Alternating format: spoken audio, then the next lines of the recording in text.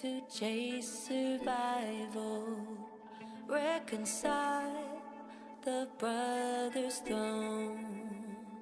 Like my sons, their rule was hopeful. One undone, I left alone. No manipulation hides it. Where my motivation lies, I'm a share.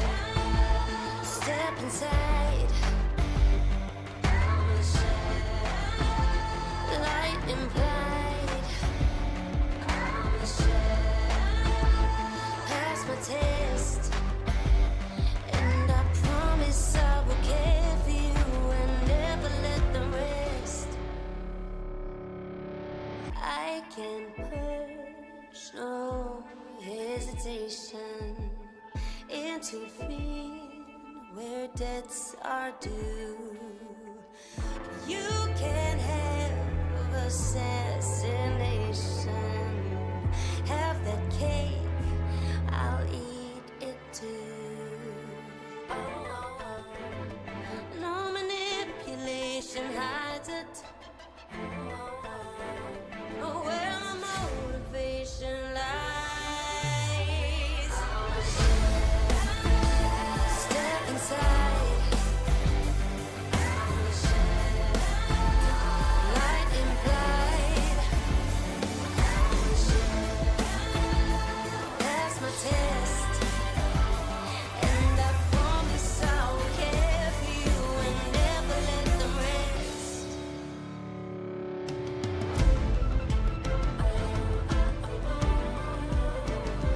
I can purge, no hesitation. My situation changes. You can't have assassination. I'm a share. Step inside. I'm a share. Light implied. I'm a share. That's my taste. And I promise I will care for you and never let them rest. I'm a share. Cloud the rise. I'm a share. Tensions rise. One by one. And the shadow that protects you is erased by morning sun. The shadow that protects you is erased by morning sun.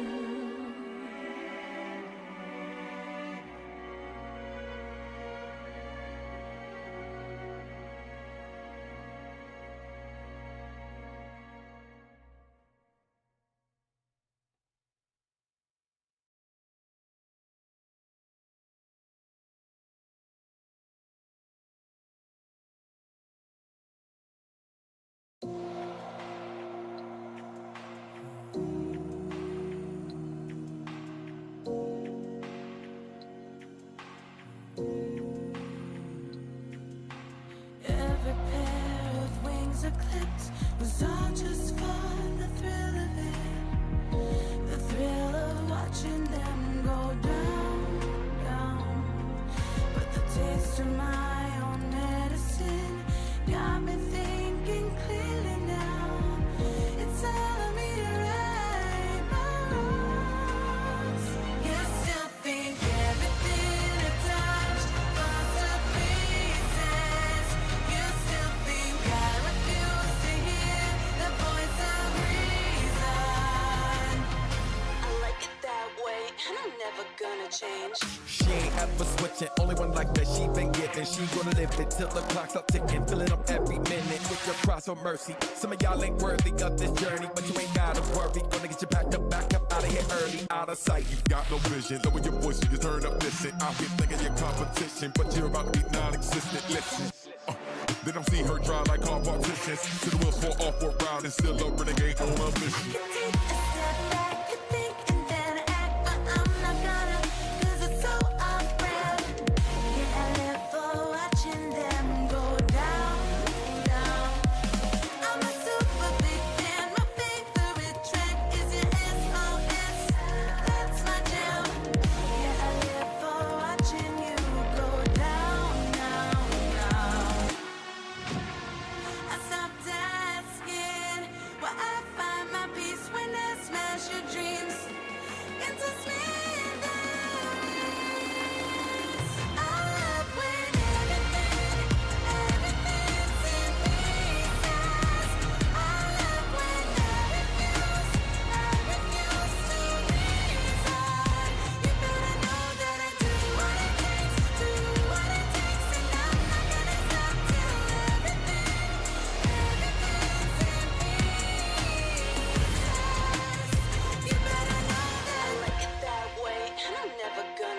respect her name, better learn her rep. Better back down, cause you're no threat. Got a little something and keep 'em in check. Spin 'em around like pirouette.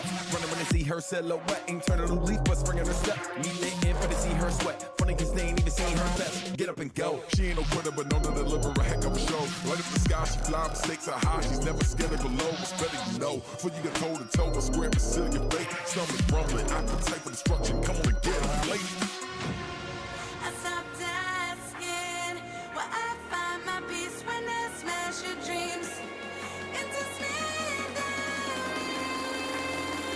I love when everything's in pieces. I love when I refuse to reason. You better know that I like it that way, and I'm never gonna change. Never gonna change how I'm living. It is what it is till it isn't. Never gonna change how I'm living. Never gonna change, never gonna change, never. Never gonna change, never gonna change, ever. Never gonna change, never gonna change, ever. Never gonna change, never gonna change, ever. Every pair of wings I clip is all just for the thrill of it, the thrill of watching them go down.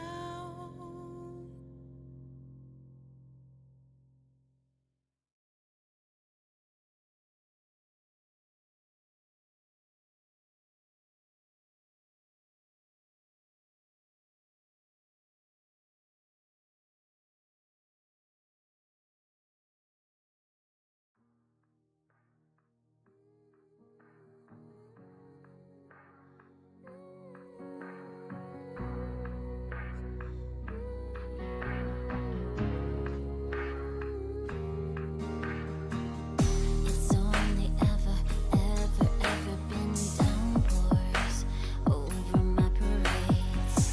They wash away the stripes I fought so hard for, then they celebrate. I had a knack for being followed by rainstorms on my sunny days. Oh, but the new me's gonna face the music, and she's gonna prove it. I could punch a hole through the sky. Let the lightning bolts be the answer. I'm not afraid of it. I'm not afraid. I'm not afraid of it. Let it rain down on me.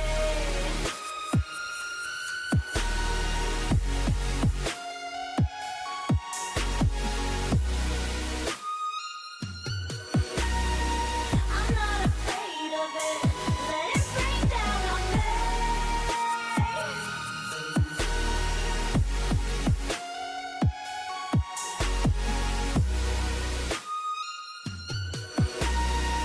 I'm not afraid of it.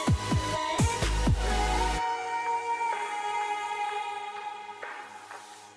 No, I don't miss the former self I abandoned, the me that held her tongue. Now I'm commanding, taking charge like a captain. My era has begun. Oh, I'm no longer miss a piece of that action. I'm living for the buzz. Yeah, now the new me turns the rain to music, and she's gonna prove it. I could punch a hole through the sky. Let the lightning bolts be the answer. I'm not afraid of it. I'm not afraid. I'm not afraid of it. Let it rain down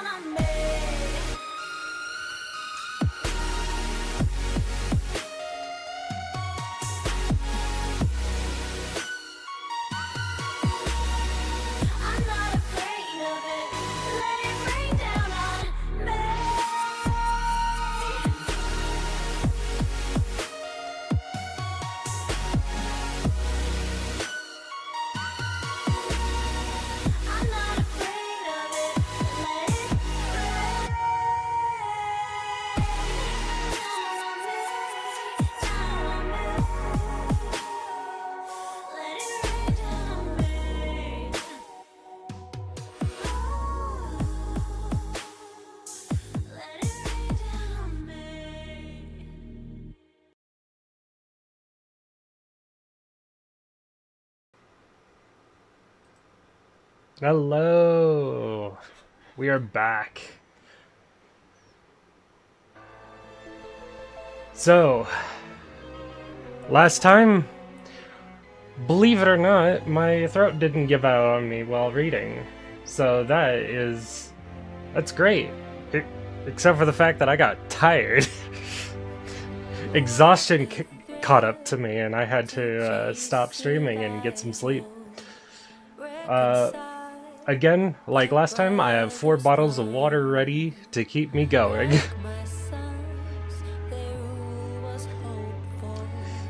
So, good to go. We're all set and ready to go. I'm excited to get to the more depressing parts of the story. Yes, I said excited. Ugh. I am ready. I am ready. And no, like someone asked me last time, I do not have tissues. I have a pillow. If I really need it, I have a pillow.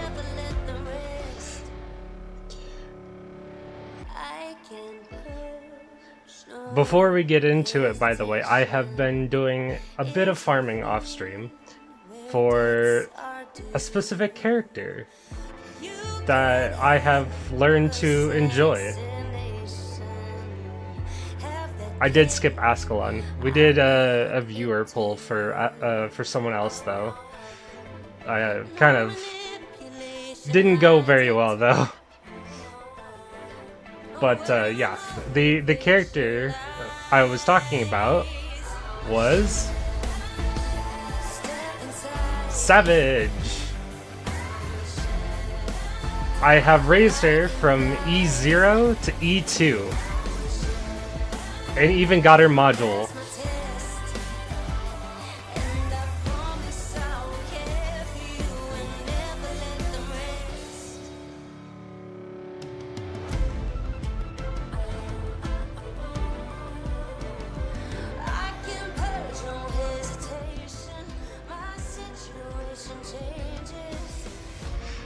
Yep, that's right.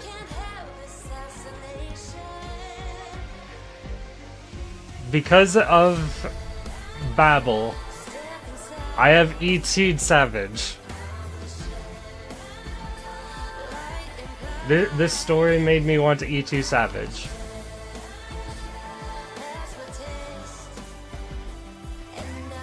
Charlotte, yep.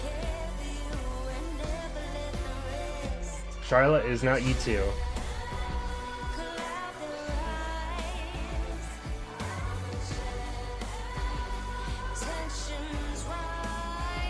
So today, hopefully, I'm also like totally out of resources. I have no more money.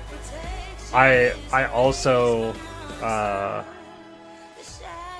grabbed Ifrit's stage 2 module, but I didn't do anything else really.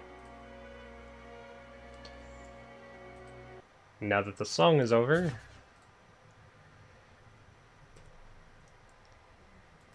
we can hop right into it. Can you guys hear the music of the game, by the way? Is it loud enough for you guys? I looked back on the stream the other day while I was pulling out my theory video, but I didn't really hear the game too well. Can you guys hear the game?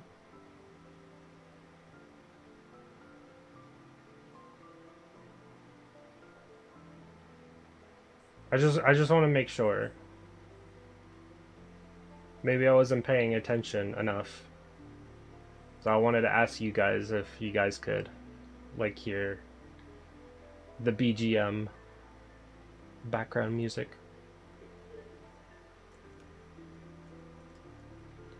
Because it is pretty quiet.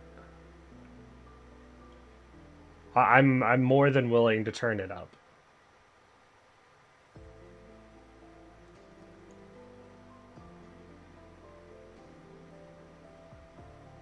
It's low? Yeah, we'll turn it up then.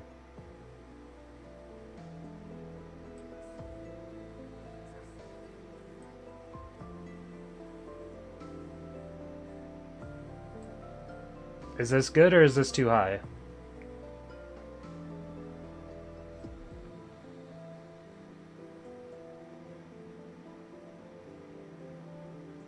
I think I raised it by 0.2.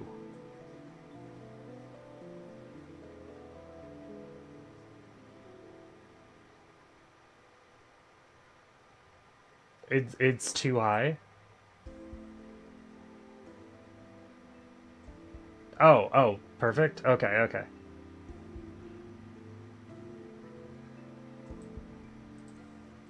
We'll keep it at 0.9 then. Also, Relics, welcome back. But this time on the YouTube side of things.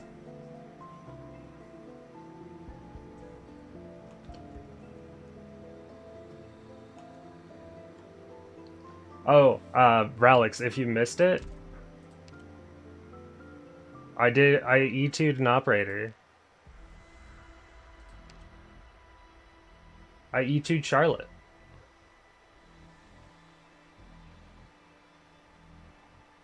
And got her module too.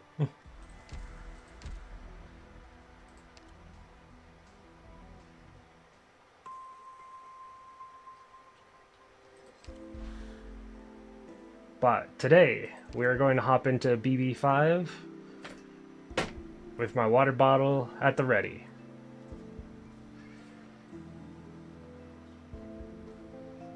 So let's get into it. Hopefully we don't make any more theories, but if we do, great.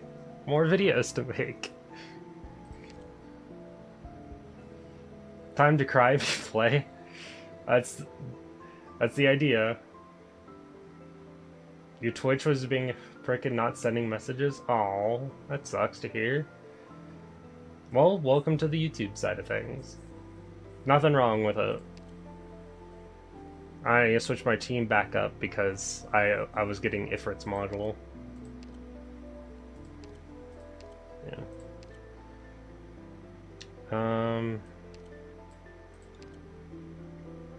I had Cruz on the team and Golden Glow.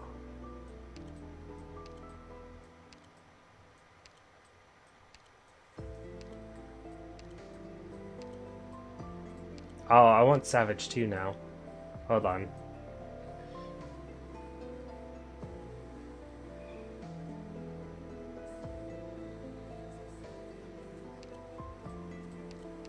There we go.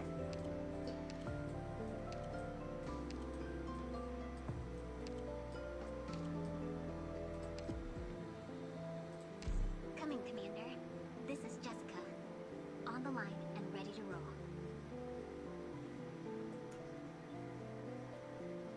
Yep. BV5 is where we start. Where we end, I don't know. But hopefully we get a lot farther. Just gonna hop right into it. Do you ever watch The Journey of New Doctors? All the time. All the time. You should check the comments of some of them. I'll be there.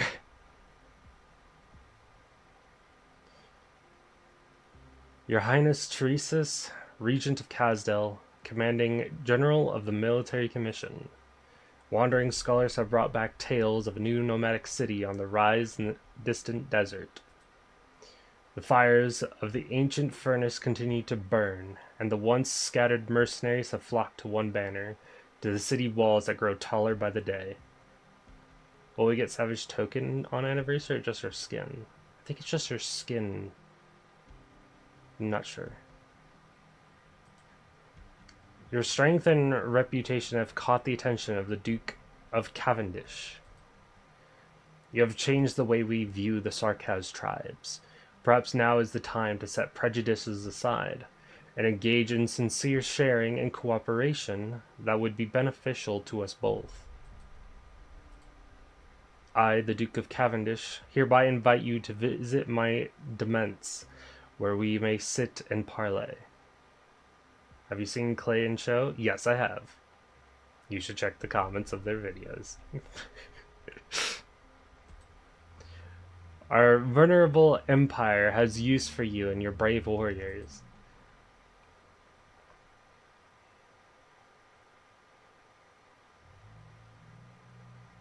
Winter 1091. One more time. I have to do this. No point talking about curing neuropathy if I can't do something so simple.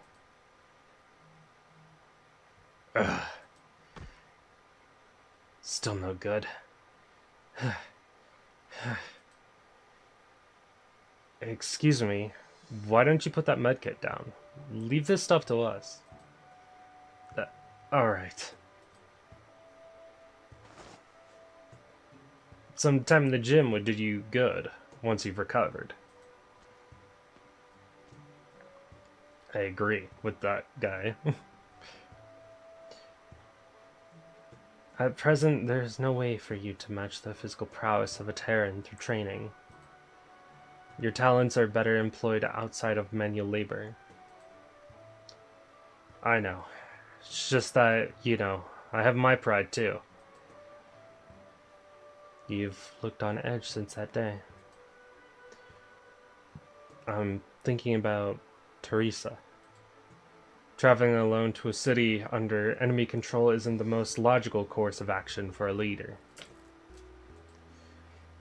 The warriors with her may be outstanding, but they're not enough to protect her in the face of an entire army.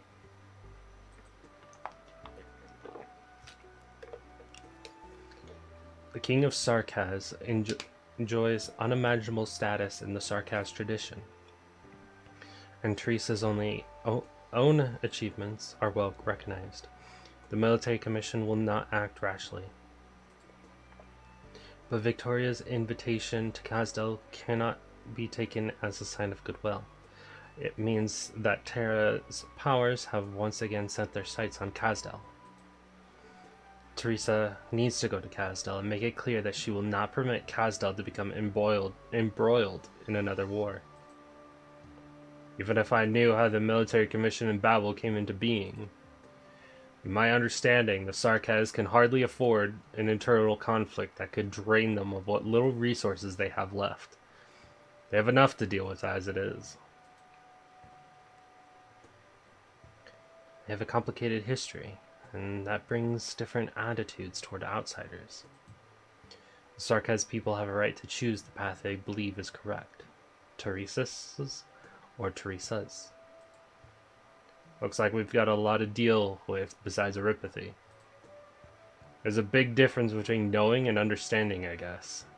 Looks like there's much I still need to learn about the history of Terra. This time, you'll be the one to guide me, Kaltsit. Of course. All we can do right now is to make sure that the neuropathy patients at Rhodes Island have access to proper treatment.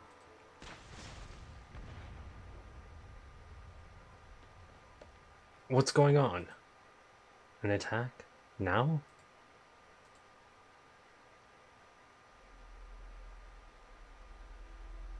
Word is Her Highness has set out. Listen up, we exalt only Her Highness. Destroy Babel, and she will return to the embrace of Kazdel. For branded traitors, so be it, but the region must not be hindered at this crucial juncture. Kazdel will take back all we have lost. May the Sarkaz be united, as Her Highness wills.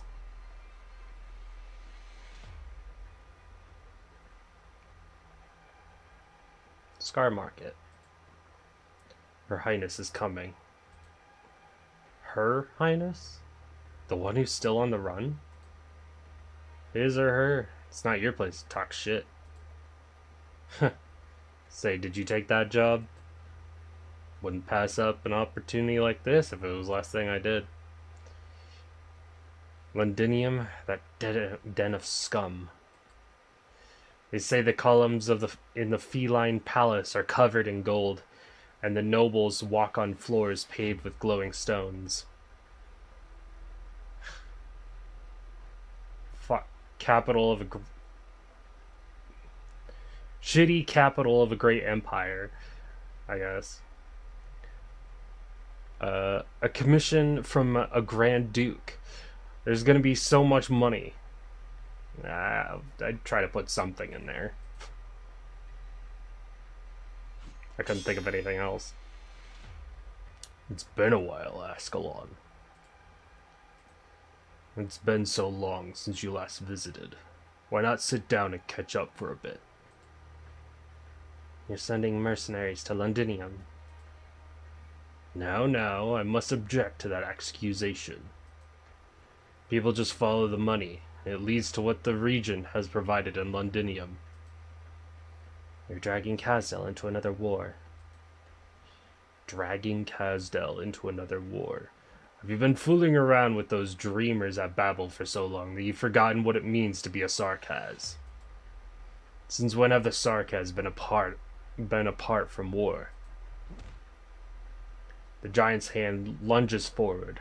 Ascalon is surprised to find that she cannot avoid his fist. Seeing the future is hard. Seeing what you will do next, less so.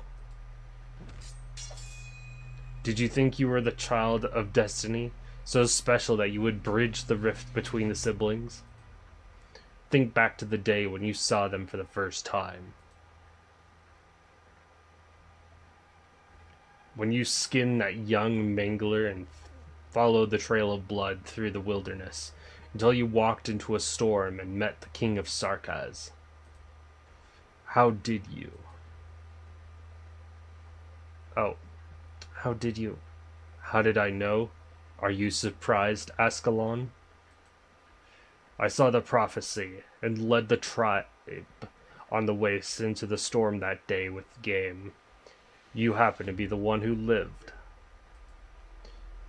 No one truly understands prophecy.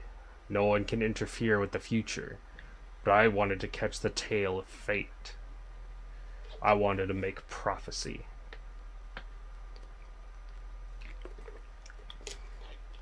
Teresa's didn't kill you. Instead, he kept you and raised you. Maybe he wanted to tempt fate.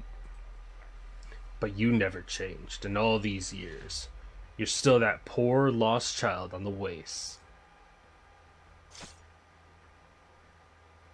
Have patience, Ascalon.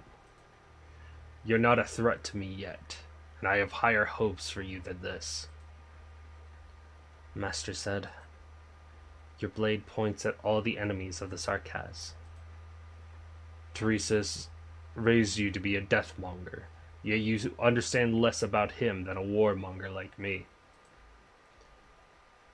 Did you think Teresa's would be content to be some puppet for those dukes? Spare your breath, if you don't know the full extent of his plan. I'm curious. How would you stand before Teresa's if he was sitting in the room behind me right now? You're simply repeating the words of others on behalf of the one behind you. You seem to have put a lot of thought into this war.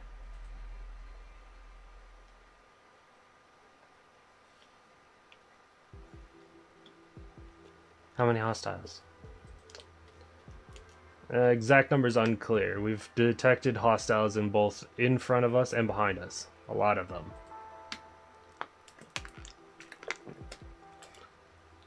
Either it was Teresa's intention or not, the other generals of the military commission seem intent to crush Babel while Teresa is absent. That way the Sarkaz won't have a choice. How many combat personnel do we have? The best soldiers went into negotiations with their highness. A good part of the remaining ones have been assigned to the supply convoys. We only have less than 1/3 of our normal force. At the very least, we need to break through the roadblock ahead. That's it. I'll take command. Doctor? If, as you said, this attack was launched by only a few members of the military commission, then they're undoubtedly planning to get this done in one go. We can't let them set the pace. Find out where their lines are thin, disrupt their rhythm, and we'll be safe. Have you fought a war before, Doctor? Not the flesh and blood kind, but I've been trained. I'm able to reconstruct a battlefield as a computable data model. Take the front line, Calcit. I know you'll be able to protect us. Of course. So this is when we start our commander arc, I guess.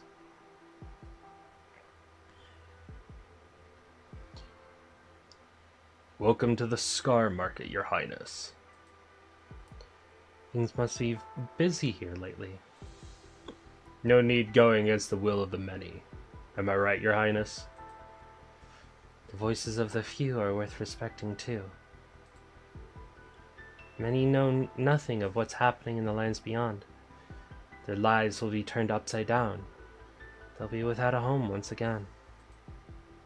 I'm just a humble merchant. My business only stretches so far. Mercenaries seek to sell their lives. I seek to make money. That's why I always respect the positions of my big clients. And I'll talk to your biggest client, the one in the room behind you. Your Highness should go no further. Since when have you started meddling in the affairs of Kazdel, Scar-Eye? All the more reason I can't let you go further. Well...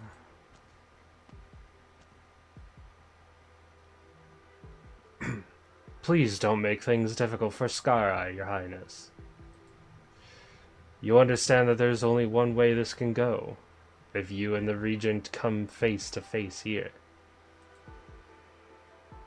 Confessoress. I beg Your Highness's pardon. Looks like you've made a decision. Is this Teresa's position? It is. He has decided to abandon our city. Not abandon. Take a step forward. To go on a long expedition away from home. That's all. You have made us stagnant. We want to progress. The Confessoress is right. I still remember when you and General Teresa's came here for the first time. Even fate itself stepped aside for the two of you when you stood together. But look at the people here now, when Kazdel is divided. You can still command any Sarkaz to your will as their king. You could kill all of us who stand here right now. But why not ask them if they're still willing to follow your dream?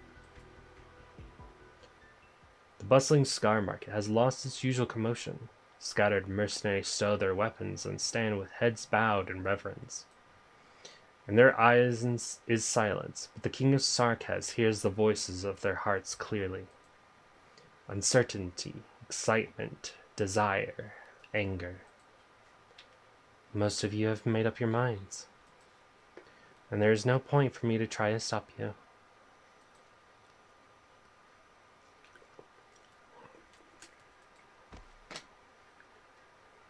One of the Sarkaz suddenly kneels. He has not changed his mind. He has not turned away from the temptation of Teresa's plan. He simply feels a sense of guilt towards Teresa, one of the 6 heroes, their king who rebuilt Kazdel. Kneel if you feel you should. Neither General Teresa's nor Lord Scar-Eye will fault you. This ancient gesture signifies more than just fealty. I am more familiar with its other meaning. Penitence. God, fuck this guy's name again. Qui sartusad. Qui sartustage. Not saying it again. Oh god. These names though.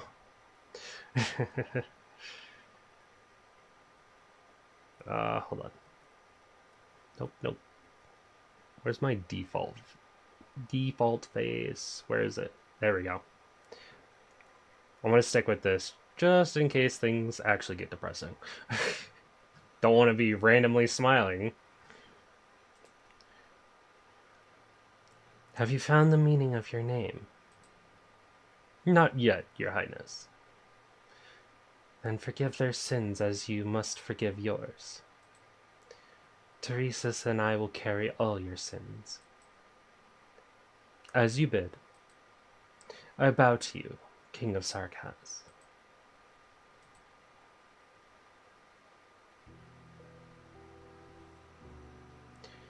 In millennia of Sarkaz history, it has always been an honor for warriors to go to war with their kings. They have tasted struggle and glory, picked themselves up from the bloodied soil. For the kings of Sarkaz always stood in front of them, never abandoning their people. Where the kings point, that is where home is, where cities will emerge from the earth. Now, though, they have abandoned their king. I promised a home of peace and safety, where Sarkaz will be forever free from war. Before I set foot here, I had a sliver of hope that perhaps someone would follow me. But I saw fire in your eyes. I saw the city that none of you had seen with your own eyes burn. The ancient city comes in many shapes and forms in your eyes. A city of desire, a city of hatred, a city of wealth, a city of glory. You all believe you would plunder what you have longed for in that unfamiliar land. That's why I changed my mind. I decided to see Kazdel's bravest warriors off. Kazdel will embark on a path of conquest for the first time in many years. I honor you, even though I never wanted you to take this step. You answered Teresa's call and dove into yet another campaign of hatred. Death awaits you far away from home. Yet you still choose to leave our home and go to Londinium. The sorrowful king of Sarkaz walks among her people, who bow their heads to avoid her gaze. Yet their determination does not waver, even if it means defying the king. We're going. We're going. Voices rise and fall, as though the warriors are singing an elegy for themselves as they go to death. We exalt your highness, but we cannot follow you anymore.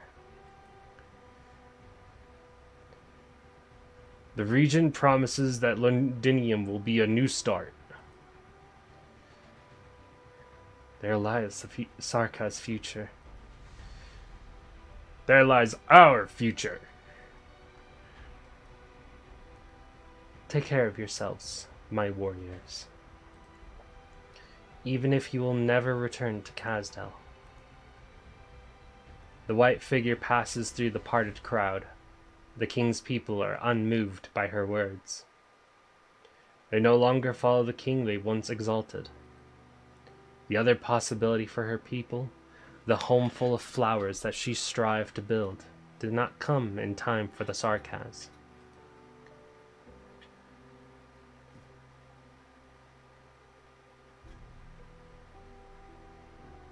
General, you knew this day would come. What do you think?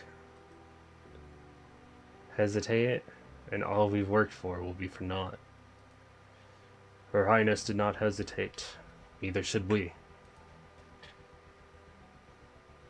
Make your preparations then, Manfred.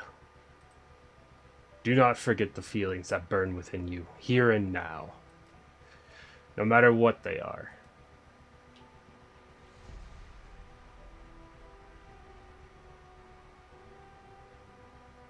Secret entrance of the Scar Market. No need to be down, Ascalon. More will join us when Babel grows strong enough to provide shelter for more people. We're being followed. Your Highness! Wait, Ascalon.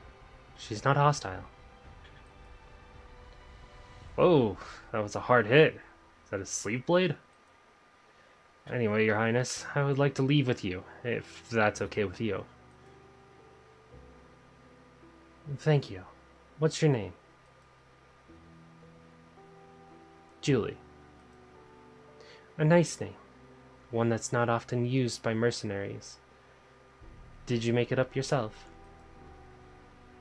No, I don't have a name. Someone else gave it to me. She said having a name gives one a sense of belonging. She's right. Why not follow the rest of them to Londinium? I've had enough of fighting. She says Your Highness will bring about a life where we don't have to fight anymore. That's why I came to check it out for her. I wanted to challenge you before deciding whether to go with you, but I didn't even have the guts to raise my sword when you stood before me. You're a strong warrior, that's for sure. I wouldn't say that about myself when I'm standing in front of you. At least I can be sure that she wasn't playing me for a fool when she said you were once a great hero of Kasdel. A reason so simple, it's hard to believe. The red-haired mercenary scratches her head. Well, I guess I like the way you talked just now. Not sure I understood most of it, though. Where's your friend? She can come too. She's already here. Her sword and her clothes. Maybe a little loose-fitting, though. She was a strong warrior. Felt a little like this one over here. I'm a little something of a tailor. I could hem it for you. There's no need. I'm used to it. Let's go then, Julie. One moment, please, Your Highness. There are other mercenaries here who want to go with you. Teresa looks towards the dark exit of the Scar Market and sees a swaying speck of flame. One speck becomes two, two becomes three, and many more emerge from the darkness. The first torch-carrying mercenary steps into the sunlight and sees the white figure standing on top of the hill. He points forward and walks towards Teresa without looking back. More and more follow him, the line seemingly without end. Just because we're used to battle doesn't mean we're willing to bury ourselves in a campaign with no end in sight. If there's another way to live, many of us are willing to take it. Heard some people are secretly recruiting the Witling in Kasdel. There may be some there ready to join us, although the journey through the wilderness would be a tough one. I'll make the arrangements. Let's go, Julie. We have a lot to do. There are plenty of people for us to house, after all.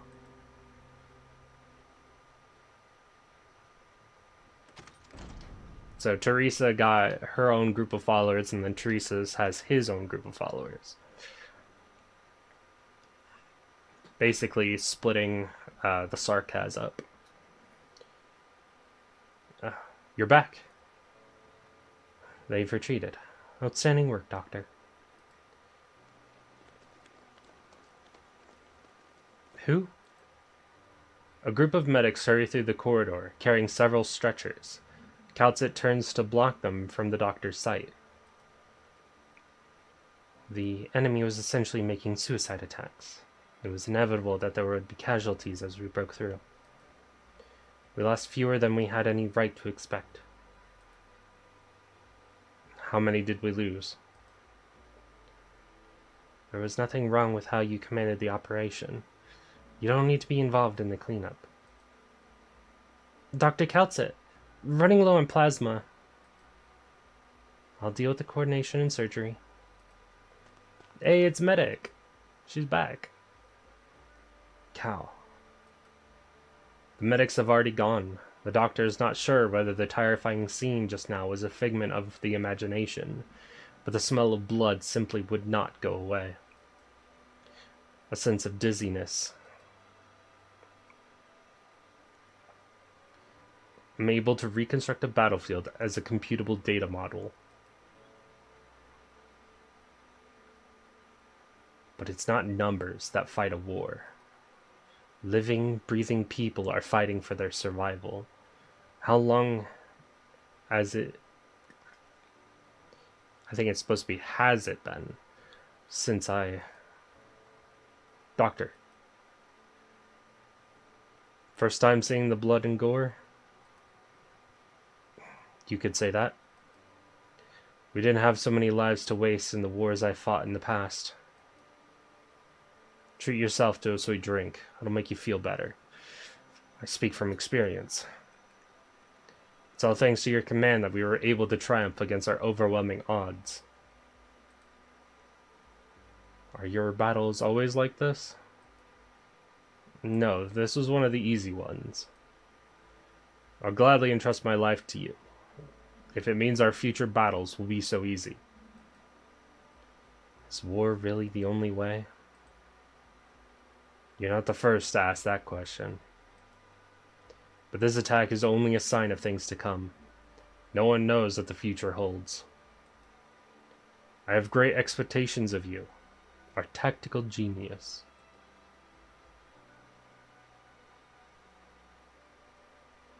The history books would record that the two Sarkaz rulers declared war on each other in the winter of 1091, causing open hostilities to break out between the military commission and Babel.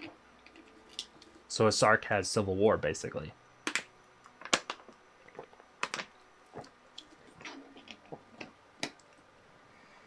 For the Sarkaz themselves, however, the civil war... Yep, there it is. The civil war had begun in 1086, when isolated conflicts started to escalate rapidly. The 2 centuries of peace that Kazdel had enjoyed have come to an end.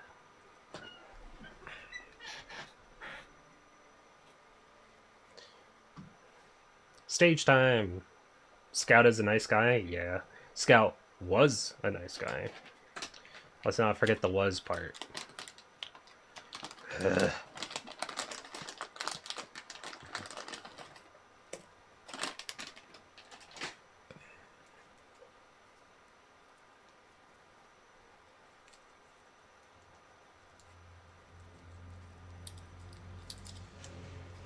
Operation commencing. Let's go. What the fuck? Docile burden beast with low defense that would be tripped by a stabilizer chain, stunning itself and dealing physical damage to nearby enemies.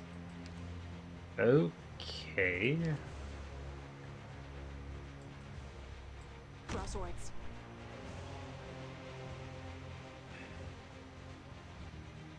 I think I'm gonna do something like this, maybe? No, we're gonna do...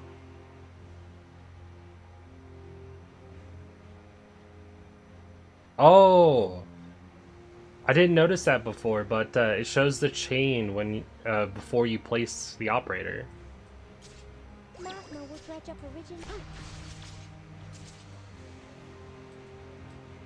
one's mine.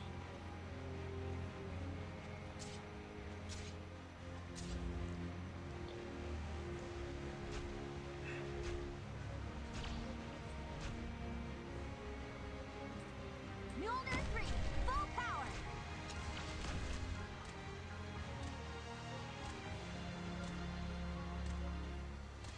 I want a chain here, so I need something on the ground. Piece of cake. Or I can do something like this, maybe? I like these high places. They have plenty. Hi.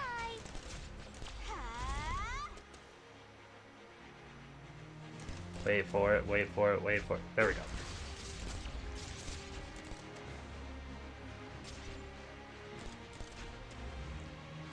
Stop incoming. In position. Be advised. Target eliminated.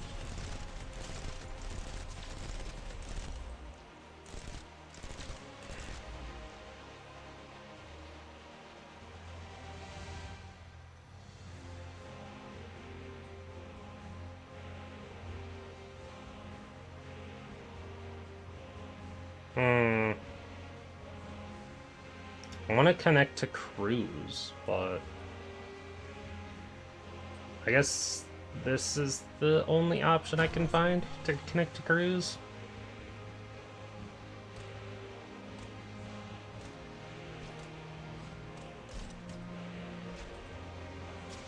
I'll do my best. Then we'll make another chain there. And then we'll replace you with neon. Let's get this done with.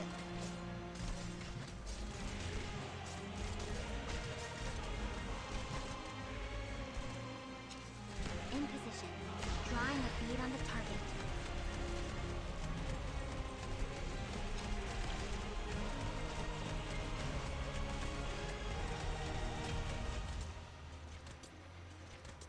Oh, is it my turn? Bye! I'm so tired of the distance. There! Those particles have no place here. I send them away. I know what to do. You can't hide your teeth. You dare strike my shield with your spear? That's gonna end with you in There we go. pieces. Another easy stage.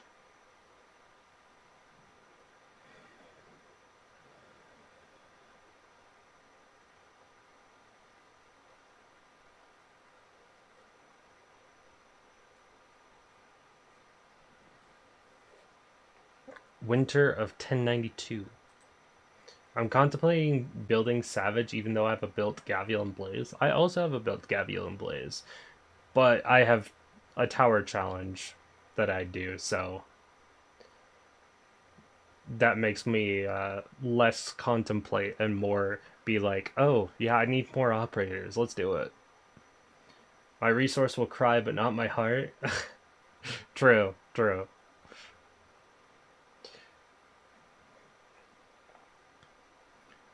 Also, welcome to the stream, Misa. Welcome, welcome. Good to see you. Order Battlefield.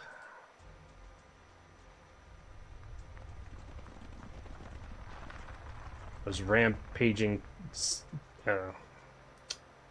sister beasts. Are they migrating? The Vanguard never stood a chance. All those who didn't get out of the way in time were those soldiers moving in perfect coordination without exchanging a word. None of that was in the intel. It's not what we need to worry about. Hey, it's Ursula. Or, not Ursula, Ursula. I'm the ranking officer now. All survivors form up and retreat immediately. These supplies are crucial. It'll be hard winter without them. Yes, ma'am. But how did things go so wrong even though we've made our move early? Did our informant? The intel is good. We were delayed by the mercenaries transporting the supplies. They upped the price on the spot. I've dealt with them. This is why I hate the mercenaries. Another coincidence. It's not a coincidence. If it keeps happening over and over again. We've had way too many setbacks lately. Focus. Babel forces must be... Wait. Huh. Flash of white, and a hole appears in the soldier's forehead. They can't even tell where the attack is coming from, in the noise of the sister beast stampede. Leave supplies behind, and you may leave unmolested. You have been warned.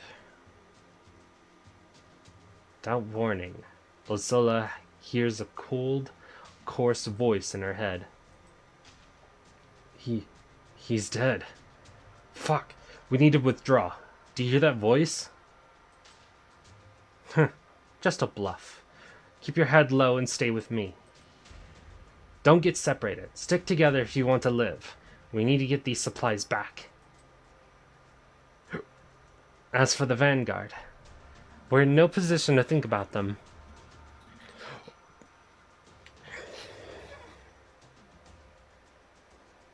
They're retreating. I suppose nabbing the supplies isn't so easy after all. Be patient and follow the doctor's instructions. The chairman has said that the priority is to minimize casualties. I know, Mantra. Oh! Hey! Mantra!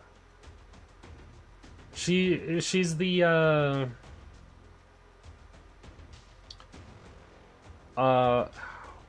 she's in the, believed, believing, believes, or believe... You guys know what I'm talking about, but it's the Elite Operator theme song. It's the EP for the Elite Operators, and I believe she was in it.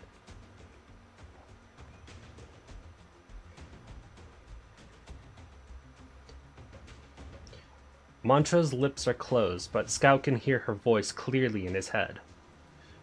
She is the perfect coordinator for Babel's covert operations, and a shadow that eats away at the enemy's sanity. The enemy vanguard has been scattered by the herd. The survivors have fled into the woods. The enemy's actions are spontaneous, unplanned. They must have known that we decrypted their communications, but the envelopment succeeded nonetheless. Actually, are they female or male? I have no idea. I'm assuming female here, but someone can correct me otherwise. We can leave the rest to Ascalon. Ascalon will not fail. Neither will we. Heh, you're absolutely right. You should get some rest, Mantra. Talking takes a toll on you. No need to worry about the follow-up. We have the doctor.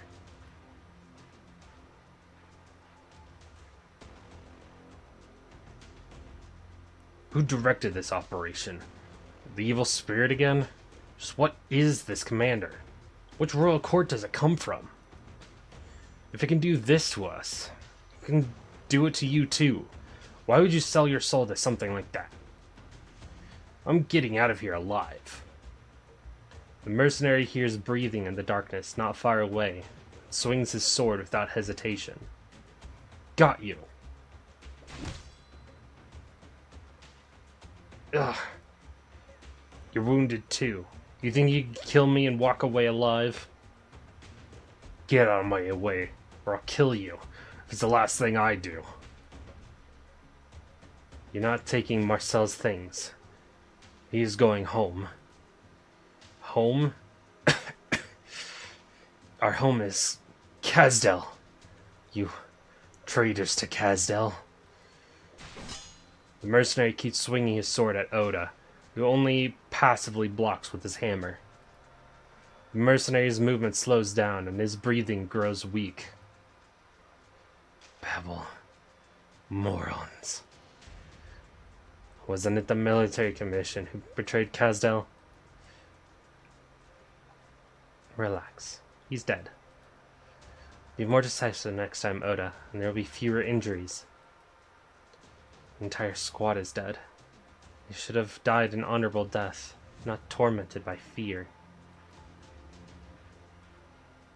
This is not the right time to show mercy.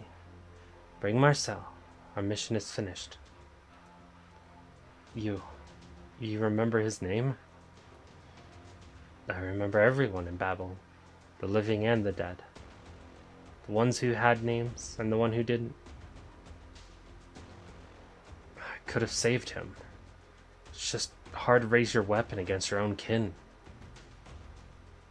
Even if it's to avenge Marcel. Your father died in the chaos of the city. Have you ever thought about seeking vengeance for him? Oda takes a deep breath. I hate the people who killed him, but vengeance doesn't change anything. A classical idea. Rational, righteous, human. What if your vendetta is with a cold-blooded deathmonger, with hands soaked in blood? Would you say you kill for justice and your ideals without a hint of hatred? I'm not sure. Do you regret killing mercenaries who threatened Babel? Ascalon. No. Then I won't either. Even if it means I have to. Oh, I'm sorry. I'm saying silly things again. Don't mind me. I'm not important at all. No. All Babelites are important to Her Highness. Time to go back.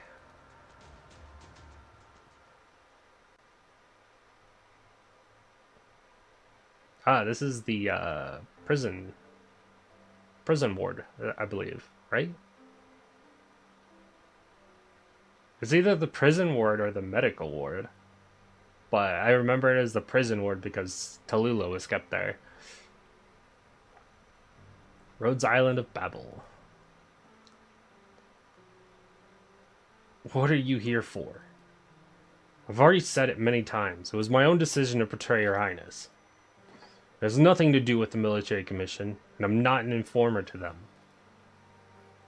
You want to execute me? Make it quick. Ace! The man! He's back. For now. I'm not here to torture you. I brought some wine.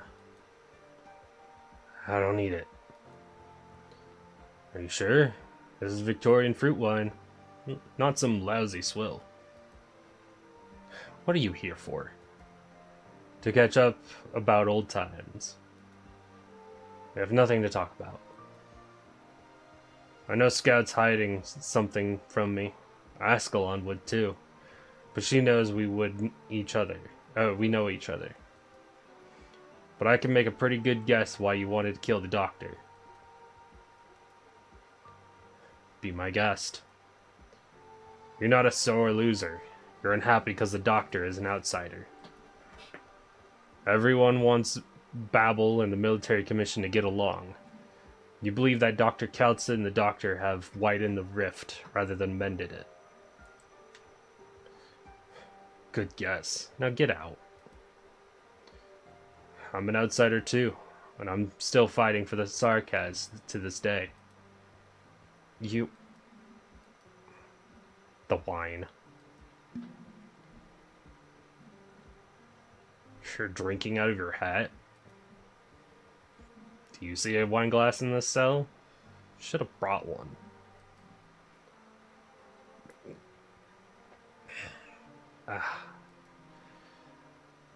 What happened to the rest of your team? Let's see. The one with the spear, the caster, the one with the shield who's sitting here right now, medic, and a sniper. Skull Spear, White Smoke, Grey Sun, Strauss, Walnut, Kung, Herb.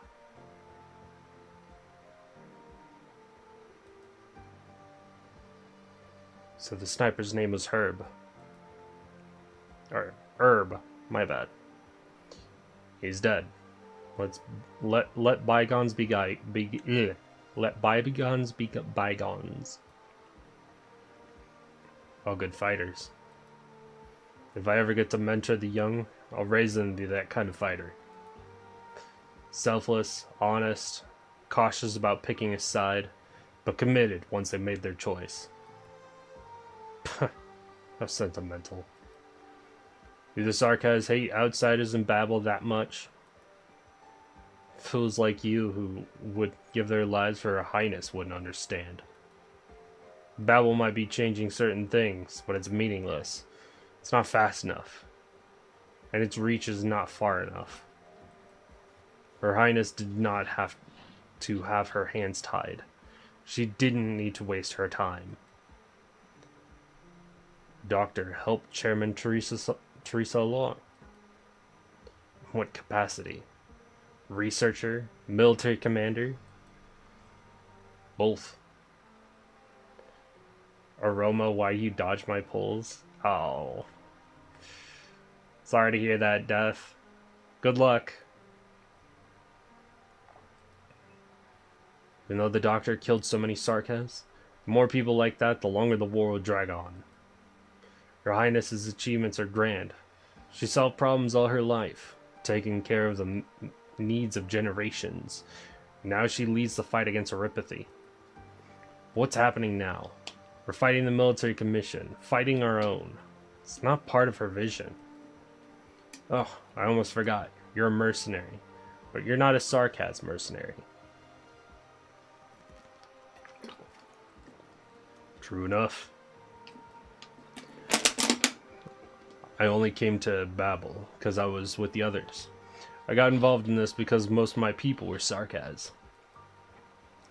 Oh, White Smoke is dead too. Why bring her up now? I thought maybe there was something going on between you two.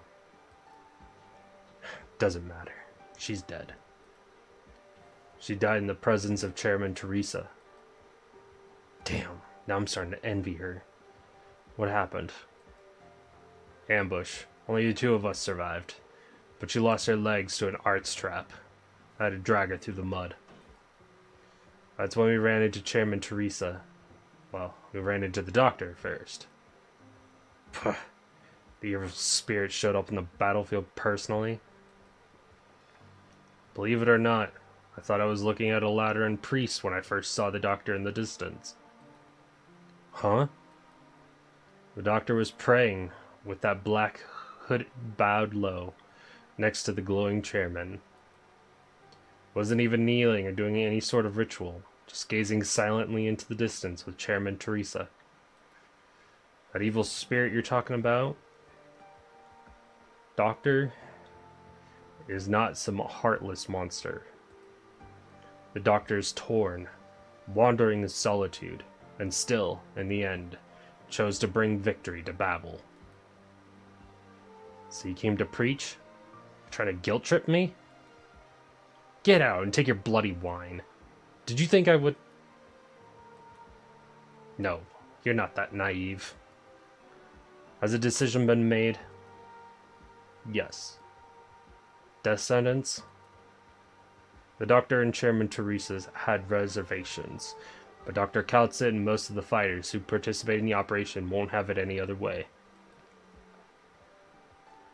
What about you? Your betrayal cost us dozens of lives, brother. This time, I'm with Dr. Kaltzit. More wine. You just spilled the last of it. Are you going to be doing it? Yes. No need to burden Scout. He's tough on the outside, but tender inside. And I don't want to hand you over to anyone else. I came to tell you, brother, that even though you did something stupid, Babel will remember your name. We'll keep fighting, keeping your warning and reproach in our hearts. Train some promising young ones while you still can. Decent ones, like you don't live long. Guess so. See you again. And the Sarkas can finally live in peace.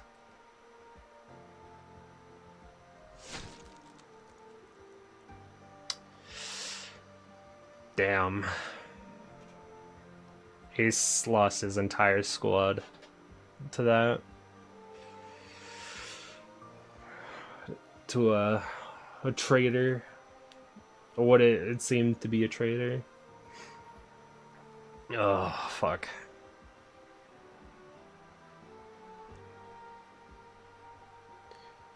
The traitors and spies have been executed. Royal Court spies. They really have a lot of problems in their tribe. Good work. What about the unit that entered the war zone? Scouts report they've blocked key passages leading out of the mountains after attacking Babel positions. The general did not order this. Was it someone from the royal court or a Syracusan plot?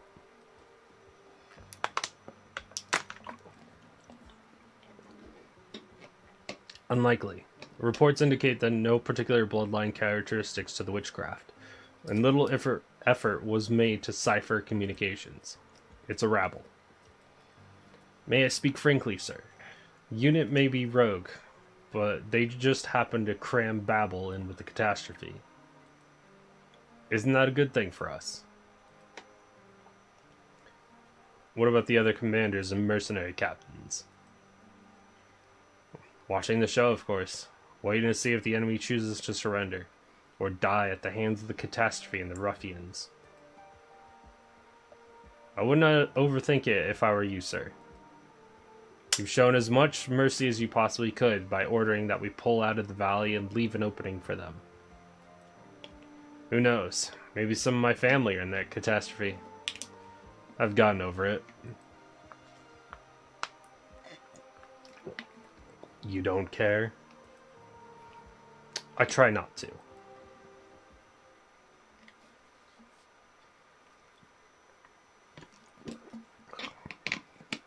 Rhodes Island of Babel. First water bottle down.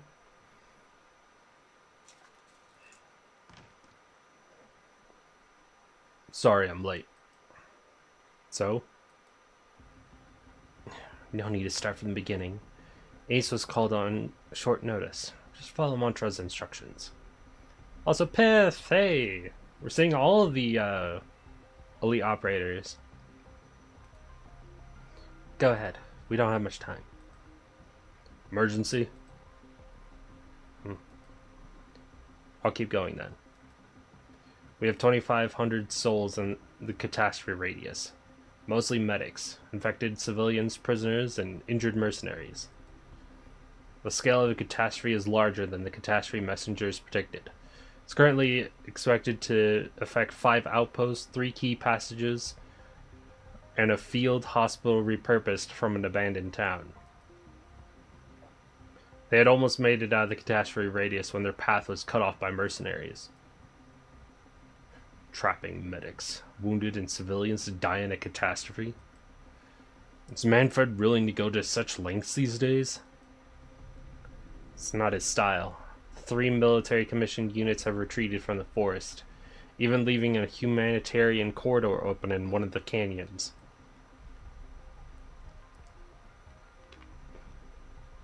The military commission has casters on the cliffs, ready to annihilate any armed unit that attempts to pass through.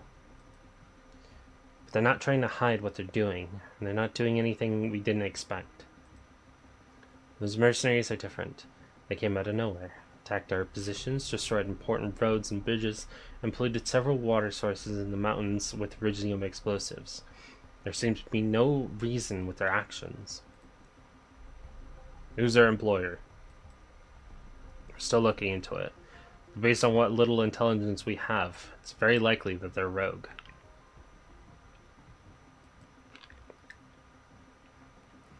Revenge. A last gasp struggle after being abandoned by Teresa's. Instigation by another country. Anything's possible.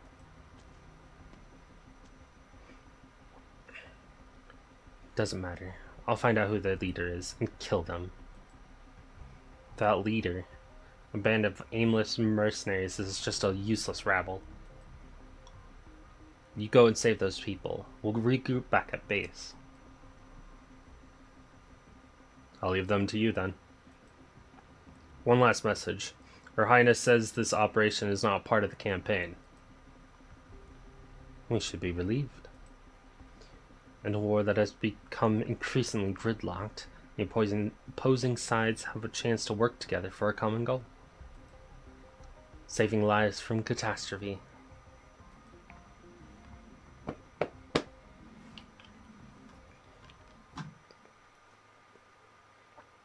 Scything, uprooting. It sounds cool. But if we want to deal with the weeds competing for nutrients, then I think there's no other way, Doctor. I love Vandella's voice so much. Cassandra Lee Morris is such a good voice actor. Love her. Oh, I forgot to read. The Fires of Uprising. Some Sarkas continue to seek a path of peace. Flickering light. The banner of war flies high in the distance. Ooh. Now we have witchcraft ballistas.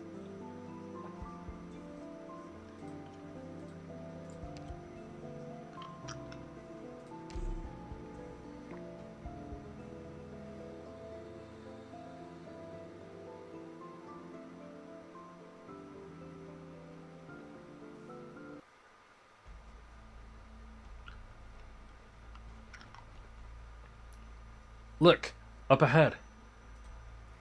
The bridge. It's been blown? How are we supposed to get across? Is there another path? The catastrophe cloud is still over our heads. We can't go any further, not with all the wounded and children. Damn, the Originium crystals on the ground are starting to glow.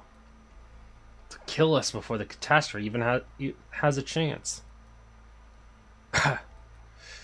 We need to...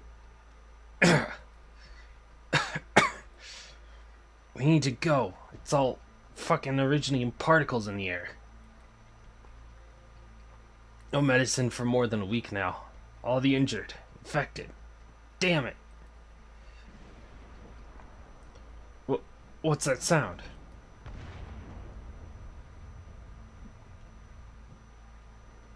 No reinforcement from Babel yet? Then keep looking for a path. Don't come back until you do. The catastrophe cloud's fully formed. Which fucking unit attacked the hospital? Not even Scar Eye is that crazy. Stick together. It's too late to try and get out of the catastrophe. We need to find some clean caves. Nothing with Originium traces on it. Not even a little bit. Doing this to the wounded. Teresa's, you piece of...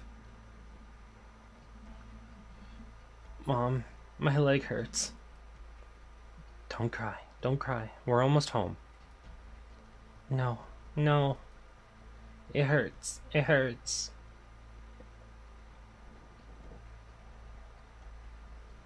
The sound of children crying. The sound of conspiracy, of death, of struggling to survive. The catastrophe is deaf to all that, turning wind and snow into storm.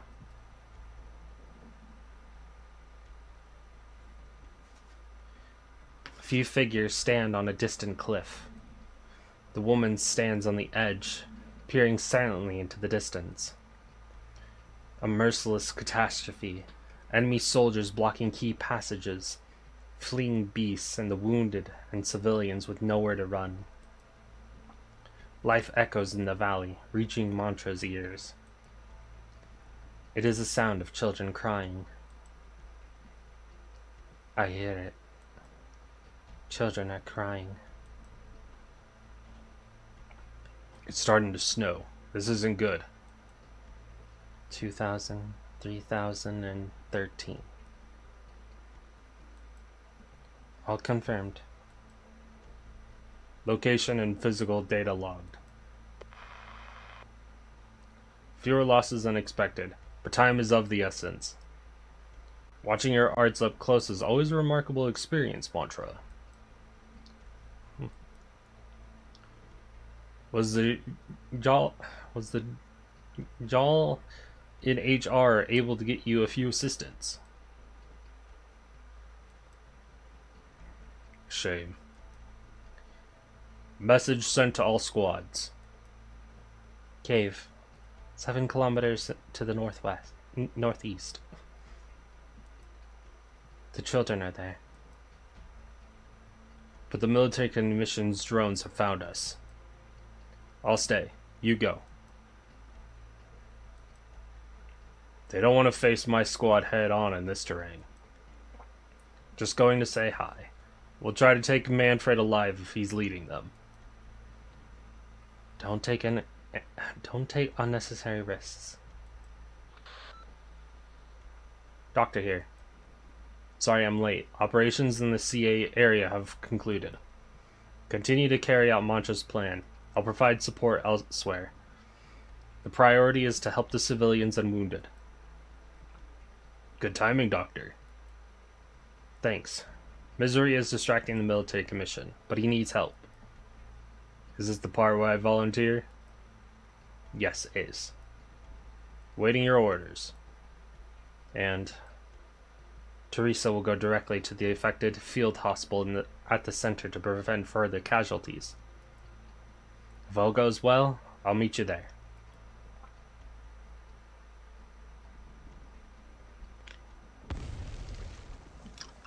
Explosion! Explosion! Move away from the glowing area. Back off! The Originium underground is being activated. Fuck. Too late. Fires stir beneath the frozen earth, and blizzard brings with it the sparks of catastrophe. Every breath seems to carry the weight of all terror, bringing it upon every individual soul.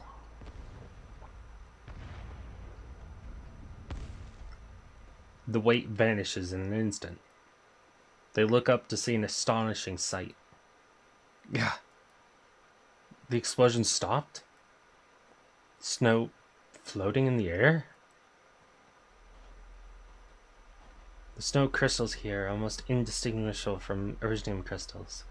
Control over them can be achieved with sufficient focus. Your...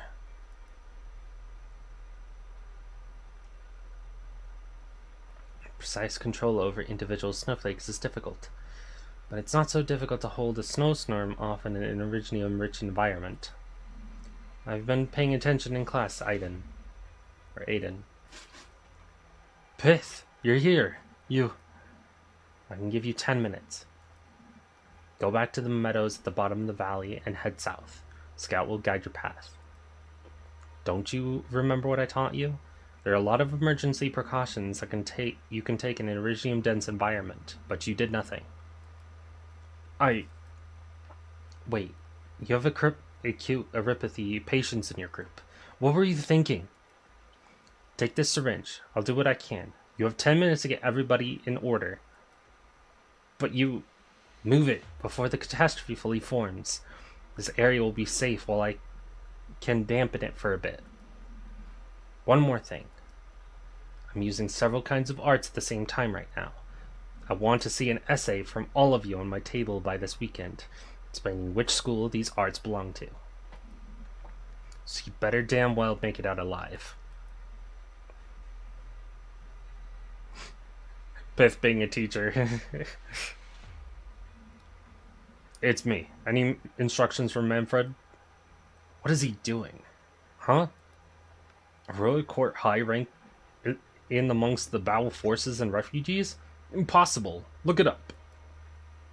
Doubt there's anything to look up. Manfred probably made up the excuse on the spot. Even if they were there, they're Babel prisoners now. Rescuing prisoners in the middle of a catastrophe is not part of the contract. But we have to do it anyway.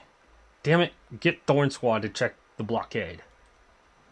Alright, 86 here. Hello? Hello? No response. Where did they go? It's not time for the shift change yet, is it? Wait. Isn't it a little too quiet? There were foul beast cries only a moment ago. All the animals must have fled the catastrophe. It'll sweep through this place in 5 hours. There's no time to be taking a nap. Hand me the schedule. I said hand me the... Huh? Hey, where'd you go? Hello? This is Squad 86. Anybody hear me? Anybody? What's going on? Somebody's... You called?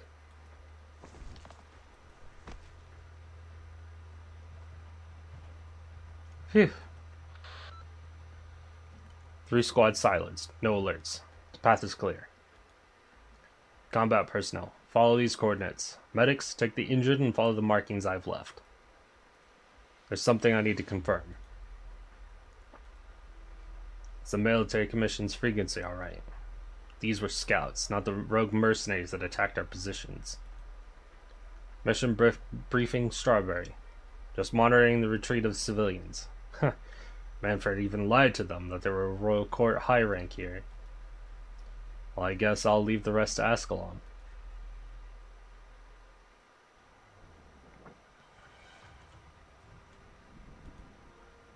Babel.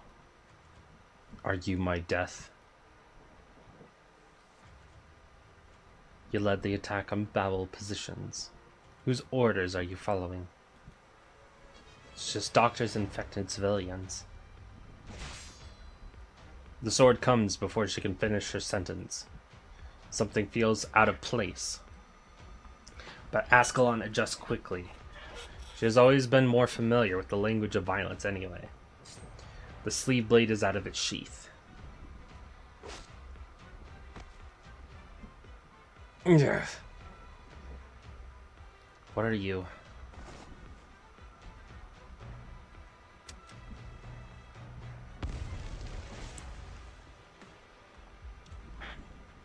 Bomb.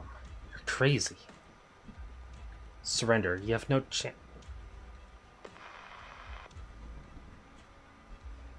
It's me. I'm done. Sorry. Couldn't take him alive. He blew himself up. Something's not right. He recognized me as Babel immediately. Realized he was no match for me, and quickly chose to blow himself up. Abnormally decisive. Could be some experienced spy or... Wait. I found a pouch. It's undamaged. I must have cut it off. There's a Babel sleeve badge and a military commission medal inside. It's not unusual for a mercenary working both sides of a war. And a piece of paper. Possibly personal notes. Most of it is illegible. The only thing I can make out is Dell. Home. Forget it. Not important. Casdell. Home.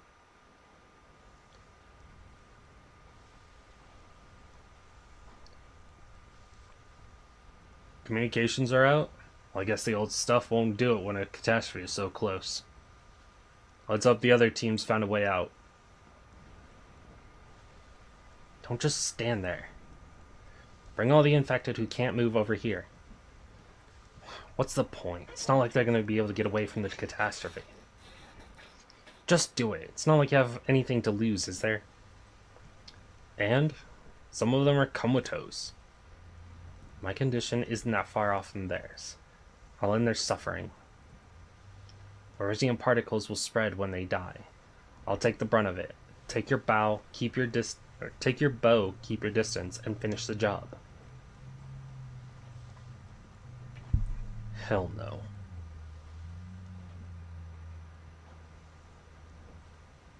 Hey, stay away from the infected. Julie will deal with them. Infected. You're just leaving them here like firewood. I'm not doing it because I want to. Is there any hope for them? No, just death. They'll turn to dust in 10 minutes or so. They could have been saved. Does living a little longer count as being saved? Their conditions are too severe. If they don't die here, they'll die in some forgotten alleyway in Casdell. I should have stayed in Sargon. Here, give them these suppressants. It'll at least relieve their pain. Where'd you get these suppressants? No, who are you anyway? When did you get here? Don't move. Your ID code now, or I'll... Let the doctor pass. I had a feeling it was her. It's fine. Everything will be fine. You look familiar. Your Highness, how could you... We're right in the middle of the catastrophe. We're very grateful, but... You shouldn't have come. It's too dangerous. The white sarcas appears on the battlefield without a sound, as though she had come out of nowhere. The crowd whispers among themselves. Is she truly the King of Babel? One of the living 6 heroes? The mother of Casdell? Teresa simply nods at confused and bewildered crowd. At the confused and bewildered crowd. She kneels by the side of the infected. Your Highness. I'm sorry I came late. Too late to save your lives. I'm sorry I couldn't do enough. Please, don't. Teresa gently holds his hand in hers. The other infected, all the ones still conscious, those who have not fully given up on living, Feel a little bit of gentle warmth. I'm listening, my children. I will remember how all of you lived and died. Forgive me that I could not promise you more, but for your family, children, friends, and comrades, there will come a day when they will no longer live in fear. Your lives should have been so much more. Now, though, dream a warm dream, a dream that will come true. Sleep, children of Kasdel. Sleep in the warm embrace of home. Sleep. Thank you. The infected begin to glow with the colors of Iridium. Tiny stones eat away at flesh and blood, transforming their lives and desires into fleeting sparks. Teresa holds their hands to the end, until shining dust rises towards the sky and is scattered by the wind, never to become stars upon the heavens.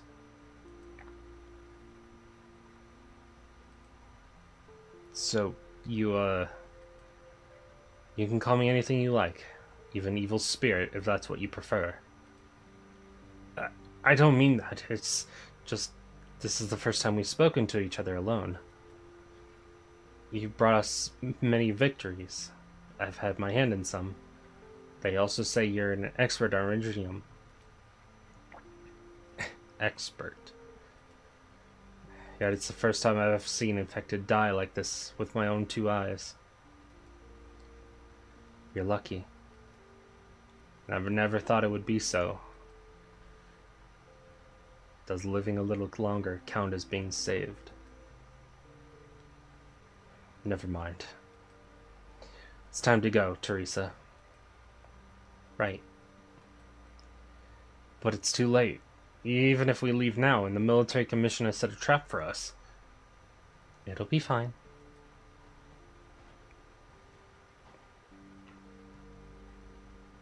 Let's go home.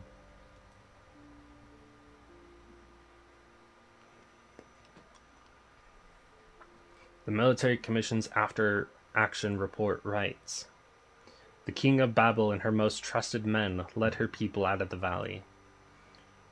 With a single touch she parted wind, snow, and flames, gentle as a mother parts the bed curtains to put her child to sleep. Our casters and crossbowmen observed the procession, but none dared to take the first shot, nor give the order to. The flowery report and Manfred's false intelligence earned an admonition from the commission, but no further discipline.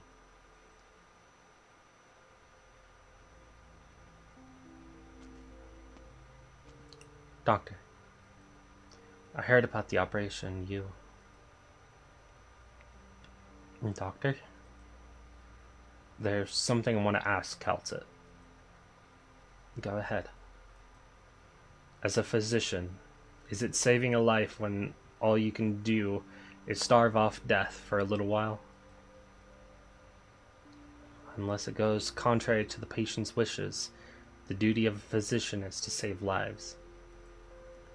That's what we're always worked to do. Why do you ask?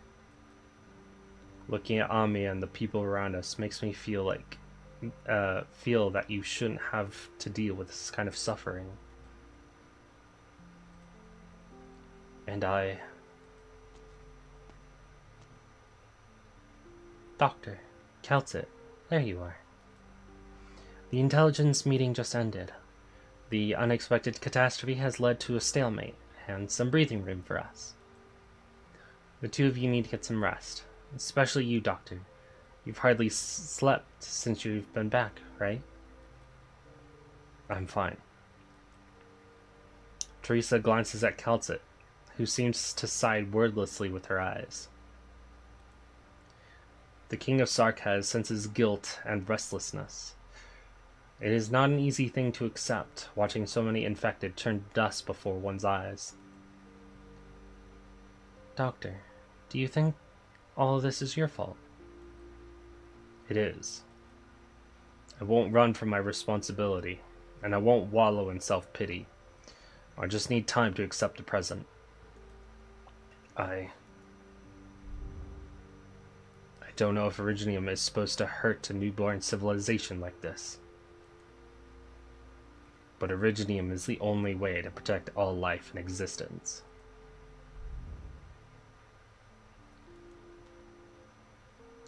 You're tired, Doctor. I'm grateful that you have chosen to bear the burden of these emotions for the sake of this great land. Your pain and struggle shows your kindness and ideals. I won't try to wipe them away, but we could share this burden if you are willing. Teresa wants to hold the Doctor's hand, perceive the Doctor's guilt and anxiety-filled soul. She wants to help the Doctor. But a tiny speck of noise echoes ominously in the King's mind. The Doctor is rejecting me?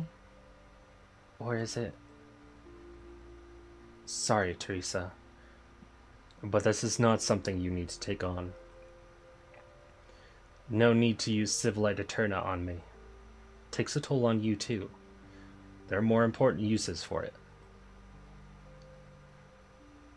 More important than helping someone who's given everything for us? Thank you. I mean it. You and Scout said we have some breathing room, right? I'll make dinner for us then. I learned it off Misery. For our future challenges.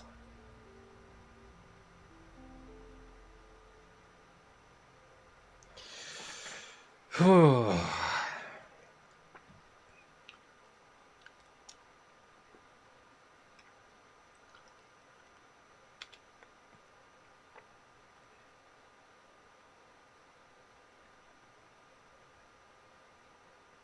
We're coming terms to certain death in front of our eyes.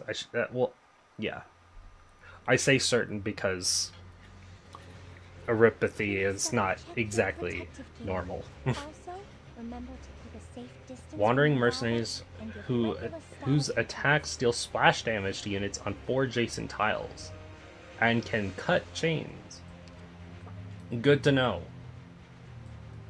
Do you attack immediately? Do you have range? No, you're melee only. Good to know. Oh, and those things shoot. Great. Love that. Awaiting orders. You can't stop me. We'll do this. I like these high places. Nothing can mask the scent of despair.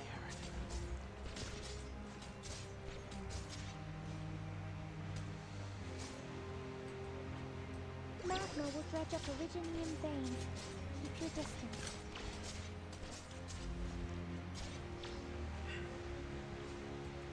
This one's mine! Incoming!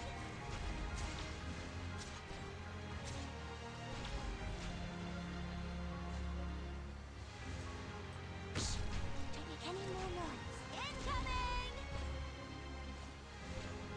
Didn't connect to Texas?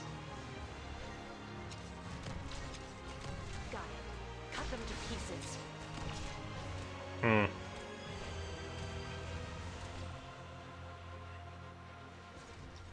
What if we do...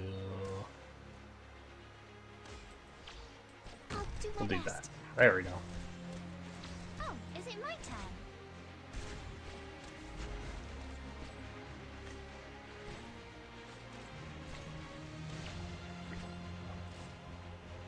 Wait.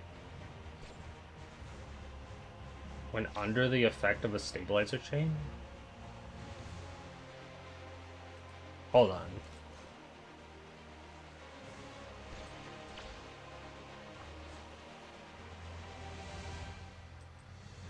Monster. Well, not it. Didn't exactly do what I was hoping.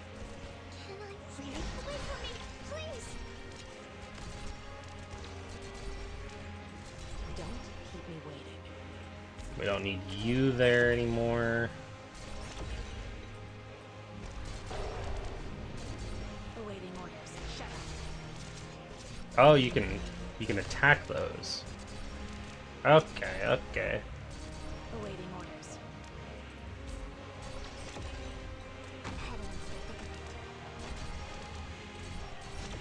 There we go. Now Jessica is also protecting Calcit.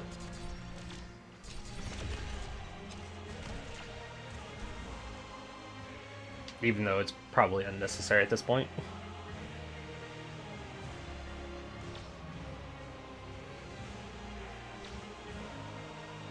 Do time to speed it.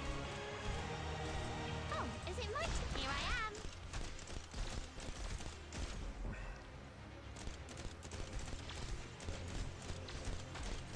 Can I free payback?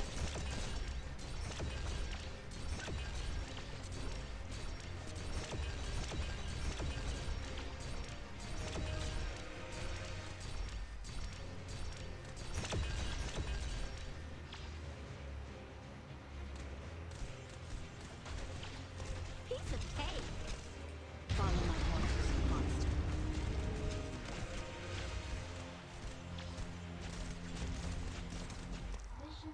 There we go.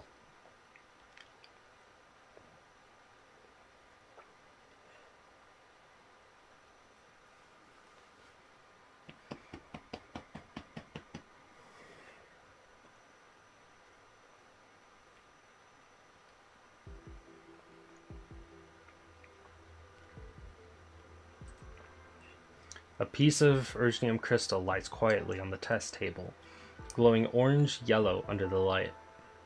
It looks pure, beautiful, harmless. Priestess, what have we done? I'm afraid not. It's impossible. Doctor, it hurts. Thank you. The doctor picks up the crystal with one hand and stabs it into the other arm. Oh shit. It leaves a bloody gash on the arm, but nothing else. The pain grows distinct. Yet it is not the pain of Originium infection. So we are immune. The instruments show the same. There is no sign of assimilation of Originium and cell. Originium won't infect me. Did we ever imagine that such pain would come? What would you say about what's happening to this world? Originium. Last spark that we have passed on.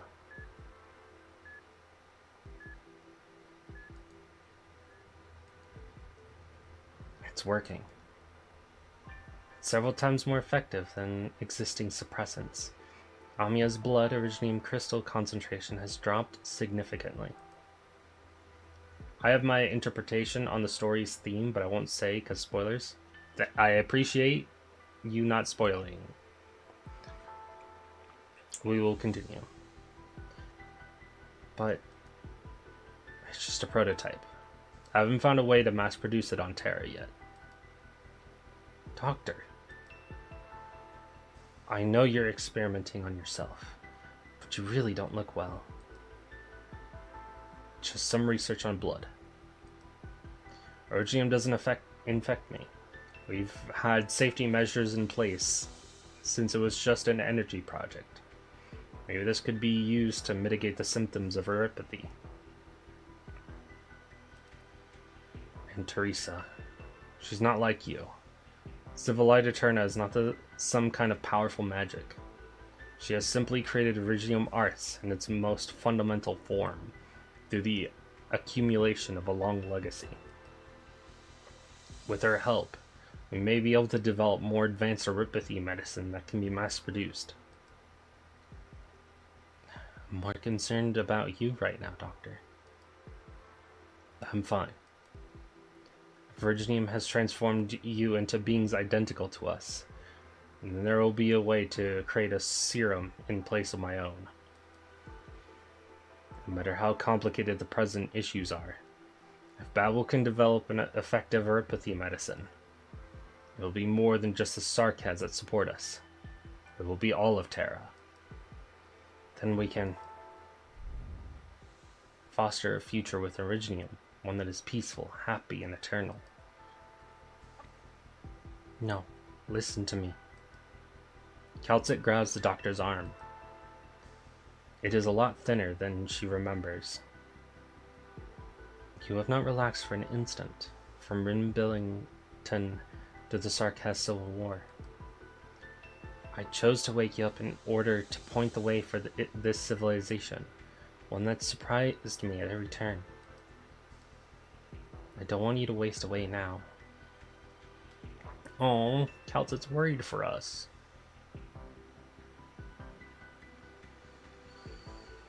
Ah!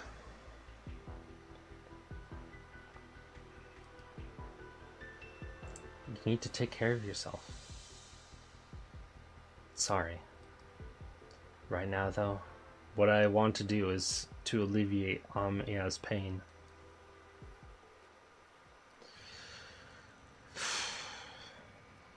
I miss the day. I already miss the days where we can have this kind of Calcit. But in the current main story. Ugh.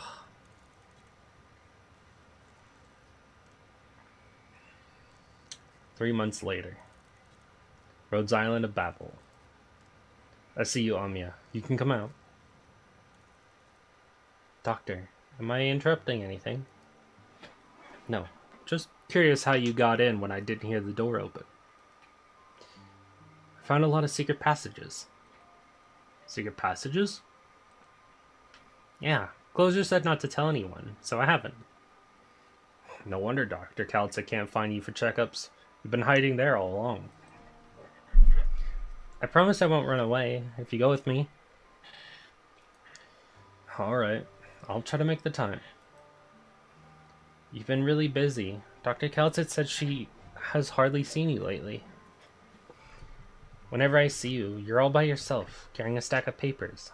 Head down, walking from one end of the corridor to the other. If someone says hi to you, all you do is nod, then keep on walking without a word. It sounds like you're describing a very rude person. Sorry, Amia.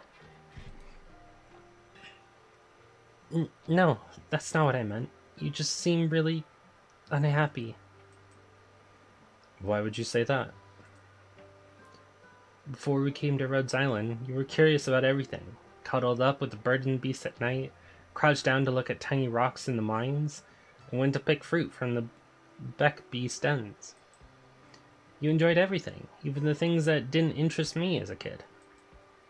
But now, whenever I talk to you about something fun, all you say is, I'm glad you enjoyed it, Amia. But I came to talk to you about it to make you feel happy. Are you unhappy because I'm not getting better? It's not because of you, Amia. This is about me. And you can hear noises outside the ship, can't you? Yes, like huge drills in Rimbilliton. They're so noisy. I don't like them. Me, Teresa, Dr. Calcit, we all have a lot of things to do. It's not your fault. Alright. Do you have time today, Amia? Yes. I want to go up to the deck and see the clouds. It's going to rain. They have very interesting shapes, and I could talk for a long time if there was someone there to listen to me. Of course. But don't you have work to do? It's okay. I'll be done soon.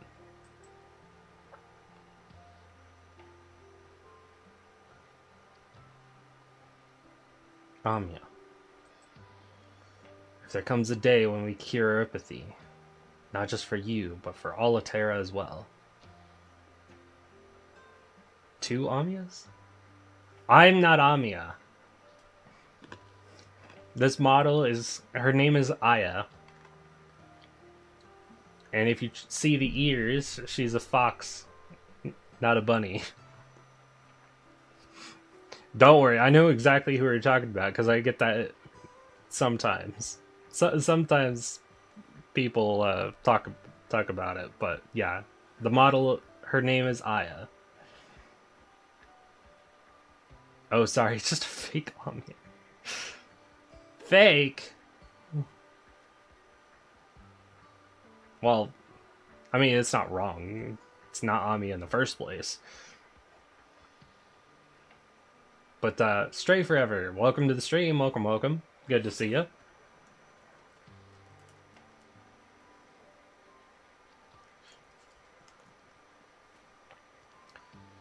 Why aren't you on stage 8 yet? Because I've been reading the story. And I can't just do all the story in one sitting. Clear this on first day by pressing skip. Yeah, I don't hit the skip button.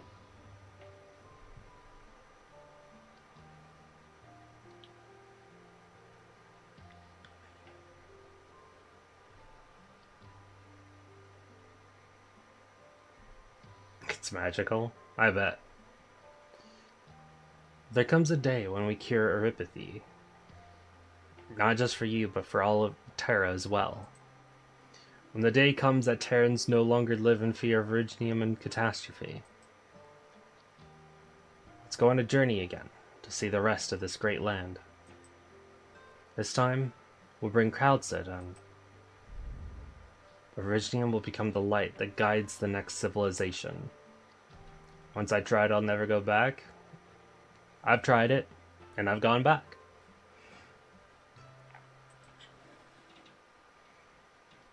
All consciousness shall foster new hope in Originium till the end of time.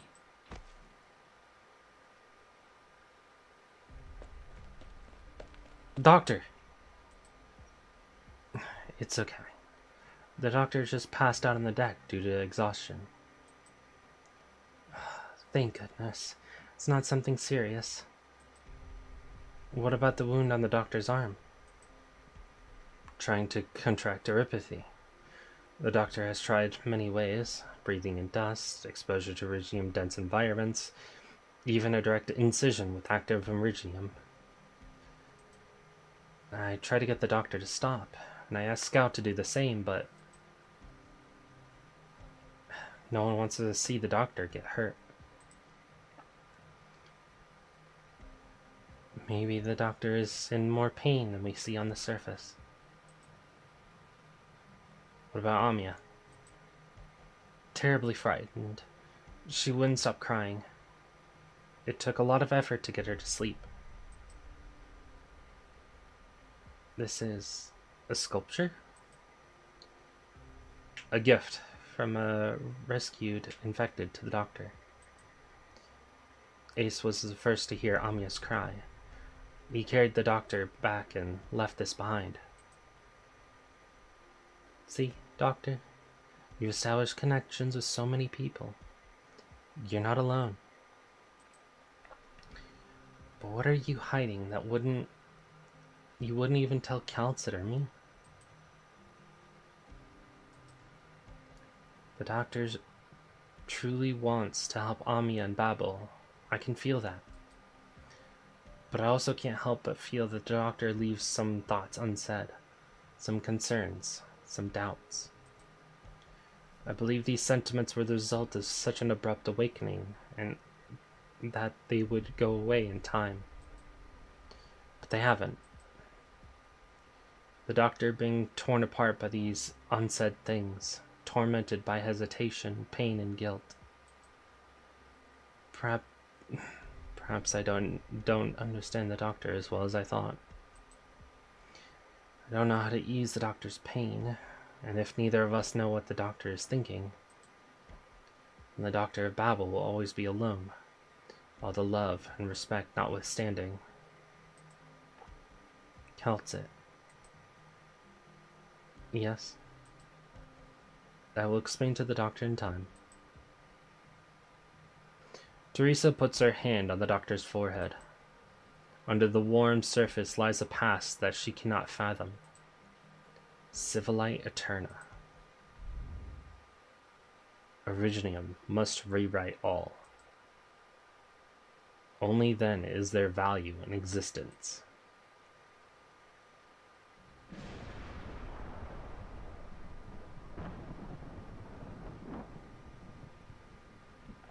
From the emergence of intelligent life to the lights in the cosmos and the maelstrom of the stars, Originium will continue to replicate and transform until even time ceases to exist.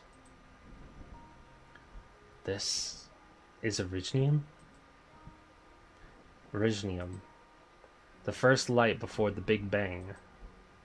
She said that only by covering every inch of the land in Originium, only by returning matter and time, tide and wonder, light and wailing to the vast ocean of information, only then will we find change and advancement, and avert the fate that is the end. Even though it is not a transformation, but a death. It is not an extinction, but a continuation.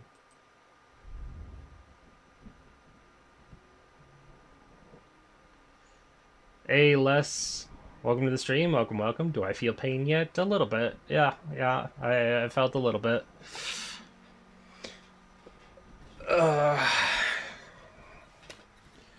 It hasn't, like, punched me in the gut or anything like that, but I've definitely felt it. It kind of, like, trickles it to me right now. When was this memory? The doctor's emotion, pain, hesitation, and fear? Who was that accompanying the doctor in despair? No, Celts had said there was another. The growth of Originium is silent, beautiful, calm. All signs of life have been overgrown. Civilization has vanished from this land. But Teresa feels only fear and suffocation. The memory is trembling, collapsing. There's a force somewhere trying to fix an error. The Originium in the memory continues to grow, even assimilating Teresa's consciousness. Teresa. Calcit? Oh yes, she was by my side. Teresa. She seems to see the doctor before her consciousness is fully absorbed by the nebulous Originium light. Teresa! What happened, Teresa? What did you see?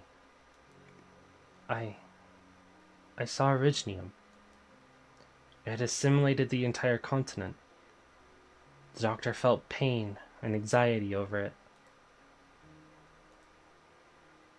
Was that the doctor's memory? No, a dream? Give me a hand, Calcit. The feeling, the noise and the wailing.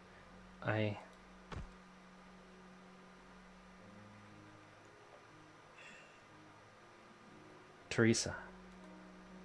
I told you that Originium once decided the distant future of this land. There were two choices.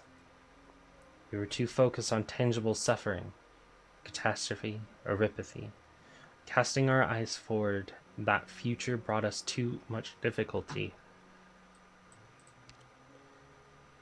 and too little meaning.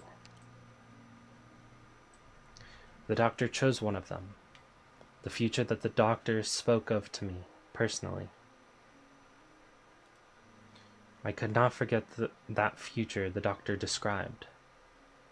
Never in all these years. But the other cold and empty thought has often shot up in my spine in the middle of the night over the past 10,000 years. I cannot speak of it. But you can sense my anger with your power.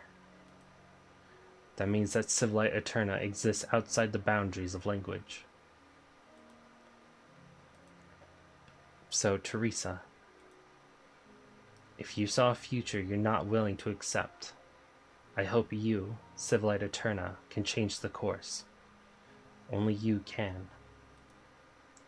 If you saw the side of myself or the doctor that is strange to you? Calcit? No, Calcit, that's not what I meant. The doctor's feelings towards Amia, towards us, toward you, are sincere. That is the truth. Trust the doctor and trust me. I will find the answer to what is tormenting the doctor. And when... Doctor, you're awake. What happened to me? You fainted as you were leaving the deck with Amia. Where's Amia? A little shaken, but she's fine. You're still in bad shape. What were you thinking? I want to cure Amia's erypathy. I want to change the present state of the Sarkaz. I want to walk among the civilization that I helped create, to take in the vitality of new life, something we once had, but have long since lost. Even if everything that we see, all we know, all we cherish, no longer exists after a millennium.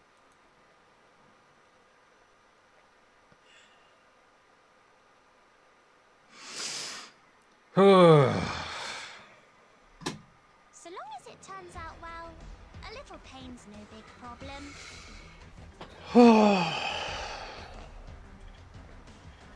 Alrighty then.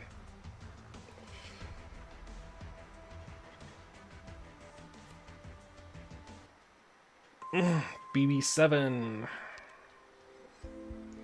I do feel like we care about Amia more than anything else. I'd say that, but I think it's mostly because we're trying to cure her, and we did like find her and like quote unquote raise her for a time with Savage. The story is heavy. Oh yeah. Rising Shadow. I see the Sarkaz's desire for vengeance. This doesn't look too bad. It depends on what the enemies are, really. Before we continue, I'm gonna go get another water. Because I ran out of my first water bottle.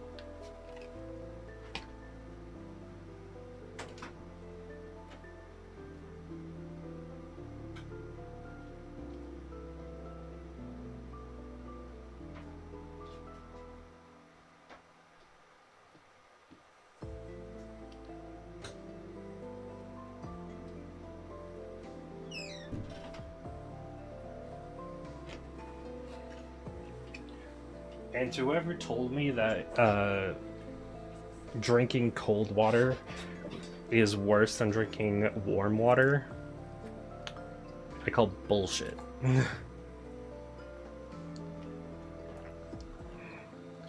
Cold water has been helping me with reading so much more than it has with warm water. That, and it tastes better. Because it's tap, but it's cold tap, so it actually tastes decent.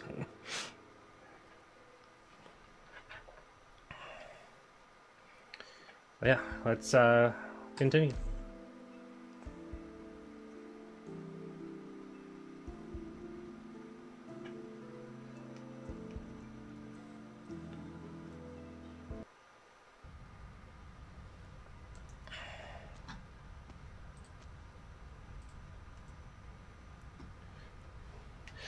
Naval Administrator, level encryption. Worse for the body, better for the feeling? I guess.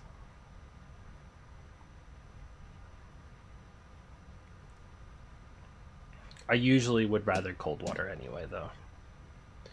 Warm water should be better for your vocal cord, but if your throat not hurt, cold water can help, same as warm water. Yeah, cold water has been doing a lot better than warm water. Also, Yo Panda, welcome to the stream. Welcome.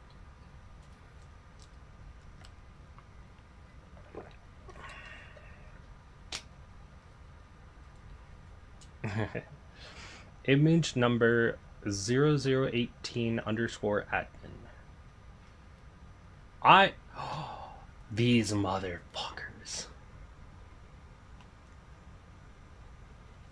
Do you guys remember last...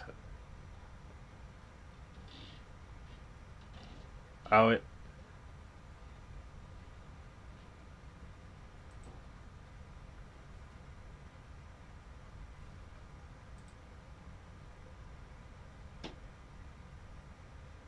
What? Hold on. What does this say?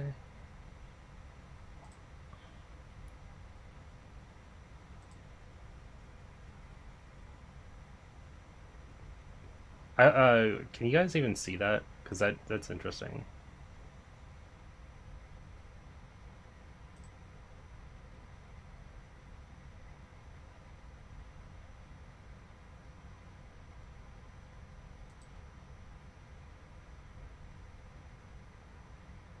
See what? The bot.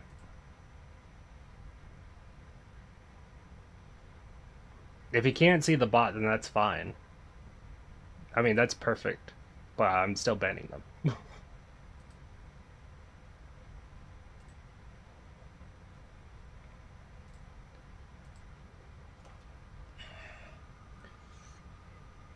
It's good that you can't see the bot. Oh, you saw it? Okay, well, I just banned it.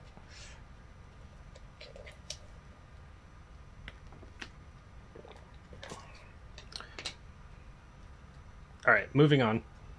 Bot's gone.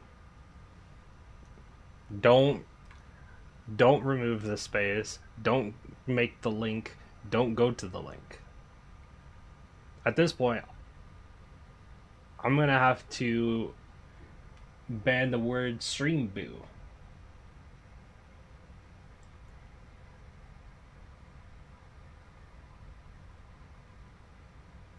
I just starting my lighter, so I late to type bot. Ugh. Since I banned the word .com last time, I'm going to ban the word streamboo . How can removing the space do anything? I don't know. It makes it to where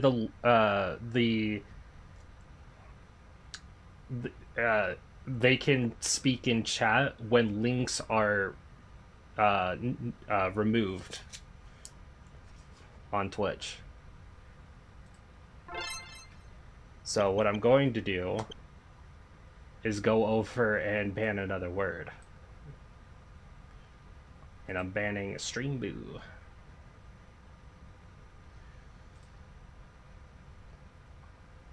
Because they keep adapting, so I will continuously adapt to their adaptation.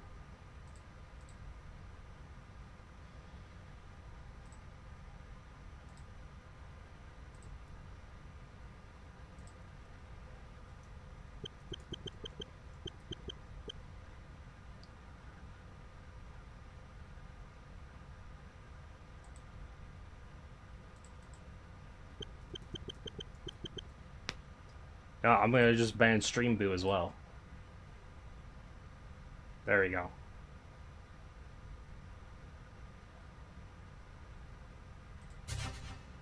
We'll see if that helps.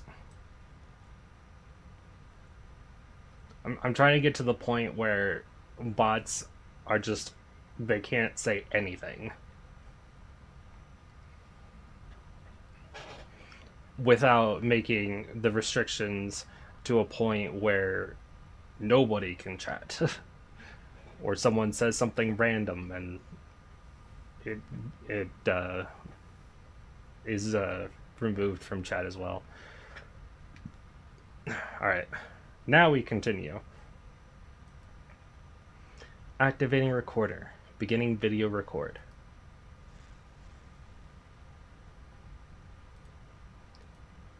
While I slept, the ruins of our homeland nurtured new life. Urgenium is what guides their development, reshaping the life forms from Talos. Holy shit!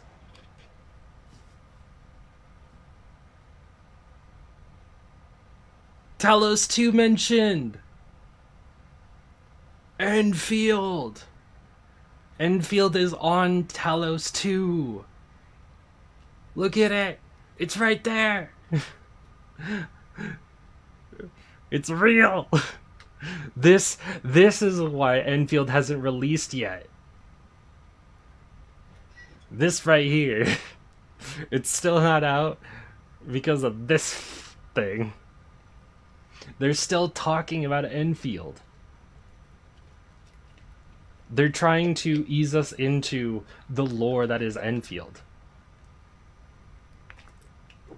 Wenfield, people suspect mid next year. But that's only a theory. But yeah, Talos 2, look. Alright. Oh. I have more theories in my head now. I need to stop. Moving on. If we're going to do any theorizing, it's going to be after the stream. After we're done reading for today. After we're done reading for today, then we'll make theories if we want to make theories. But for now, let's keep going.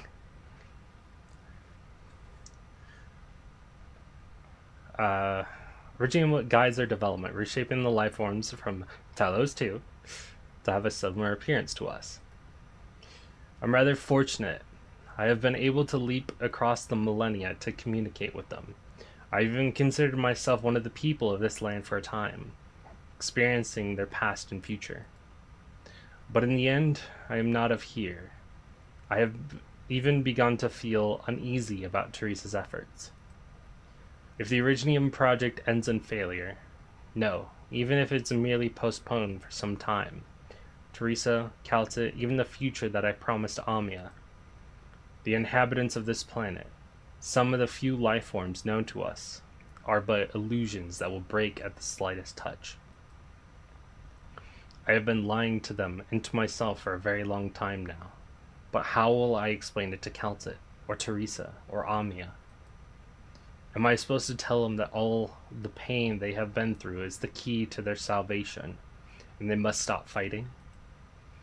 That all of Terran civilization is a fleeting dream, and only by being assimilated into Originium will we have the opportunity to avert our fate. Seeing the lives of those they call the infected dissipate like smoke brings pain to my heart.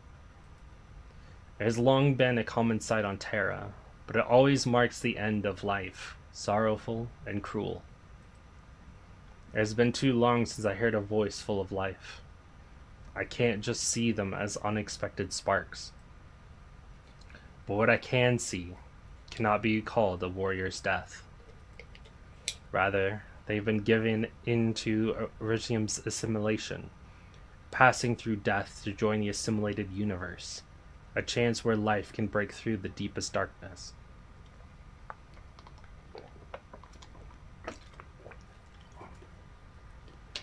Should I bow in silence at their deaths? Or should I quietly rejoice at the smooth progression of the project? It is for this reason that Teresa dedicates herself to her research. Calcit, our AMA-10, has also chosen to believe in the potential of Terra, chosen to resist Originium and put an end to war. But what about me? The Originium project was built upon the efforts of countless generations, and in that time billions of our compatriots have died, all in exchange for a mere 10,000 years that I've spent waiting and waiting. And now the flint and tinder are in my hands. After all the long years, how could I abandon it? Because Terra has left me pleasantly surprised in a few short years? Because of the choices that Teresa and Calcit made? Even if Amia had moved me to compassion, would I not have been the selfish one all along? They awakened me to their salvation, but in truth, I am destined to bring them to annihilation. They awakened me, their destroyer, as if I was their savior. Amia. Calcit. What should I do? Priestess. What should I do? Perhaps I should reveal everything to Calcit and Teresa. Originium has led them down roughly the correct path. Arrogant though it may be, this has been sufficient for these souls to perform a new kind of miracle.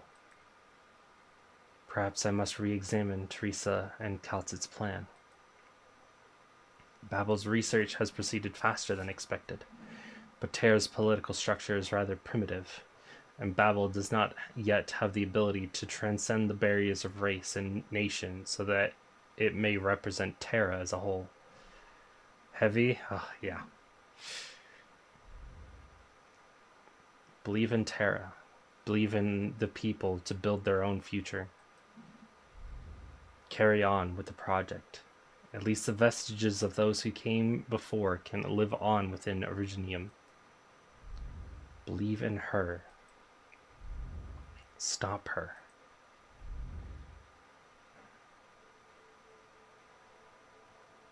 There's two things going through our minds right now.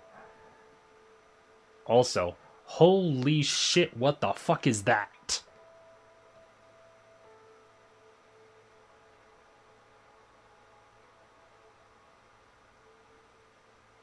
What the fuck is that?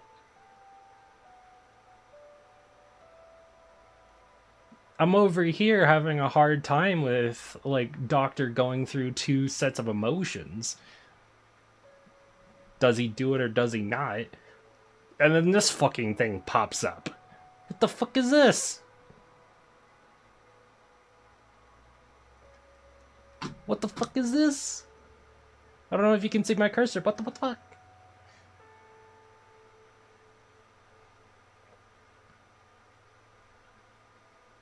Also, the sky looks completely fucked over here. Stargate? Maybe. I don't know. How am I supposed to know? That thing is gi-fucking-normous.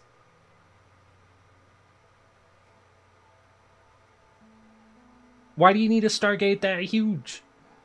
If not for something of that fucking size.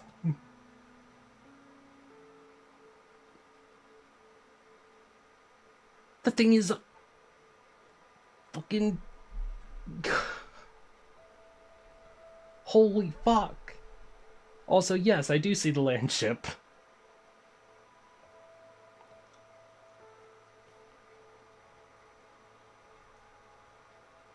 I'm going through the heavy emotions for the Doctor right now.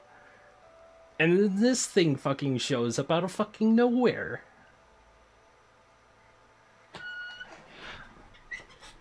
Let's continue, I guess. Similar like to the gate on IS-4. Is that thing that big though? That thing is huge. I thought the IS-4 gate was smaller. Like, much smaller. It is that big? Where in fucking IS-4 do I get to see how big that thing is? Because if that's the case, I want to see that. I don't play IS-4. There's this scene, Vala stand in front of the gate. Vala is so tiny, basically. I don't play IS-4, so someone send it on Discord. I won't count it as a spoiler. If you guys just show me like a picture of how big this thing is in IS-4. Because I thought this thing was so much smaller.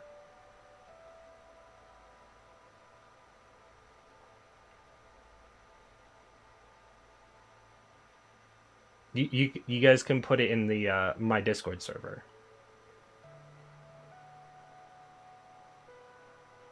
And let me know when you put it in there, if anyone is actually in the Discord. That is in the stream right now. If not, you guys can just send it to my DMs and I'll find it eventually.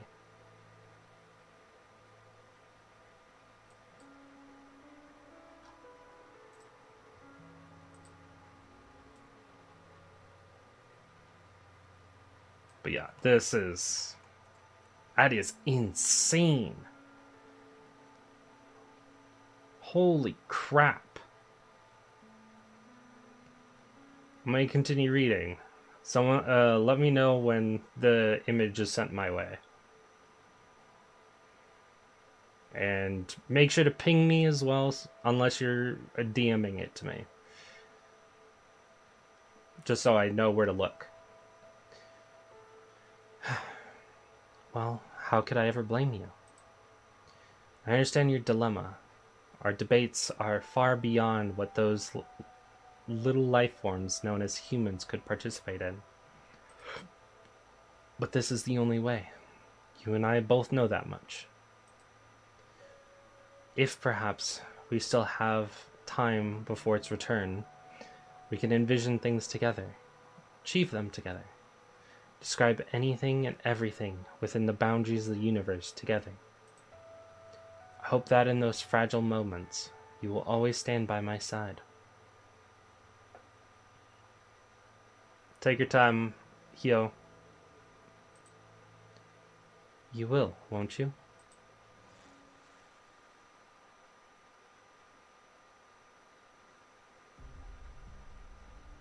And that concludes my report, Your Highness. The military commission seems to be certain that we will retake Region C810's village and supplies.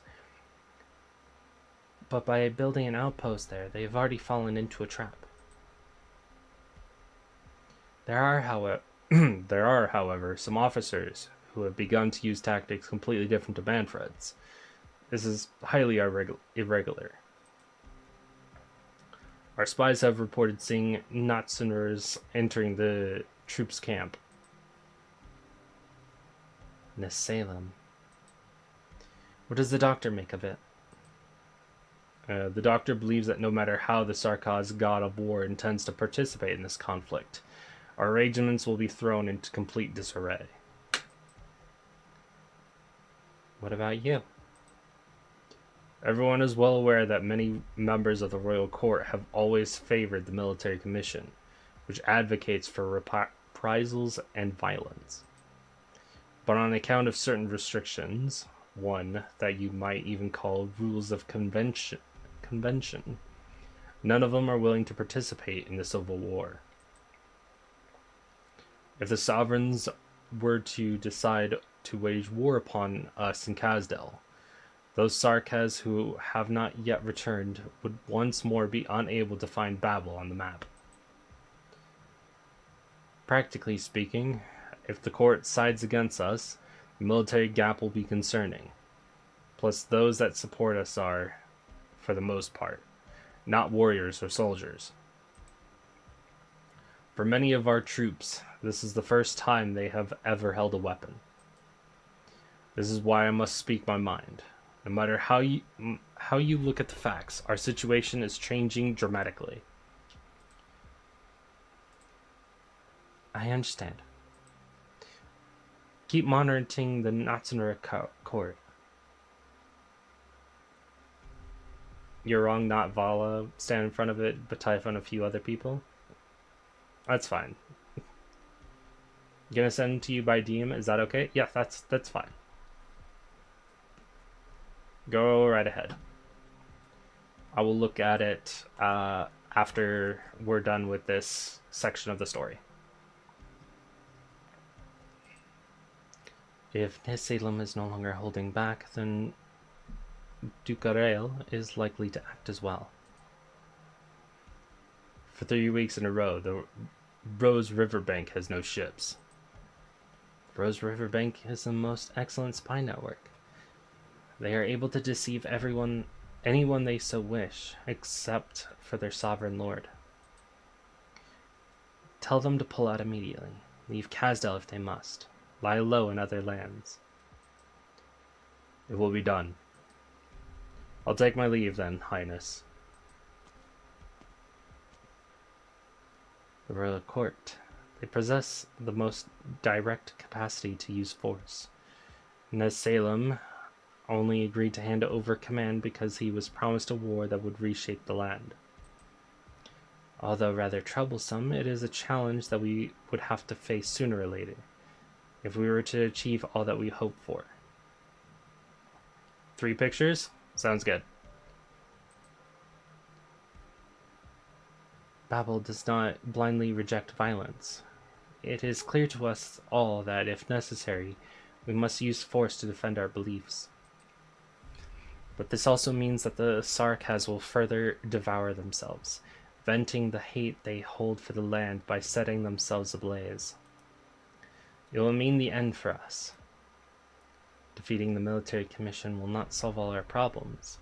We must give closure to those Sarkaz who have grown up knowing only hatred and suffering in the other regards as well. As for Eripathy and Originium, we... Please, enter. Your Highness.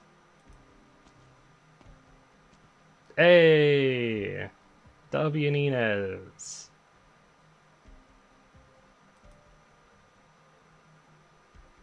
Your wounds have not fully healed, Ascalon.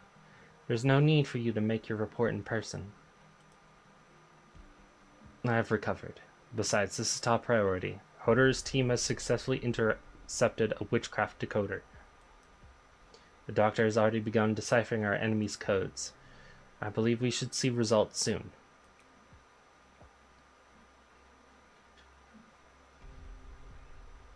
Is that so? Inez, W. You have done very well.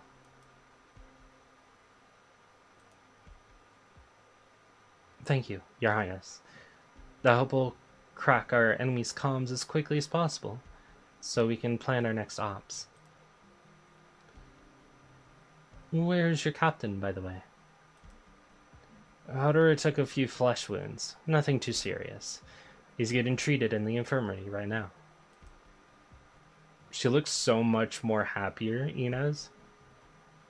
Jesus, such a change for her. She usually looks so cold. But here she looks just so happy.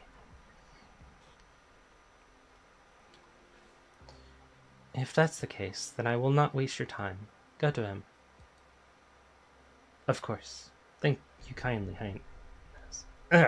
Thank you kindly, Highness. I can imagine W's dumb happy face. Yeah, probably. Right now she's just speechless. W. What? she was lost in a trance.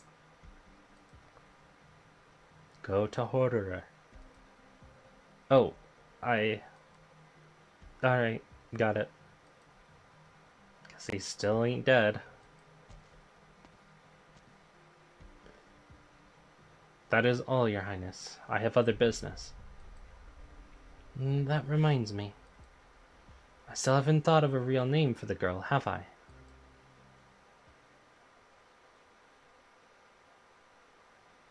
(1093) Winter. Weather, rainy. Kasdal border. The doctor listens to the pitter-patter of the rain on the leaves, eyes closed. Drip, drop. The doctor's heart rages, filled with torment. A foul beast cries out in the distance. Answer my questions or die here. Ask away. Are you betraying Babel? I've never been a Babel member, but I've never abandoned them to face their struggles alone. Why have you come to me? I have a request. I will not speak to a myth with no name, evil spirit. Who are you? Soul. Dr. Soul.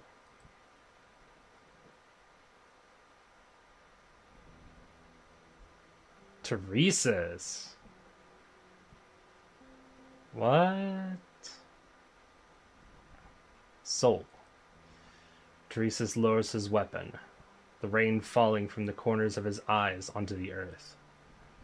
He does not look at the one who invited him to this clandestine meeting, instead gazing upwards at the colossal statues of so-called heroes.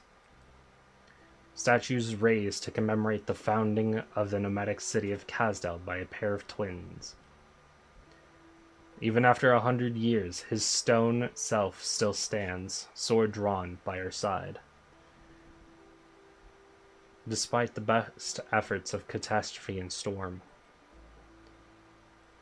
Not long after she had crushed the rebellion that sought to destroy the new city, the joyful people of Kasdal invited us to witness the unveiling of these two statues. Heroes. They were to watch over the border we had marked with our own two hands for generations to come, warning our foes, welcoming our friends. I once swore an oath to her below her statue. My sword would behead all who stand against her.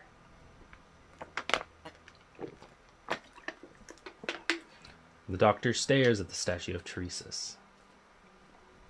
Gaze unbreaking.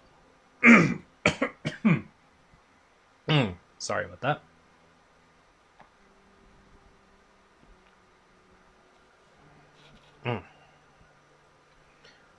Does the military commission not stand against her? No. There is no part of Kasdal that has truly risen up against her. Her foe is me, and me alone. And what of you? Teresa's looks at the figure before him, rainwater gathering at the helm of a long hooded coat, rhythmically dripping onto the ground. Shallow puddles below ripple as falling drops strike them. You ought to remember that most Sarkaz who once lived here have long since died, lost to history. There are only a handful left who know how to find this place. You came here on foot. How far have you walked? Very far. You have broken the witchcraft cipher created by Manfred's team that he's so proud of.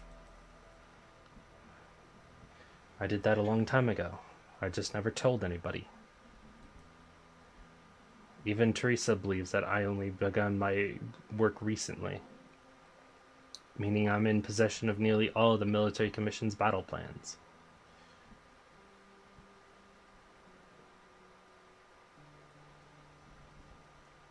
Damn, just having a flex on Teresa's?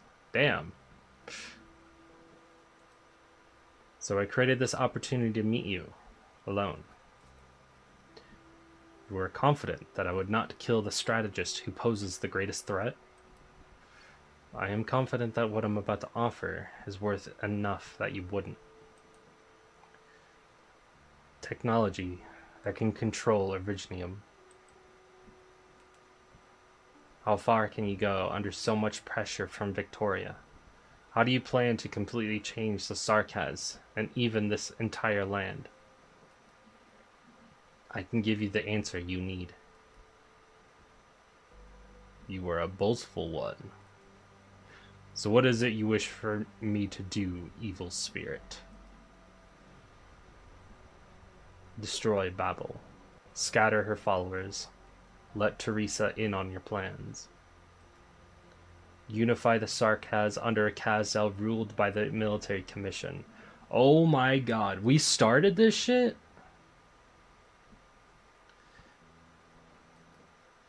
The doctor has imagined the emotions that speaking these words would incite many times over. Destroy Babel. Only a sense of relief came over the doctor. The doctor stares at the statue of Teresa, unmoving, without the slightest hint of emotion. She and I never relied on the charity of our enemies. In the course of leading Kazdel to where it stands today, it is true that this war will only end with the decisive defeat of one of us. But you should not be the one to propose it. Proceed. Tell me more of why you would make this request, evil spirit of an age long gone. You already know. There are no surprises here. Considering the near 200 years you and Teresa spent working together, you should be able to guess. I seek the expansion of Originium. So he chose to not believe in her.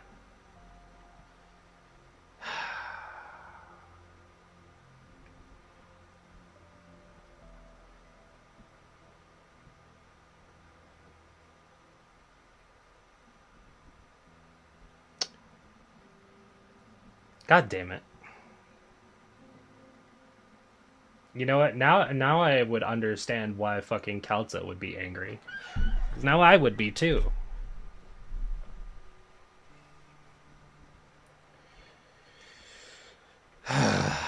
If Kalza actually finds out about this, and if she did, then that would make it understandable why she's angry.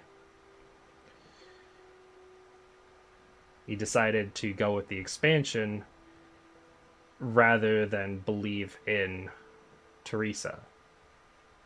He basically took Teresa's side instead of Teresa's side. But I feel like the doctor of today would definitely take Teresa's side.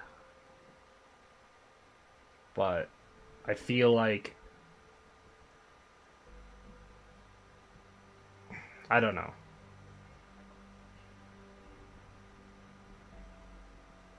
Would the doctor regret his choice? That's what I want to... What I want to know is... It's more fair to say doctor chose the past, the original plan. Yeah. But it aligns more with Teresa's than Teresa. Like... Or Babel in this case.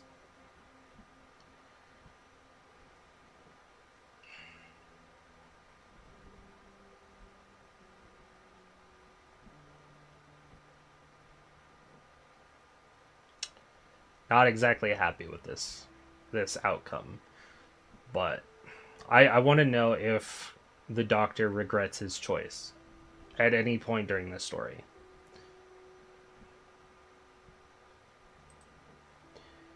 Babel's struggles will only prolong the dying gasps of this land, Teresa's. Depression and despair due to a person? Yeah.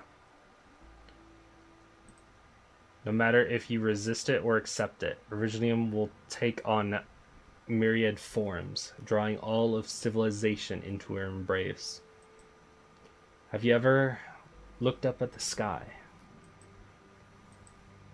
Beyond that sky, far beyond the twin moons, there's a place that we would once return to, where we would sleep peacefully.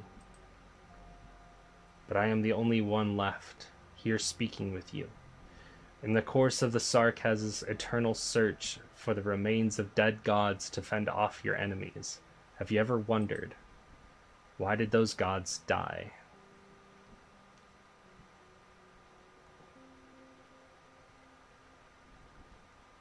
Use Teresa's to end Teresa and Babel's suffering? Yeah. Not a fan. Also, does that mean that the doctor was born on Talos too?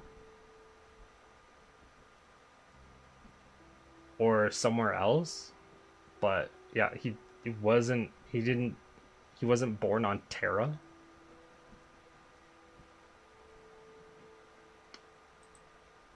The rain intensifies. The doctor draws tight that trademark hood and stands below the towering statues.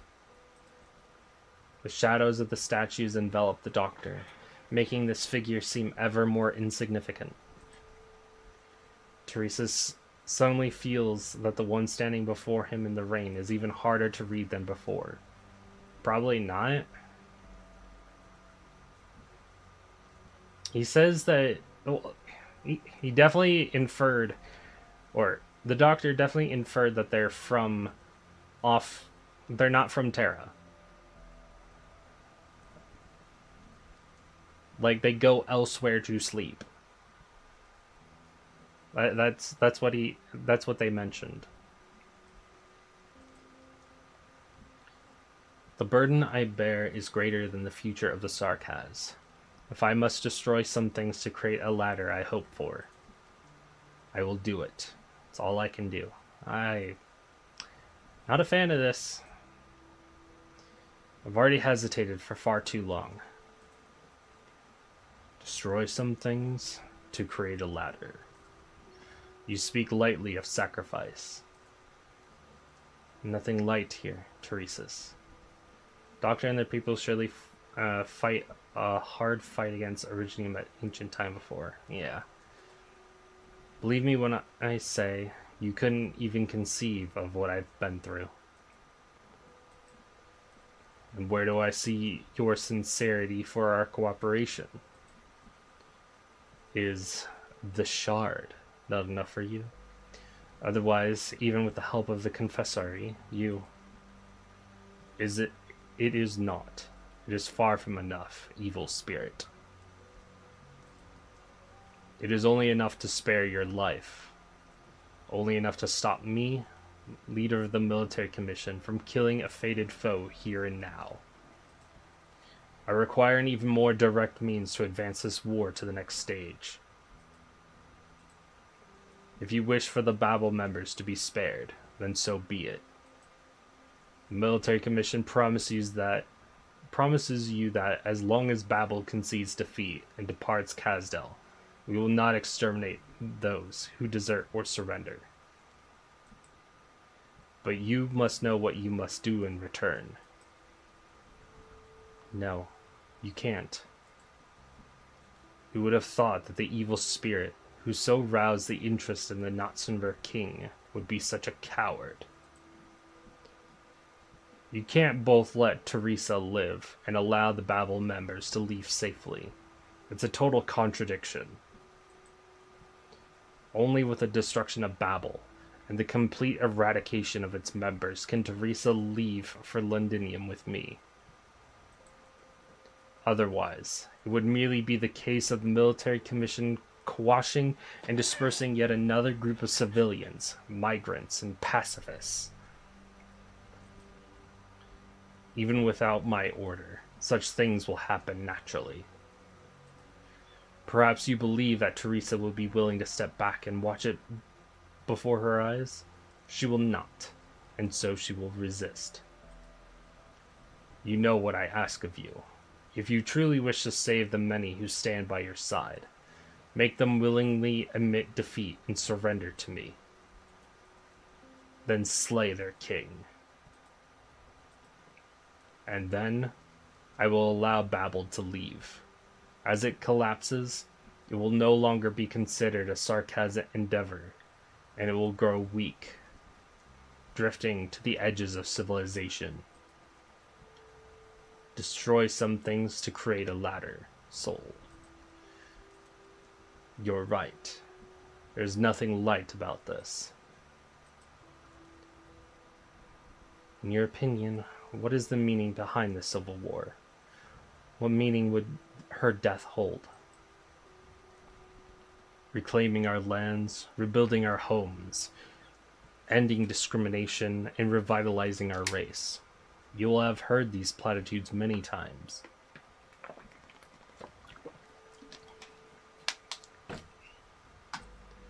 They are too complex, and yet too simple. Merely a small and pitiful species trying to grasp their fate. I see. In that case, I will tip the scales of destiny. Destroy Babel, divide them, weaken them, allow them to return to their former lives. so that they know a moment of peace in the final century. That way, we don't have to kill Teresa, or at the very least we can minimize the loss of life. Fretting over violence serves only to stifle you. You understand the sarcasm better than most, but perhaps still not well enough. I have a question myself, Doctor. Evil spirit of a bygone age. You who call yourself a giant, a god, a supreme creator, one who can dictate the fate of the sarcasm. Are you the only one of your kind? I am. That is good to know.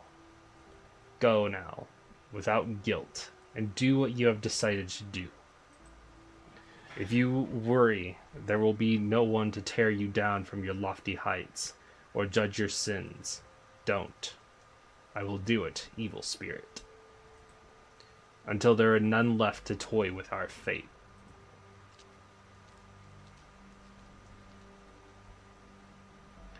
The doctor listens to the splashing of the puddles behind, the sound of footsteps fading into the distance. Teresa's is gone, wishing to stay not a moment longer.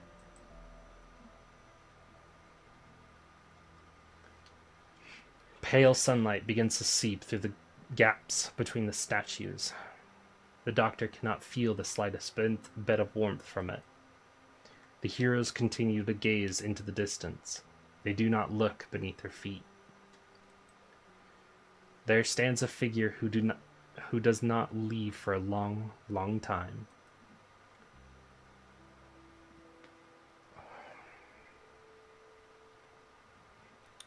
Jesus. I do not agree with the doctor's decision. I'll say that much. Much like most of you probably don't. I know Hyo already expressed their Please double-check dislike. your protective gear. Also, remember to keep a safe distance from the lava and give regular status reports.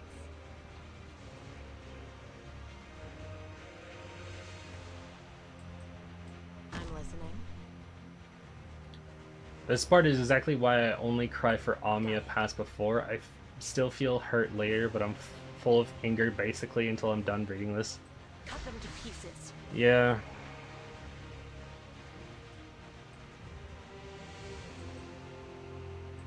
Now's the time to help everyone out. You can't hide your fear.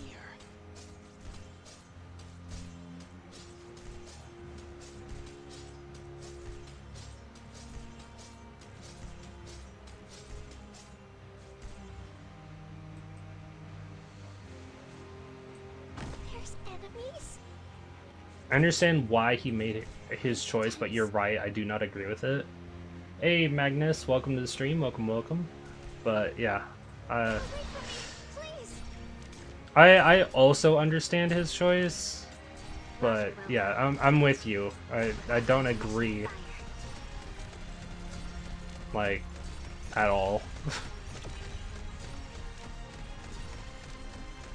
I know what to do. Nothing can mask the scent of despair. Got it. You don't feel anger, just pure sadness? That's fair.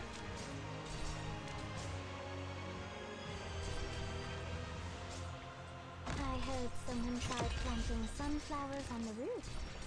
Not a bad idea. My sword is cloaked in Sea Child's shadow.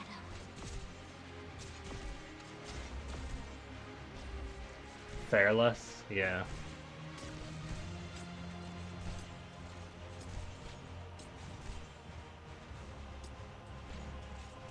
I want to remove Inez for Savage. Leave it to me.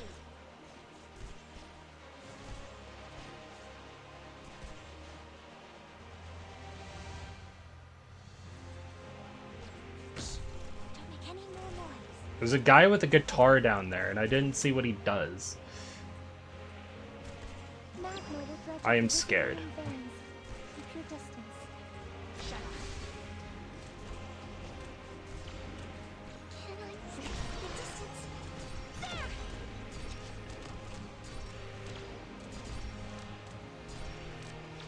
He does fire damage, it looks like. Or the fire effect.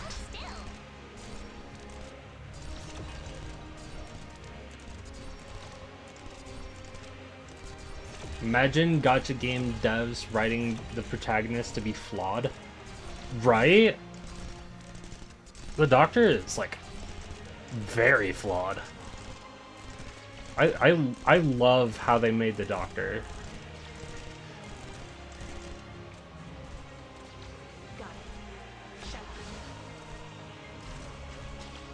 Like, the whole amnesia thing, sure.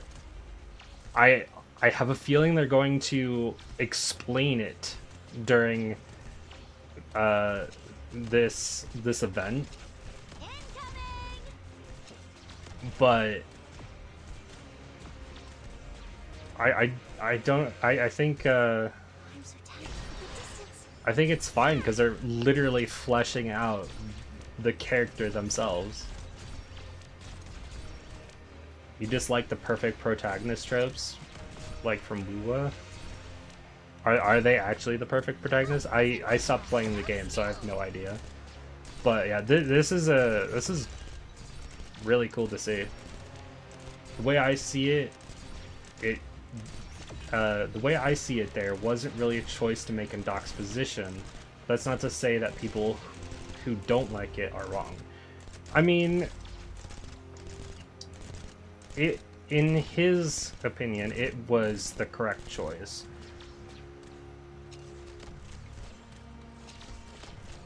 But it doesn't mean, like, it's the perfect choice for everyone.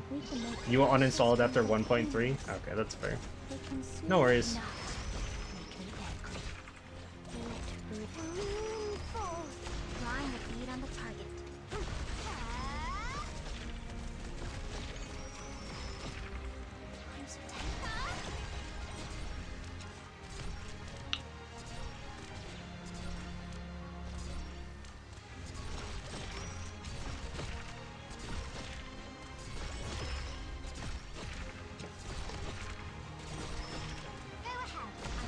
I'm definitely liking that they're making the Doctor a lot more interesting than just the amnesiac trope.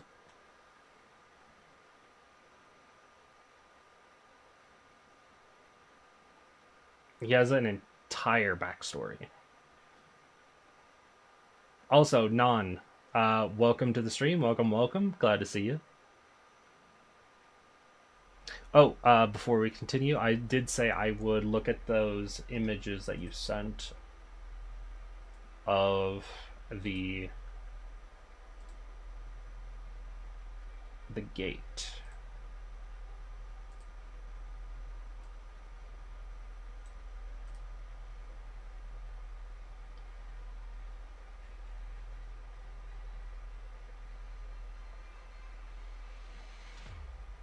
Wait, the thing's not even broken?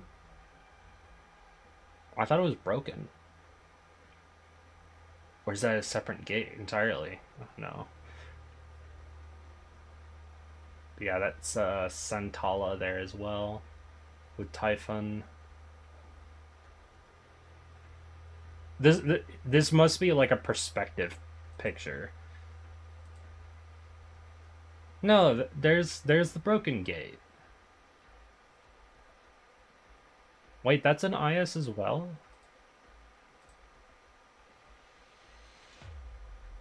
Holy crap, what the hell is next to that thing?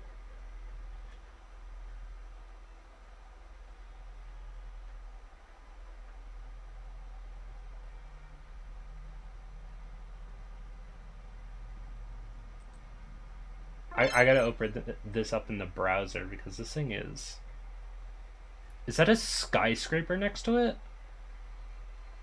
Are those mountains in the distance? Oh my god, this thing is huge. Holy crap. Okay, never mind. The thing is gigantic. That's the gate in IS-4? Then what the hell happened in the first image? Why does it look... Wait, is it not broken? Does it just look broken? Is that just how it is?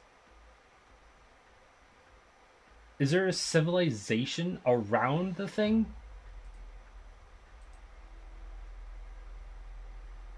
Also, I don't get it. The second picture looks like looks so much...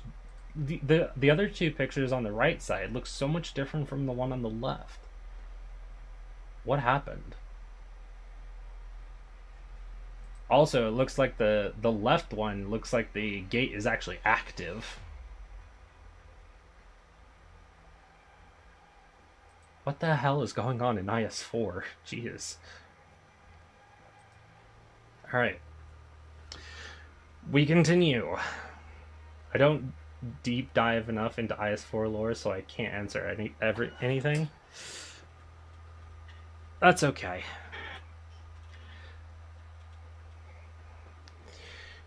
You don't have to worry about that. I appreciate the pictures, though. Thank you. I just understand Gate and IS4 have a connection with Enfield. Yeah. That was an easy connection to make. Like, we made that connection months back. Early 1094. The nomadic city of Kazdel.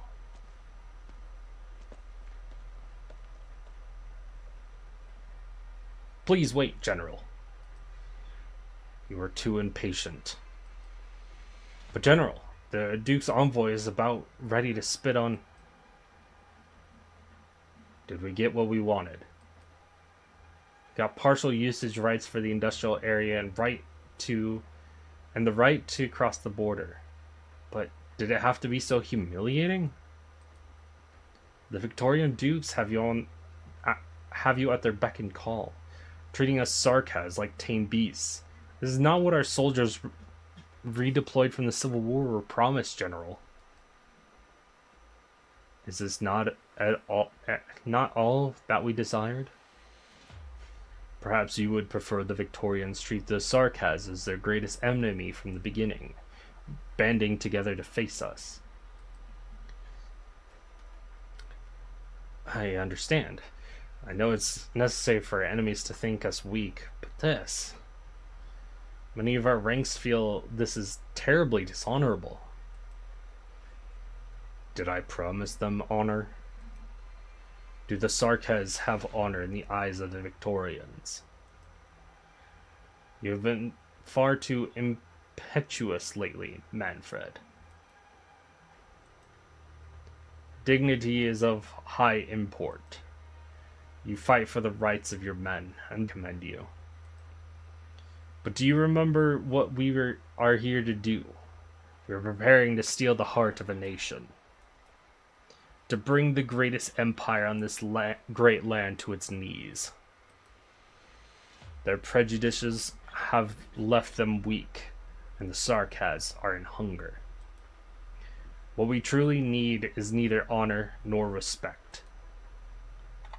I understand. Are our men prepared? Ready to depart at a moment's notice. Our people sent in advance to Londinium will support us.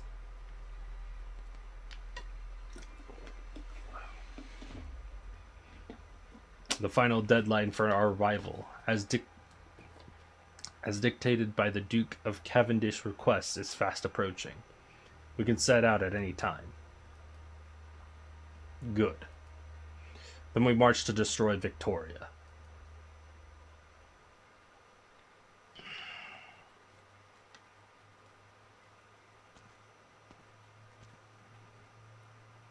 Have you been on duty this entire time? Yes, sir. Stand down for now. I wish to be alone for a while. Of course, sir.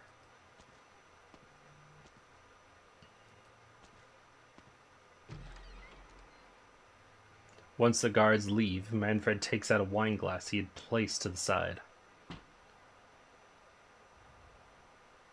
Care for a drink? You never drank before. I still don't.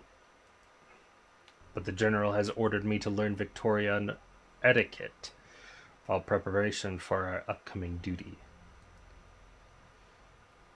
I have learned rather recently that every meal those nobles pair every meal with multiple kinds of wine, each requiring its own unique glass. Remember when we were young and the general led us to an ancient battlefield for swordplay? The night was cold, and only after the general made some soup did we realize we had nothing to hold it in. No matter how much you hate Teresa's, he's a great war general, I must admit. Not wrong. He's really good at his job.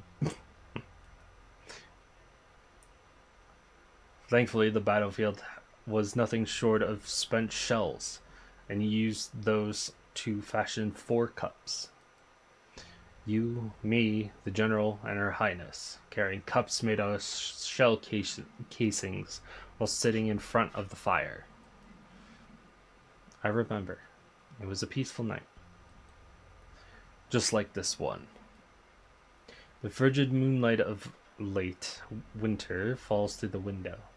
Manfred rests his hand upon his sword hilt that was equally as cold. The air is still, and the two of them can hear the other's heartbeat.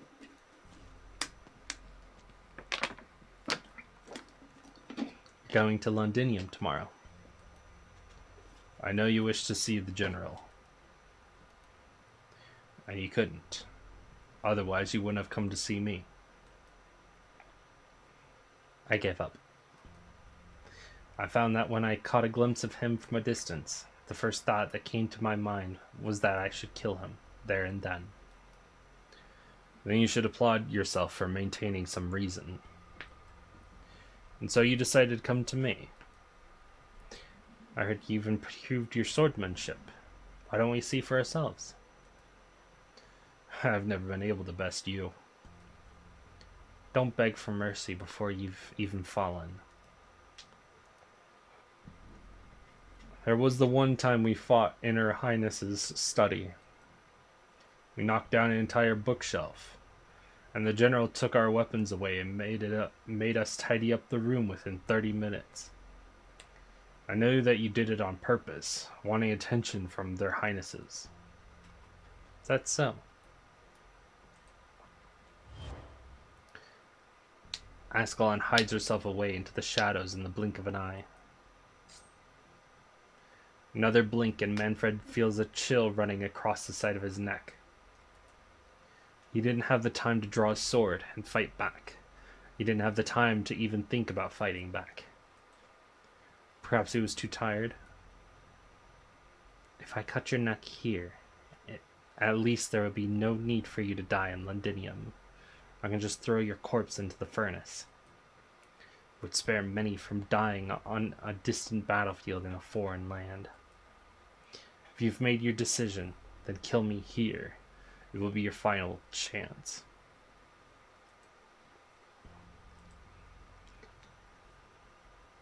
You've made yours, I see. The general says you lack conviction, but I don't think he is entirely correct. You shouldn't speak so much when someone has a knife in her hands. It is only recently that I've realized that I'm not as resolute as you. We have been brought to where we are by the invisible tides of fate. But ever since the day this war started, there's no going back for us. Then do your best to survive. Then do your best to survive. I won't hold back next time. Silent assassin stows her blade up her sleeve, then slowly steps back into the shadows. Neither will I. If only this was our last meeting.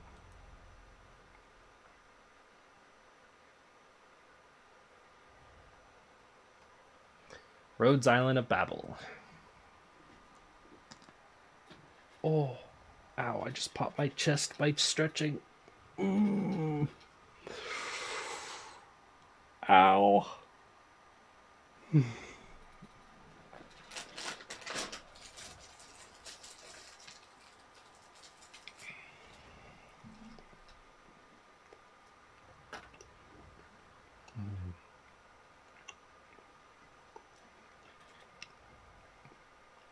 One sec.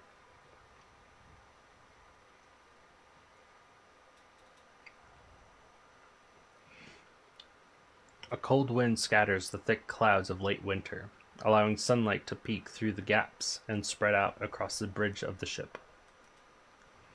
Down the stairs, Ascalon stands unmoving by a guardrail. She shuts her eyes tight, enjoying the fleeting warmth of the sunshine. Above the stairs there is a clear rustling of cloth dragging against the ground. A shadow flit across the assassin's face, blocking out the rays of sunlight. I'm sorry, Ascalon. Did I disturb your rest? I thought I wouldn't make any sound, so I took off my shoes. No, you're welcome at any time. The ground's cold. You should put your shoes back on, Your Highness.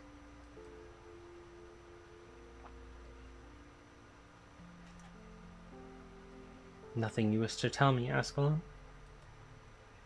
You mean the reason you returned to Kazdel? It was my own decision. Thought you wouldn't agree, and I didn't know how to bring it up with Your Highness. Why would I not agree, Ascalon? Since it was your decision, I would trust your judgment.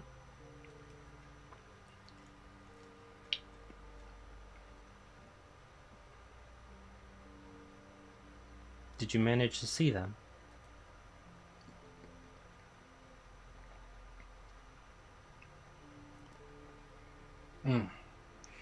Manfred and Teresa's are both well. I can believe that. They're strong men. We should finish our preparations soon as well. The operation to retake Kazdel isn't too far off now.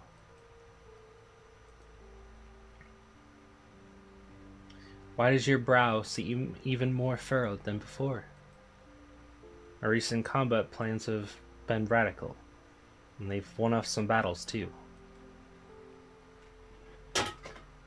Still, I've been feeling uneasy. Babel has changed a lot, especially... Yes? The doctor. The doctor has changed a lot too. Become more efficient, more clinical. It's like the doctor is now a machine that never makes mistakes. That's just what a commander should be, no? Why would that make you worry? We've got an incredible commander now, sure. But I think I trust the weirdo who kept falling off a burden beast more. Is now really the best time to attack Kazdel, Your Highness? Your intuition has always been on the mark. You've had your worries too? Do you remember? We've faced countless insurmountable odds over the years, but we've overcome them all. I believe that we can go through what comes next as well. We've always been in danger, yes. Babel carries the hopes of many, Ascalon. Faith has gotten us this far, and we cannot stop now. We have always been at a disadvantage against the military commission. Now, most of their forces have redeployed to Londinium. It is a one-of-a-kind opportunity. We have no choice.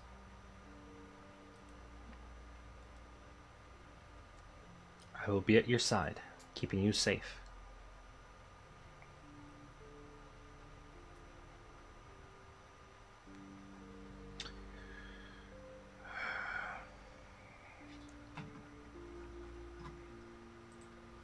No, Ascalon. There it is.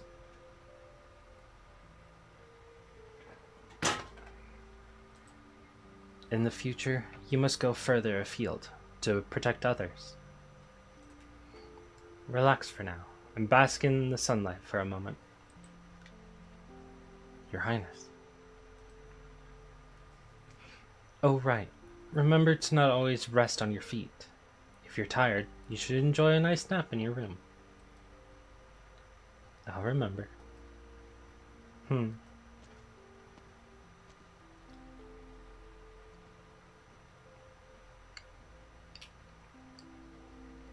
The sunlight shines upon Ascalon's face once more. It is bright and warm, but the moment the shadow faded away, she suddenly felt some peculiar emotion flooding through her chest. All the time she was unable to describe what it was. It dawned on her many years later, on another sunny day. It was an unwillingness to part ways.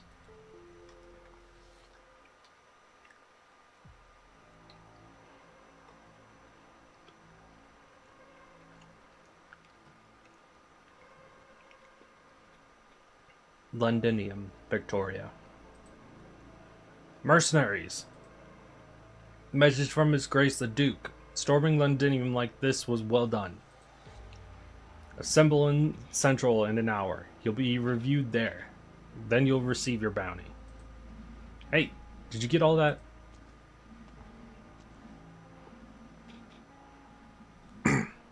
Yes, your orders have been received. Do let the Duke know on my behalf that we will be there on time. The Sarkaz thank him for his generosity. Uppity devils.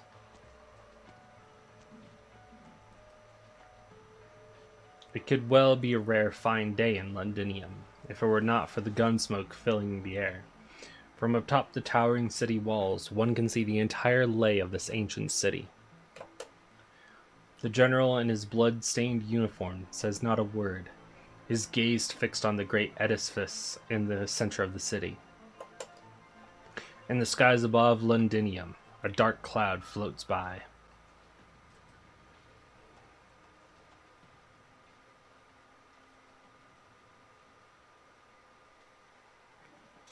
All must return to the existing order. None may disobey the rules. Oh boy.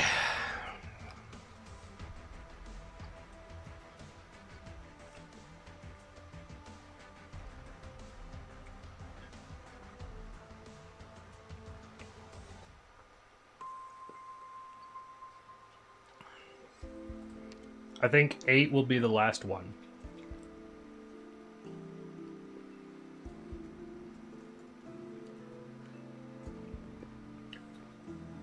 We've made good progress today. We did 5, 6, 7, and we're also gonna get 8 done, which will only leave 9, 10, and probably a final node to do more story stuff.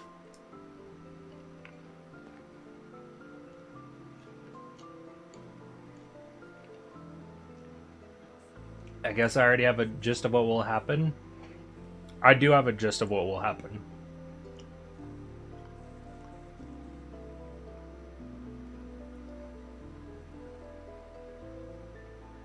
But, like I said, BB-8 will be the last one for today. But, however, I know I didn't stream yesterday, but I was a little busy. Tomorrow, we're going to finish Babel tomorrow. So, don't worry. But, first of all, BB-8. I hate this map.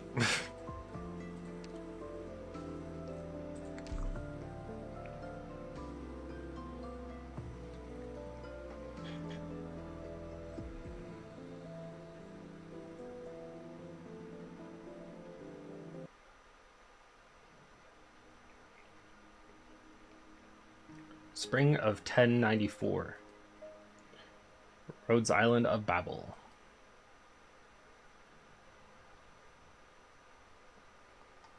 This is where Babel surprised me. It feels so compact compared to the story they explain, and I appreciate it.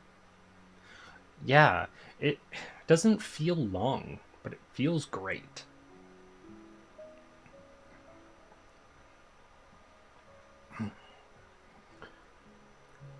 I knew you'd come, Ascalon. I'm the only one left. Indeed. After a few years here, you're the only one left out of everyone I knew.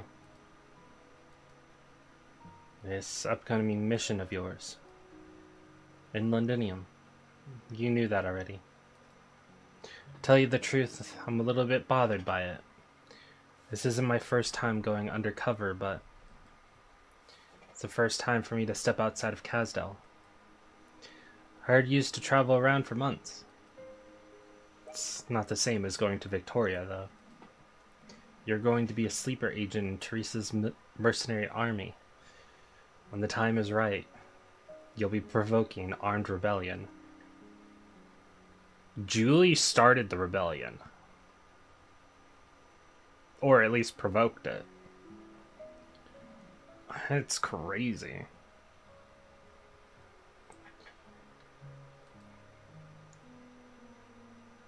Will killing Teresa's really solve our problems?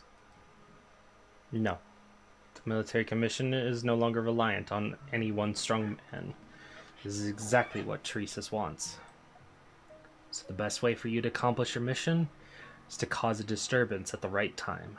It'll sow doubts among the Victorian dukes, and they can do the dirty work for you. Londinium is the heart of Victoria. They've got nowhere to run. The city will witness the downfall of an entire military commission. And then you guys will beat up the whole Natsunra court and take back Kasdel, right? Still, Julie, you should...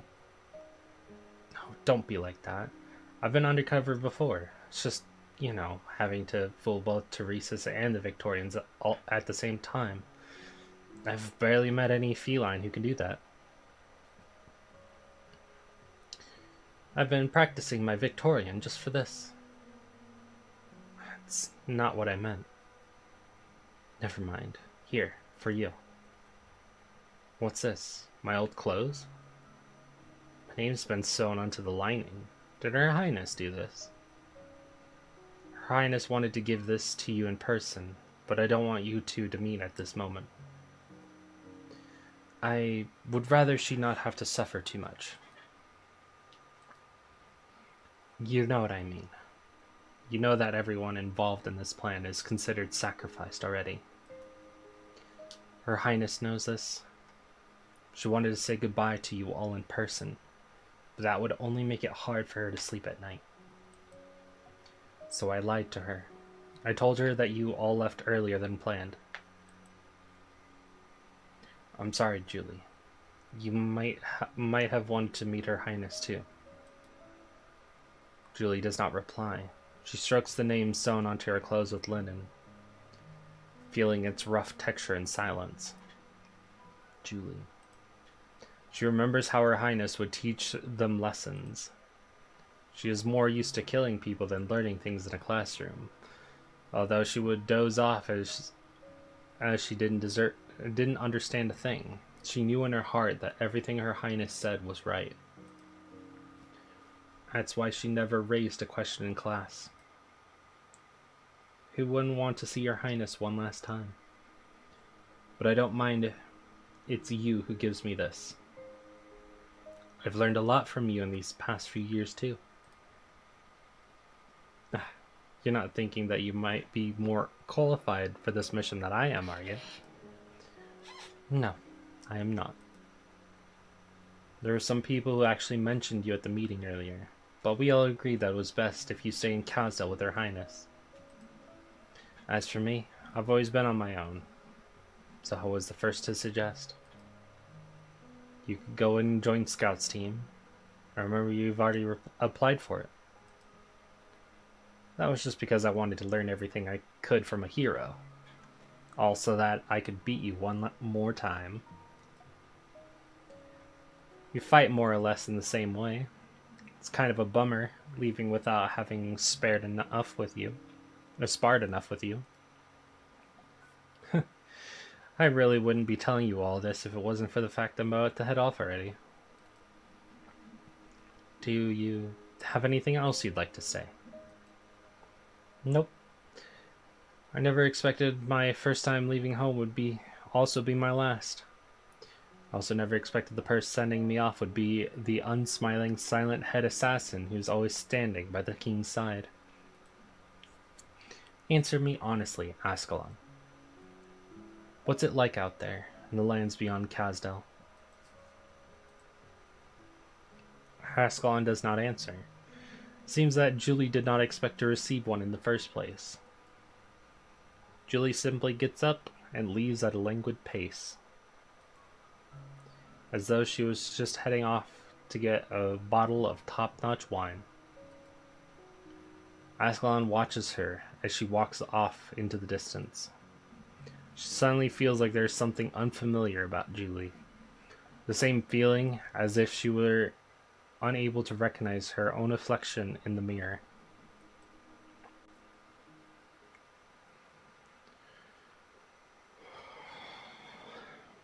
Three months later.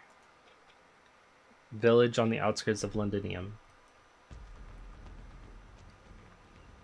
Come out already. There's no use hiding.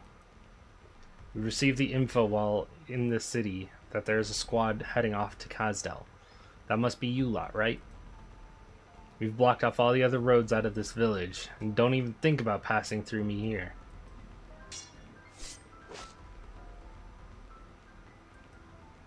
Got you. Look at your wounds and all. I doubt you could beat a civilian in a state like this.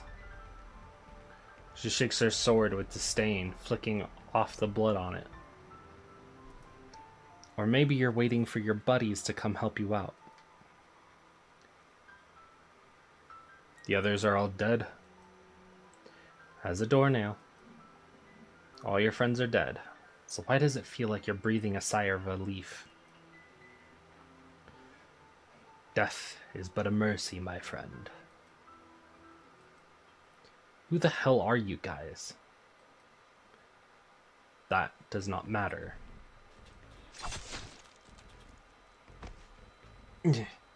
Ugh. Your blade struck true. She hears the assassin break out in laughter under her blade. Only once he has finally stopped breathing does she peel off his mask. She freezes. She thinks hard for a long while before finally realizing the identity of the Sarkaz based on the marred birthmark by the corner of his eye. His portrait has been circulated around the Scar Market's book of bounties before. He had many aliases, but nobody knew what his real name was. He has been active for far too long, long enough to become the subject of beasts and quips from drunken mercenaries. But the two horns that marked his bloodline and identity have been cut clean off, leaving eternal scars on his head. Those other masked nutjobs willing to die for their cause, did they also like chopping their horns off? Did you need to go this far to muster enough courage to assassinate Her Highness? Was it because you had to bear steel against the King of Sarkaz, against one of the 6 heroes? Whatever. I can tell by just looking at you that you haven't dealt with Her Highness Teresa before. Well, don't you worry. I'll burn away your faces. Sure, you'll be turned into some real stinky charcoal, but it beats being remembered as a sinner. You guys can't go back to Kazdel, and this is the only thing I can do to help you. To be honest, I don't think you and I are all that different. I can't go back to Kazdel either.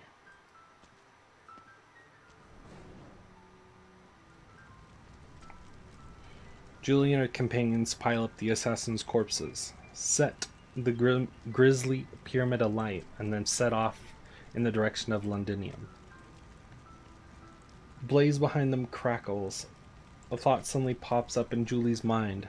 The furnace in Kazdel doesn't sound like this. What was it like? She heard it all the time when she was little. Can't remember any of it.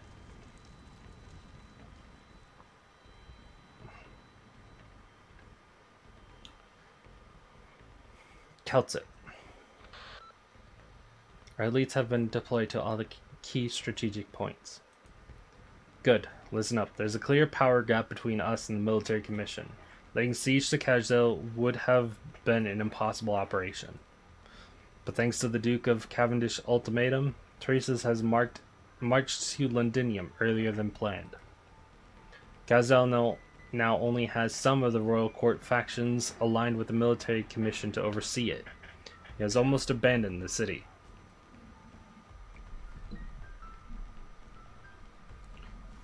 This has no doubt left both the civilians and remaining soldiers in disarray. Once the banner of the military commission falls, Her Highness Teresa will proclaim that they have abandoned Casdale, and in turn proclaim the liberation of Casdale by Babel. This battle line will be formed by multiple points rather than an entire front. We must strike swiftly and precisely. Due to the disparity in military strength, almost every single one of our armed personnel who still needs the command of Babel has been assigned to taking the city. Thus, the landship's defense will be relatively weak. Her Highness Teresa will remain on the landship to balance the situation. We will retain a suitable force to guard the ship too, under my personal command. Once the city gates of Casdale have been broken open and the path to the Soul Furnace has been made safe, Her Highness will meet with the main army at all speed. We have 6 hours to storm the city, else the military commission will have the opportunity to organize a powerful counterattack. That time comes, our weaker Babel forces will be exposed to danger. By the light of the setting sun, Babel will capture the furnace and the royal court's chamber, and the banner of Babel will rise with the moons.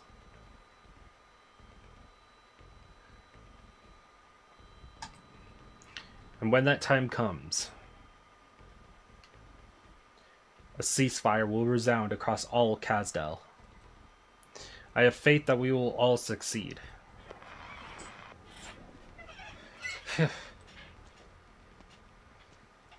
Wonderful organization, Doctor. Just some big talk meant to boost morale. I'm sure Celtic has, and our experienced fighters can see right through it. Babel's going to take heavy losses. It's not quite Teresa's style, allowing so many flaws to go exposed. But I trust you, Doctor. I believe that with this price we must pay, we can take back Casdale. Teresa is going to fight for the power he craves most in Londinium. If our assumptions are correct, once he tears apart that empire, he will set his sights back on this city. Is there no room for 2 Casdales on this great land?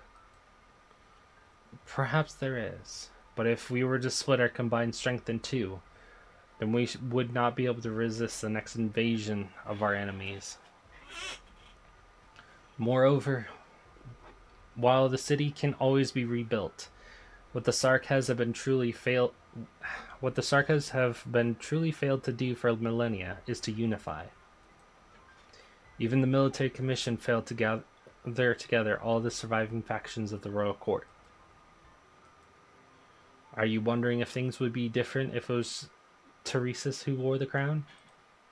No, they wouldn't. The Sarkas who'd come rushing into the city, escaping from wars and trying to feed themselves, would still band together and fight their king. To band together, such a simple and yet unimaginable way to put it. Indeed. According to Celtic's rough calculations, the population of Sarkas currently living in Casdale only constitutes 30 to 40% of all Sarkas across Terra. And I need to go to the restroom, so I'll be right back. Sorry about that. I will not be long.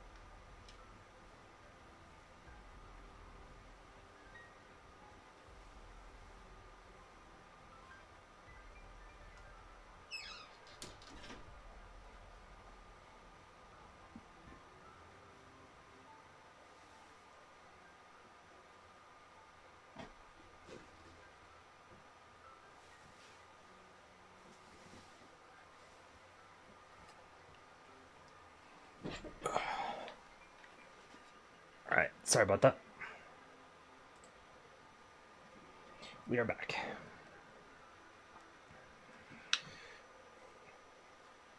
Unification under the banner of unification unification under the banner of hate would be effective yet short-lived. A unification under peace allows us to discuss development in our future. It is not that Teresis or the Sarkaz does not understand this. It's just that the war broke out anyway. Even if we take Kazdel back, Doctor, perhaps this war will still go on. Maybe it will do for now. After our victory, I'd like you to take a look around the city. It is my home, and the home of many Babel members. It is also Keltit's home. You have fought for Babel for so long, yet you have never set foot in the homeland of our memories. I haven't been a very good host in this deal of ours, have I, Doctor? See how the soul furnace brings light and heat to Kazdel? The city built on our pain. You might see why we are so greedy in our desire for a peaceful tomorrow. I will.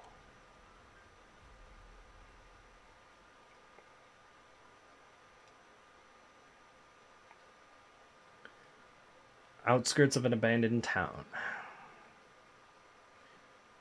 How are things in town, Oda? We're still pursuing the remaining mercenaries. They have pretty much all holed up inside some abandoned buildings. I'm afraid it'll take a while to root them all out. Don't be reckless. Pay attention to the time and don't forget what the doctor said. Our objective is to clear the flanks, then regroup on the battlefront ASAP. I know. If not for the doctor's contingency plan, we most likely would have been gotten by that ambush of theirs. But something's strange in this. It's clear that the town's right in the path of the catastrophe, so why would this gang of mercs risk ambushing us here? Still investigating that myself. We just need to find their leader then, Ascalon. Although I can't guarantee that they'll have the answers we need. I know. Stay safe. The gray box. Yeah, for a bit of it. Catastrophe. Its brutal winds batter Ascalon. Faint blasts from the horizon distract her, as though they are reminding her. We are destined to walk along this path. It's you. Long time no see. You've grown, Ascalon. You really have toughened yourself up in the battle over the last few years.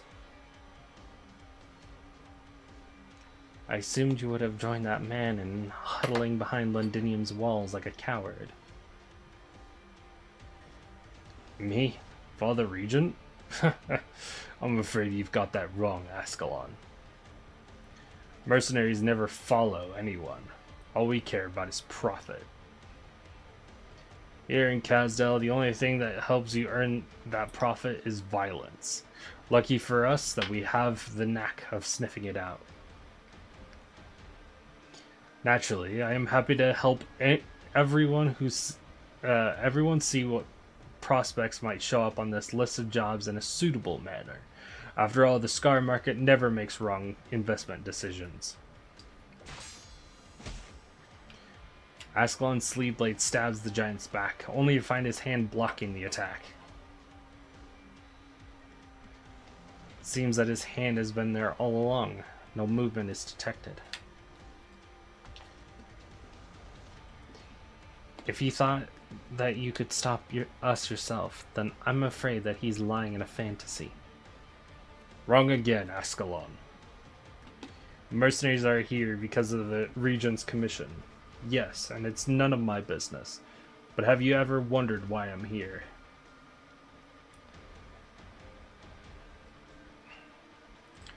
I'm here to see you, Ascalon. A completely unrelated matter. Damn, who cut Scar design? I want to shake hand with anyone who makes Scar's design. I mean, yeah, he looks really cool. Yo, are you gonna complete the event reading tonight? No, we're gonna be completing it tomorrow. Tomorrow night. This will be the last one. This node, this stage is gonna be the last one for tonight.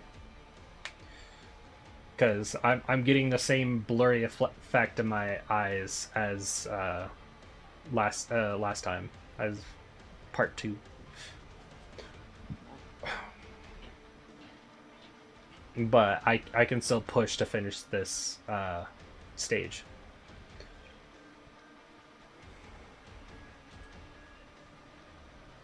Darn, okay, I'm late again. Not to worry. I do stream at the same time all the time, and you can always watch back in the VOD. It will always be on YouTube.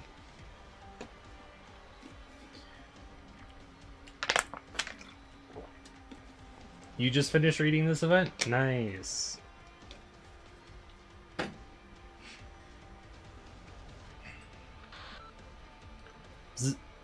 Ascalon, the town. Another ambush. Oda? Oda! I didn't say you could leave Ascalon. The moment those people stepped into that town, their fates were sealed. You can't save them. Do you still remember the first time we met? We're already at the confluence of fate. Here, I see a rather abrupt ending.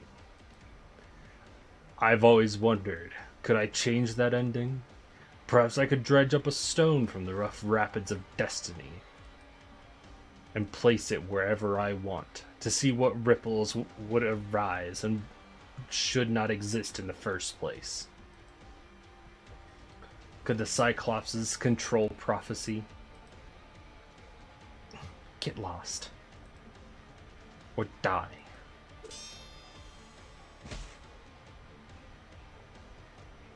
I already told you, there's no need to try for any surprise attacks. I can see them coming.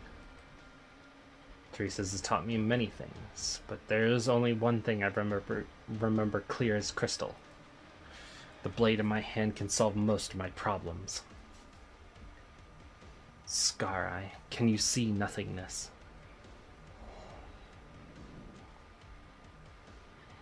A thick mist, mingled with dust, spreads across the area. Everything is indistinct. The assassin's figure gradually becomes a blur in the fog. Doesn't matter if it's fate or prophecy. I've had enough of your tricks. You believe you can see beyond time. You believe you can rely on fate to guide you to your prophet.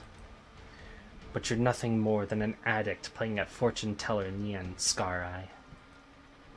Ascalon's voice fades away. The giant's ears only hear the wind. The giant's eyes only see the mist. Strange. Even though he can see 100 different ways of his own death whenever he wakes up, now he sees none. Crack. His mask shatters. His eyes has been hidden beneath that mask for nearly a century. He doesn't need them to see reality. Too many people, too many things, all unworthy of his sight. And as the evening light rushes into the cracks on his mask, seeping into his excited, dilated pupils. Do you see your death now? No. He sees a precipice. The rapid waters of the confluence of fate are flowing over it. Before we continue this fight, Ascalon, allow me to give you a prophecy, free of charge. A story.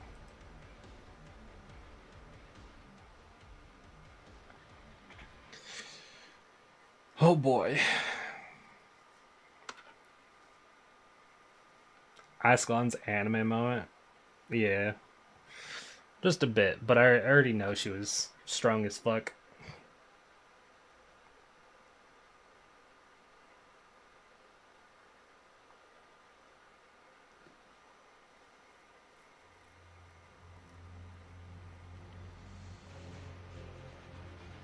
All units, double check the status of your anti-Originium equipment. Draw swords. Death Veil Assassin. Sark has assassins with invisibility and high physical and arts dodge, but bad against stabilizer chains. Can pass through blocking units at low HP. Okay. So I need chains. I'm listening. Awaiting order. Cut them to pieces.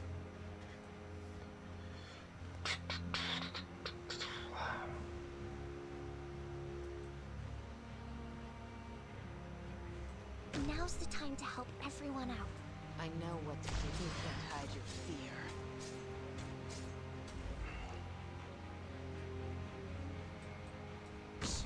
Don't make any more noise.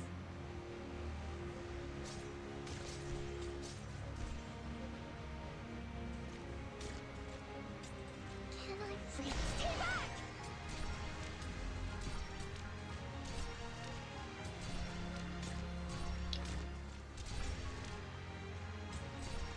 Leave it to me.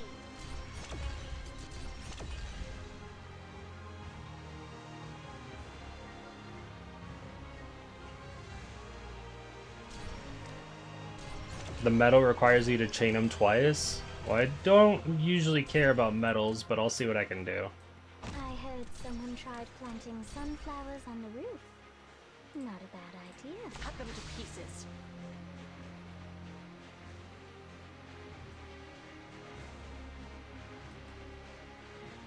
Magma will dredge up Originium veins.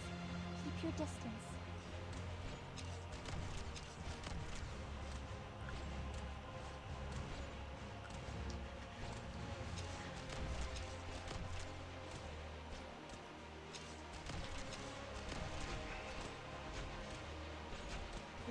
Literally, pay attention to where the petals. Here I am. Damn it. Forward.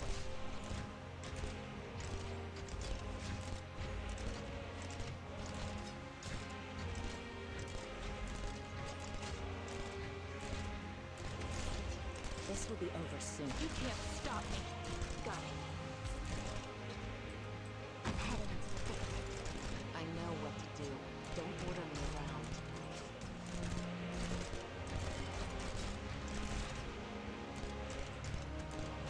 Monster.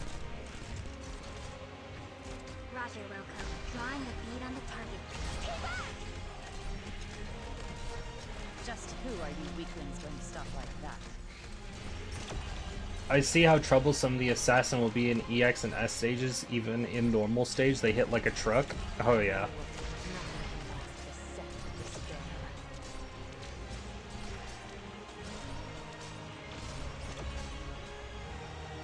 Don't keep me waiting.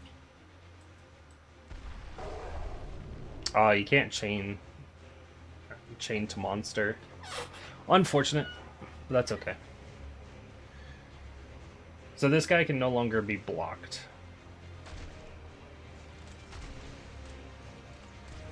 Oh, is it my turn? Stand still. Wait, who got through? Attention to where the petals fall.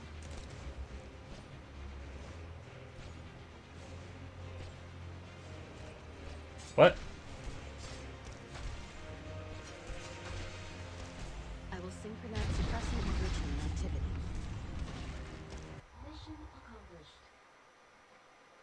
I'll redo that before we end stream. Because I had that.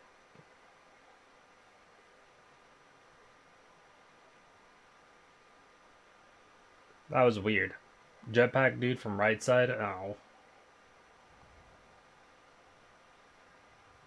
Oh, I didn't have anyone who could fly, so... who could damage flyers, so as soon as the jetpack reached monster, he just kind of just flew right through. Yeah, I see it now. I understand.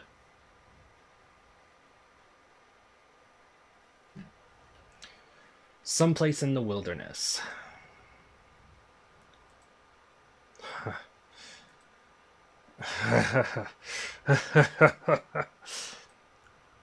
Prophecy. As if this could be called prophecy. Ascalon did not kill me. What has been spoken still requires discernment. What has been discerned can still be altered. The essence of prophetic arts is merely conjecture and calculation. No wonder there's no destiny that can't be defiled.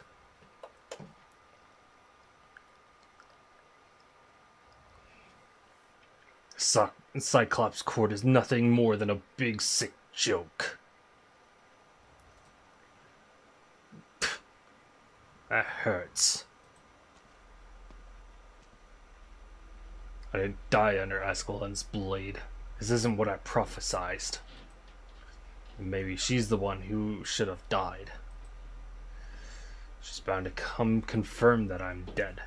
When that happens, you lot can nail down her shadow and rip her to shreds. She's wounded too. I didn't get all beaten up for nothing after all.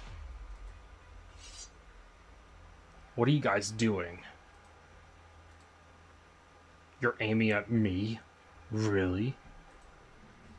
Who bought you off? Nobody, boss.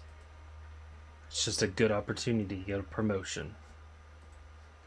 An opportunity? I see.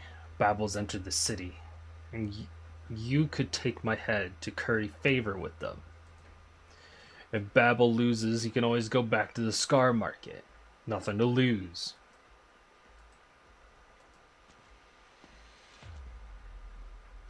He silently looks at the soldiers he set up for the ambush himself. The wind sweeps past, carrying the faint scent of his blood.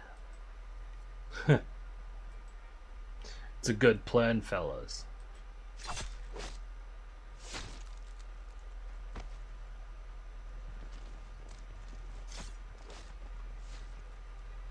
Fate did not kill him.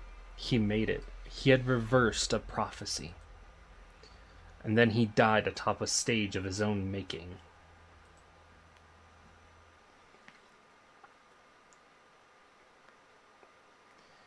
Londinium. The huge palace complex situated in the center of Londinium is always too quiet. Tiresias disdains the apathetic nobles who live within. He only respects those who put their lives on the line to fight away and come up to him, even if the swords that they raise are pointed at Tiresias himself. Showing mercy to your enemy will only result in your own death, Manfred. Do not repeat that same mistake again. Forgive me, General. I thought... Focus on the enemy. Seems these traitors have been sharpening their blades for this ambush for a while now. They have stirred the hearts of the Victorians. We are the only ones who can extinguish this rebellion now. You go, Julie. By the time he murders his covert orders, a group of silent figures are already appearing on the chaotic battlefield. Like a passing gale, rattling the raindrops in a storm. Stand back.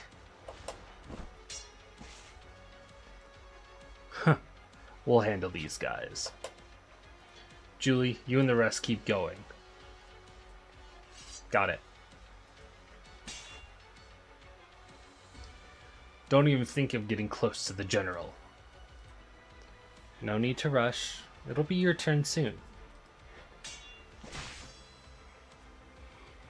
I am the General's Guard Captain, Assassin. And you're gonna want to hold your sword tight. An inconspicuous arc sweeps past Julie's eyes. A chill runs through her spine. Her whole body stiffens. She thinks of the day that she saw Her Highness in the Scar Market. At the same time, she did not even dare to raise her sword. Enough, Manfred. General, they have come to me in search of an honorable death, not mercy. They are using their lives to show me the future as they see it. You are in a race. She is facing countless threats in Kazdel, just as we are here. Such a race only ends with my life or hers. I will give you a chance. Come, Deathmongers. Kill me. Do not disappoint Teresa.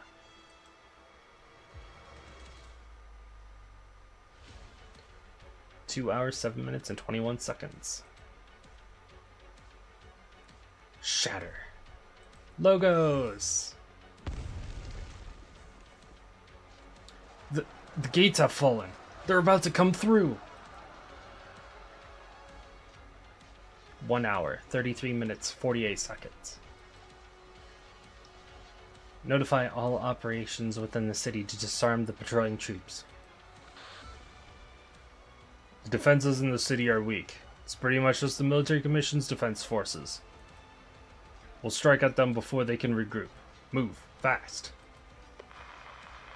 Even if both sides are trying to prevent the battle from spreading into the city, this is still rather irregular.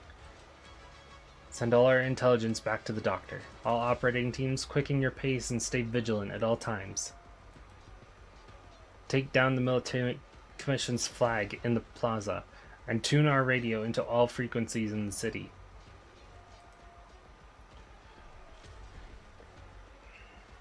"49 minutes, 59 seconds. Prepare for the landship's connection. We want to let Her Highness and the others enter the region that we control ASAP. Also contact Ascalon's team and tell them to rendezvous quickly. 3 teams have already completed the deployments ahead of schedule." Where to next, Dr. Keltsit? The former site of Babel. Babel's flag has not been raised there for many years. Keltsit walks along the street. She is familiar with the route to Babel's offices. The Sarkaz on the street quietly move about, climbing as high as they can on surrounding buildings, gazing at the same ruins within the city. A flag that has not been seen in Kazdel for many years slowly rises. Babel has returned.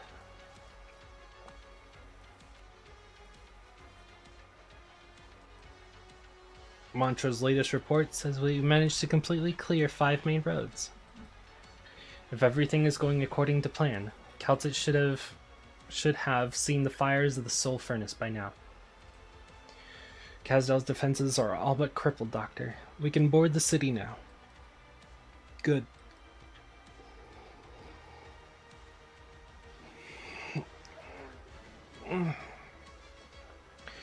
But the military commission will not give up on Kazdel. Oh, shit, my bad. If we want to complete control of the city, we still need a bit more time. By then, we might not be able to completely avert the destruction of Kazdel Center City. Wait. I felt them. What?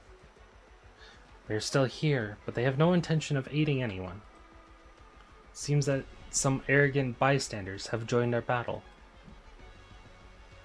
Teresa.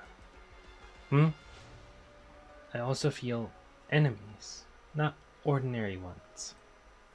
Their souls burn with killing intent, sorrow, misery, and determination. The military commissions assassins. They intend to use the city as bait all along, so they can inflict heavy damage on Babel's headquarters. This was also within my calculations, but this time there's no wagering or planning our way out of this. We must defeat the assassins, then return to our city. I will go control the landship's defense systems and mount a defense. Go, Doctor. We need not bring another fight into the city, not as it bathes in the twilight afterglow.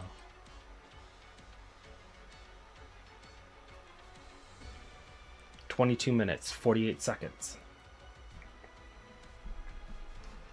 Closure, have you made contact with the land ship? Still no response.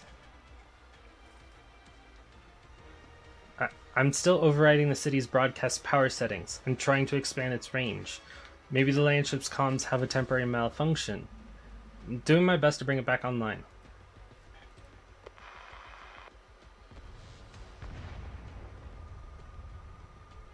"12 minutes, 57 seconds. I sense something peculiar, Dr. Kaltzit. My mother. She's prepared incantations for every person dear to her heart when they pass away. An elegy will play in our minds. I am still in good health at present, but... Kaltzit suddenly feels her blood run cold.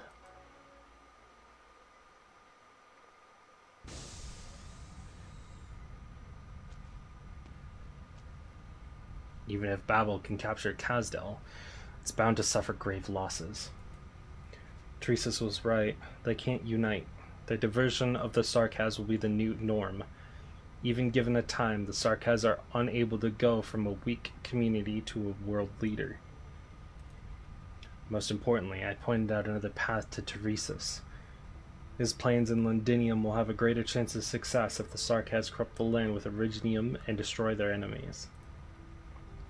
Isn't this a good thing? Such a determined race is now our followers. They will become the first brilliant bloodstain on the curtain of Originium as it spreads. That's right. We have no need to destroy them. No need to kill her. I should use a Civilite Eterna. I should try and guide its hidden functions, and then I wouldn't need to. Searching Eternal Array. Administrator permissions found. Verified. Valid permissions. Welcome, Dr. Soul. Entering shipwide defense system. Please confirm subsequent operation.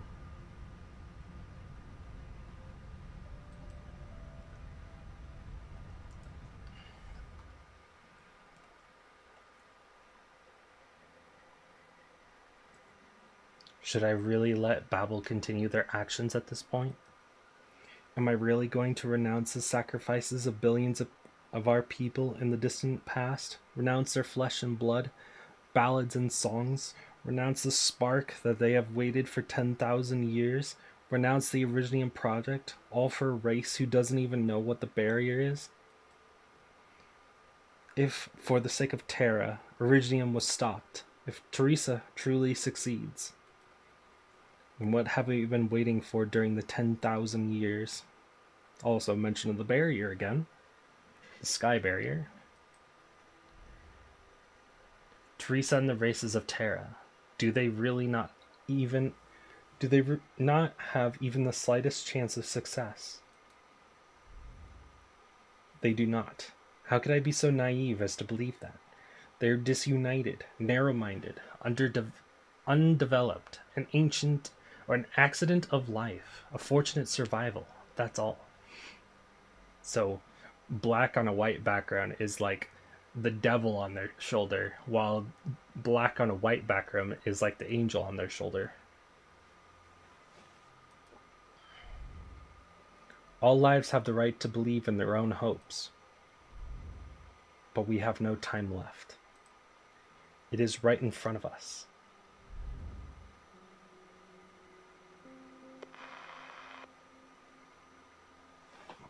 Doctor? Doctor, can you hear me?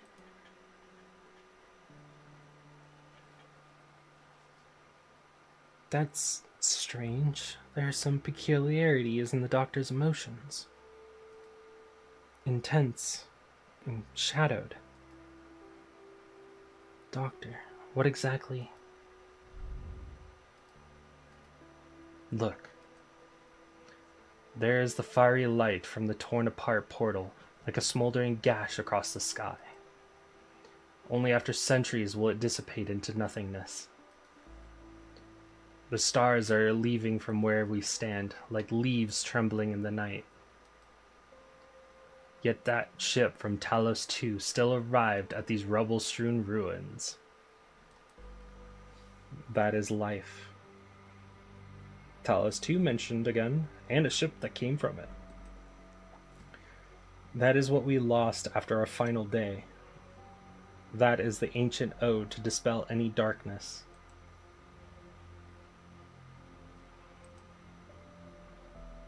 But who is speaking?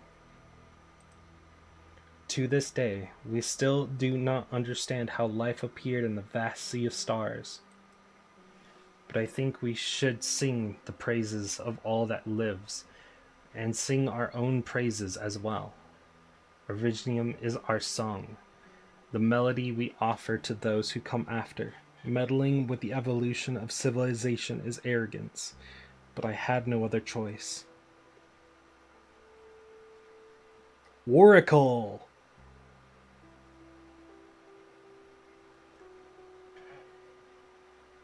Oracle! Oracle was mentioned during Enfield's trailer. One of Enfield's trailers.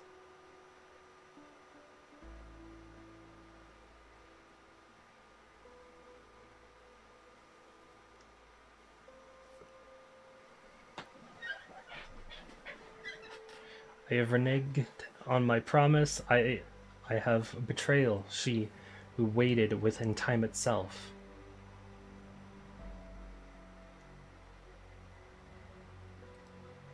It is because of the love I felt, love for life, love for existence.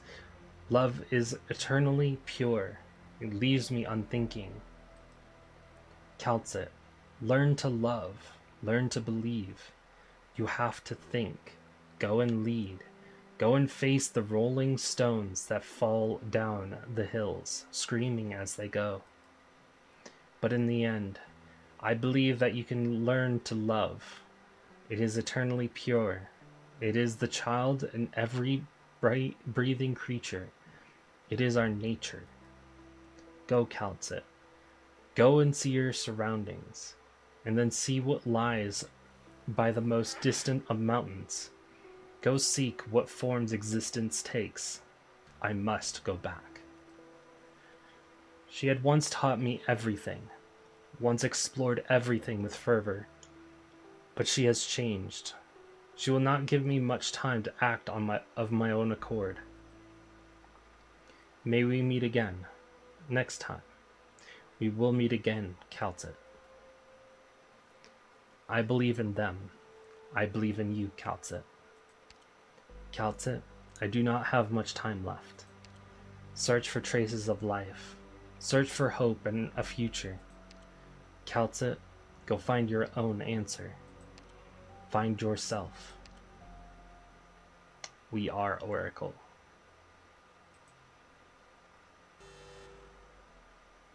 Are you sure you want to disable the ship-wide defense system?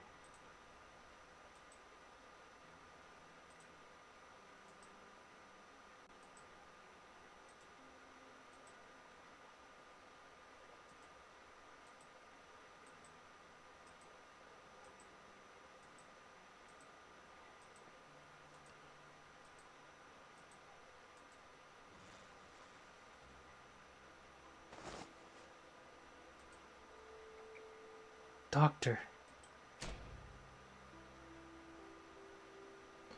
Restart boarding ID verification selected. Confirmed. Restart ship-wide communication models. Selected. Confirmed. Loading. Countdown has reached 0.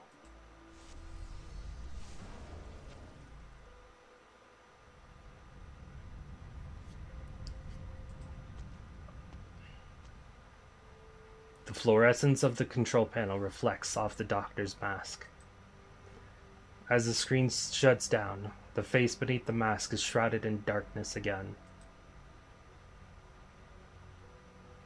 How would you describe those who would pay any price to defend their people? Some would call them heroes. Some would call them legends. But such titles best take root in tides of widespread war. As a short era of peace begins, in the space of a night, those living legends will all be relegated to the land of stories and tales. The children who hear such tales will ask, why have all the people who bear such grand titles disappeared?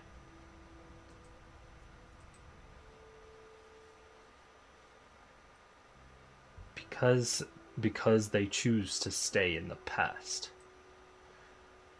They had seen through their duty, and the new era they founded has no place for them. Legends are forgotten, heroes pass out of memory, and death arrives as it always does.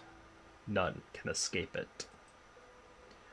Duty spurs a hero to write an answer with death, to tread a muddy road.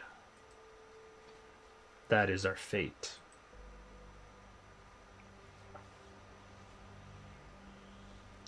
(1086), the eve of Babel's departure from Kazdel. Perhaps after many years, those who were left behind and vanished after we built our home will join us in our causes. They will bear a name racked with infamy and settle this debate for us. Perhaps. The twins stand shoulder to shoulder. By means of the memory stored within the Black Crown, they walk along the battlefield of yesteryear, just as it was in the past. The two mixed-blood Sarkaz step off the king's collapsed chariot, walking toward the battle, walking toward the future.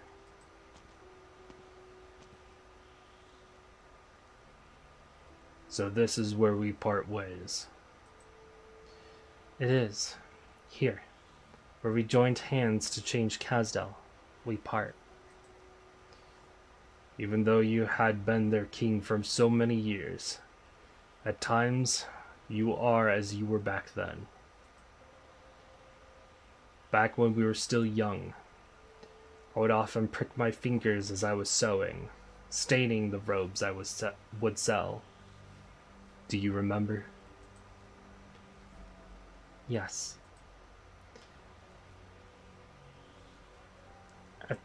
At the time, you were still a gloomy recruit, not allowed to wield a real sword, always dreaming of becoming a soldier of Kazdel one day. I, for my part, still did not understand why we had to hide wherever we went.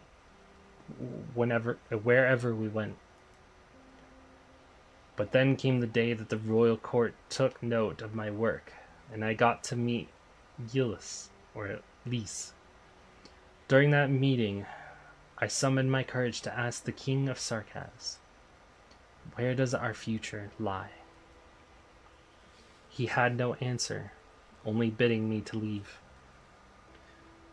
Only once I saw our defeated troops return to their homeland in ruins did I finally understand. The answer I sought could not be found in other lands, but here, in Kazdel. Kazdel will only return to glory when one of us is gone. But the one who is destined to lose is you. Must you persist with this, Teresa? There are many by my side who support me. Most Sarkaz would have suffered oppression and humiliation, choose rebellion and violence. No matter if those who remain wish it or not, they will eventually be swept along by the tides and drawn into wars. But our generation must do something. I do not wish for this hatred in my hand to pass on to the next, where it will continue to fester and grow anew. Even if I cannot change the future, the hope that will ignite the spark must be carried forward. I too must take charge of those who follow me. The cries, the cries answering the war do not come solely from Kazdel. There is no place for us anywhere in these lands. All I can do is give them a push. And so I will stay here. I choose to stay in the past. The new generation of Sarkaz will one day look back. Just like you.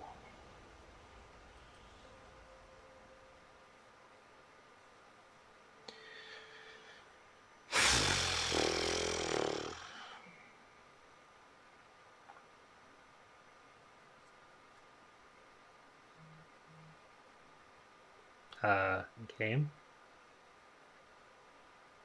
Hello?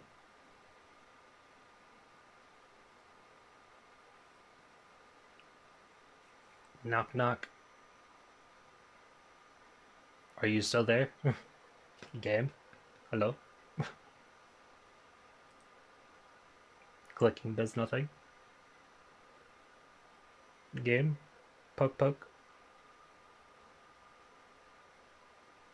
I think my game broke. Game give up too much pain. Yeah, I'm not happy with the doctor.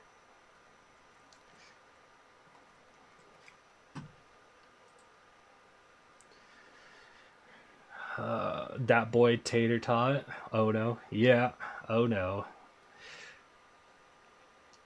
Peak AK, pain and depression all the way. Yep. Also, Dat Boy, welcome to the stream. Welcome.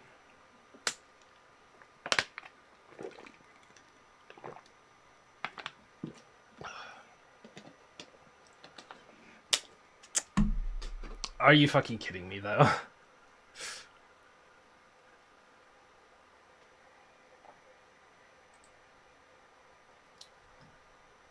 For a Nox player game, how do I get rid of the window itself and not the Nox player? Unless it was Nox player that broke. But I'm pretty sure it was the game. Excuse me. Oh, wait, I think it's this here? Yeah.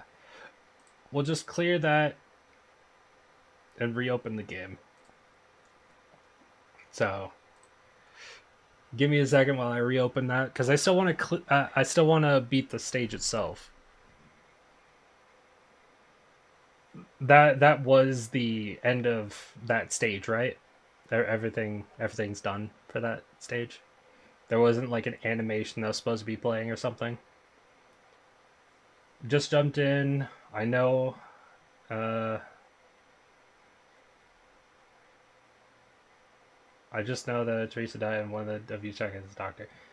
That is like way in the past. That is old news. Babel is new news. This is before that happened. This is the story that is before that part of the story.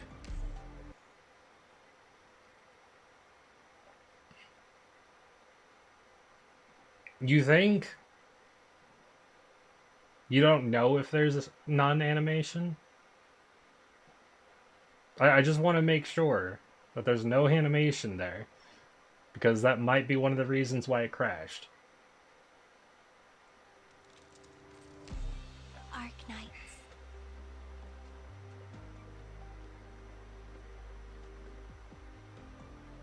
If there's no animation, then that's fine. We'll just do the stage and be done for today. I will be doing some farming with the rest of my sanity, of course, but besides that, we are basically done today.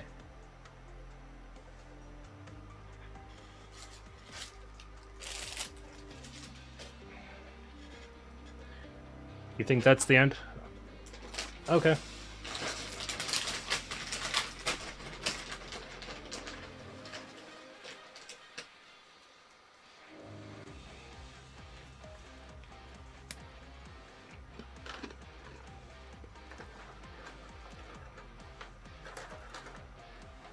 We will be finishing the story tomorrow regardless, though.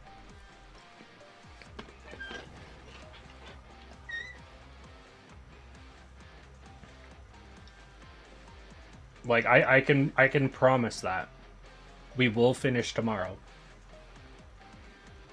I am both excited and not excited to finish it tomorrow.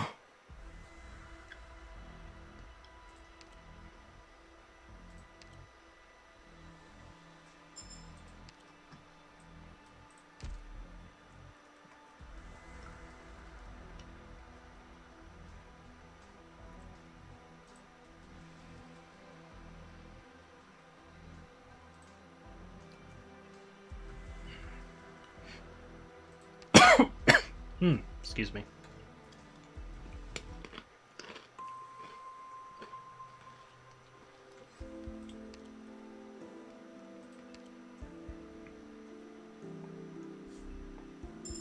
Oh, and I got Oda. Maybe you don't remember me, Doctor. I used to work for you a long time ago. Oda. That's my name. His VA sounds very familiar.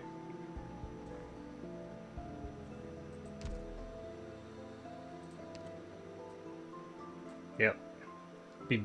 You know, next time that I have a question of how many stages there are, why don't I just check this? That'd be so much easier for me. I don't have to ask. I can just look.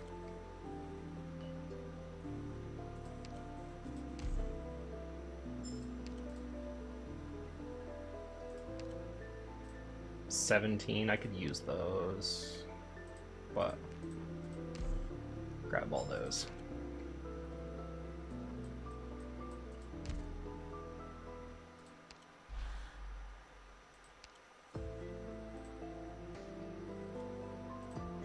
Well, let's make sure this gets 3-starred.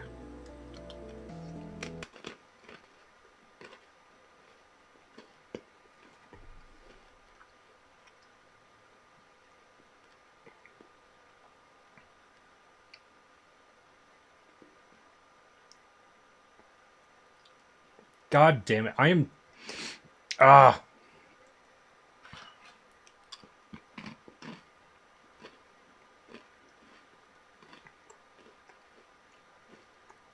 People say that this is like a crying story. Right now, I'm just upset. Don't be afraid of the thorns. They are here to help us.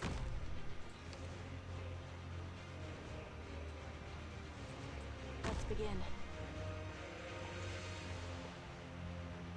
Got it. Don't keep it. Nothing can mask the scent of despair. Don't make any more noise.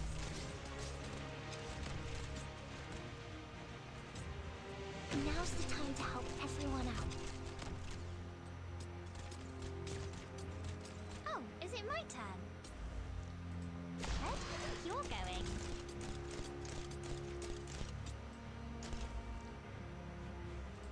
Can I? Wait for me, please!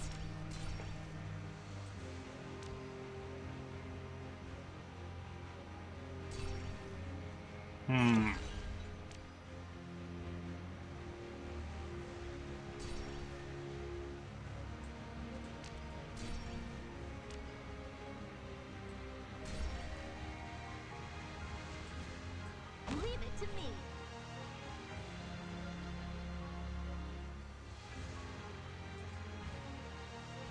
Magma will dredge up Originian veins.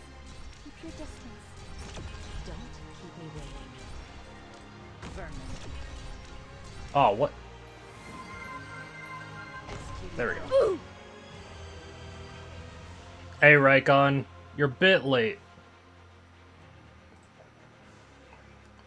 But I will do that plank after this. Got it. Cut them to pieces.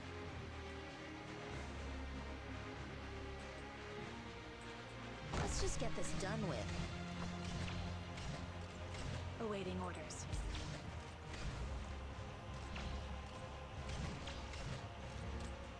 I'm heading into the thick of it. do it? The distance. There!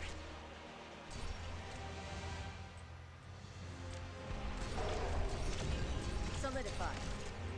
Don't come any closer. Go ahead. Here I am. What's your plan? Follow my orders. Monster.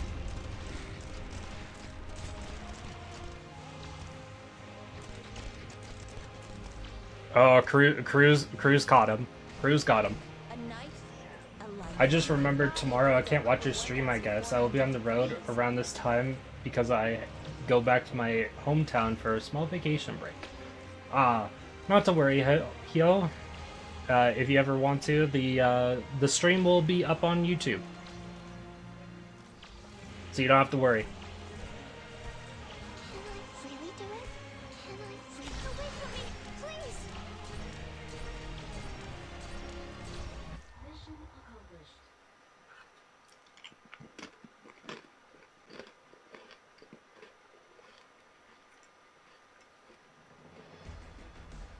Sizing. However, I'm very upset with the doctor right now. Sounds cruel. But if we want to deal with the weeds competing for nutrients, then I think there's no other way, Doctor. Uh-oh. What's up, Walter? Welcome to the stream. Welcome. We're around the end of today's stream. Depression time? That'll be tomorrow. Depression time will be tomorrow. I'm just finishing off the rest of my sanity for today. And then we're going to be ending stream.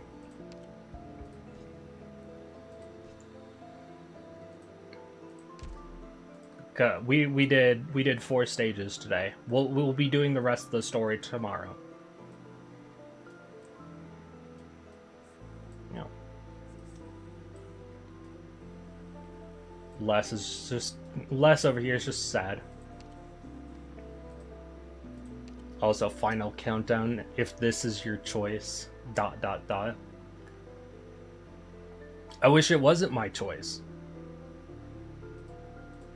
What's next? The dust has settled. I'm sorry, child. This should have been my burden. You know what? Yeah, we're definitely doing that tomorrow because 0 sanity. How interesting. I'm not excited for that. No siree. Understandable. I just logged in to get Ascalon. That's fair. Just waiting on W Alter. I skipped Ascalon. I'm going to get W Alter, but I'm probably not going to use her because of how broken she is.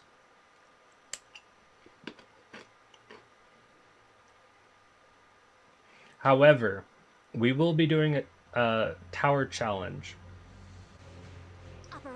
for the entirety of Chapter 14. So, when Chapter 14 comes out, look forward to that. Because that is going to suck.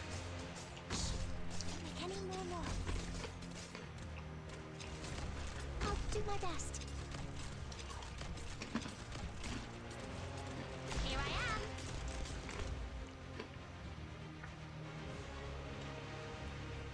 Stay back.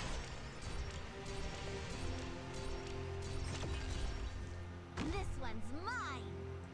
I've been actually E2ing different operators so I can have more operators for when I do my Chapter 14 tower challenge.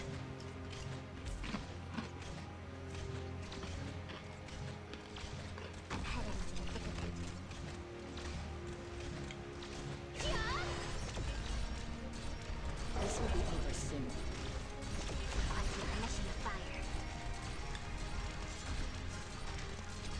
Here I am. Follow my orders. Monster. Yielding is not an option.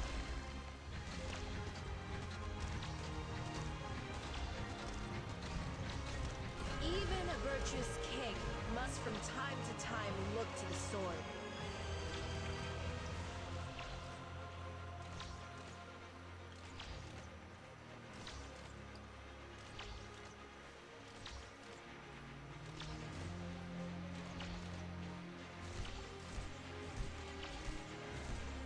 The distance!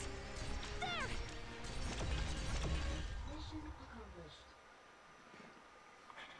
But yeah.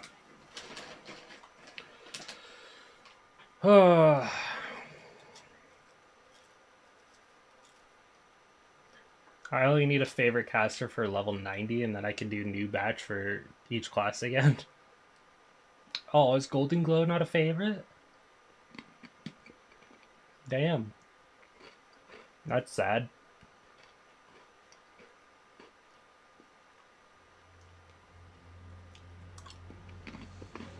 We're heading out. Remember, mind your cover. Let's begin. Cut them to pieces. Nothing can last the scent of despair. On alert! I'll do my best. Where do you think you're going? But other than that, I've been really enjoying the story. Seeing more about the Doctor has been really interesting. This one's mine! Though he does make me pissed off. Lots of originium particles. Let's not stay too long. Vermin. Months. His choices are not something I like.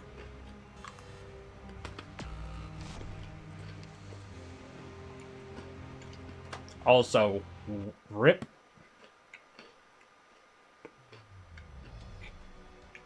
What happened? This shouldn't have.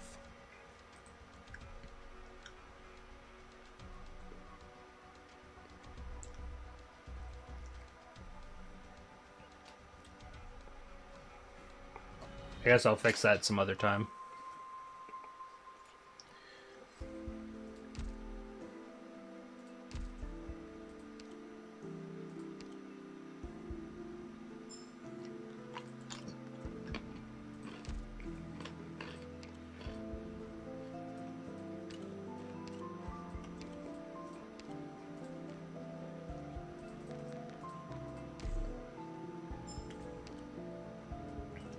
I need the LMD because I kind of am low. Glad to see you again, Doctor.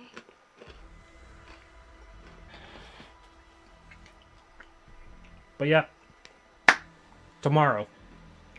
We'll be finishing the story tomorrow for Babel.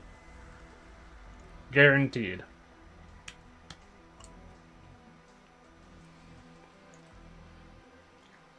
It's been great.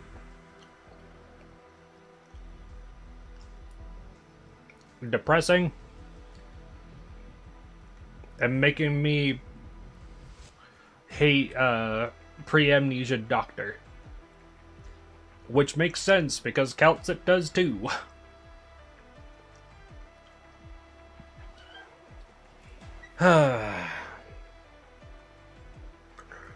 Well, let's find someone to raid, I guess. You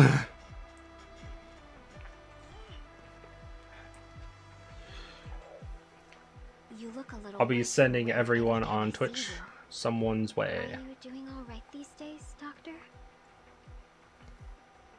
Let's see who is streaming. Goody5 as always. We also got Toasty Pancakes.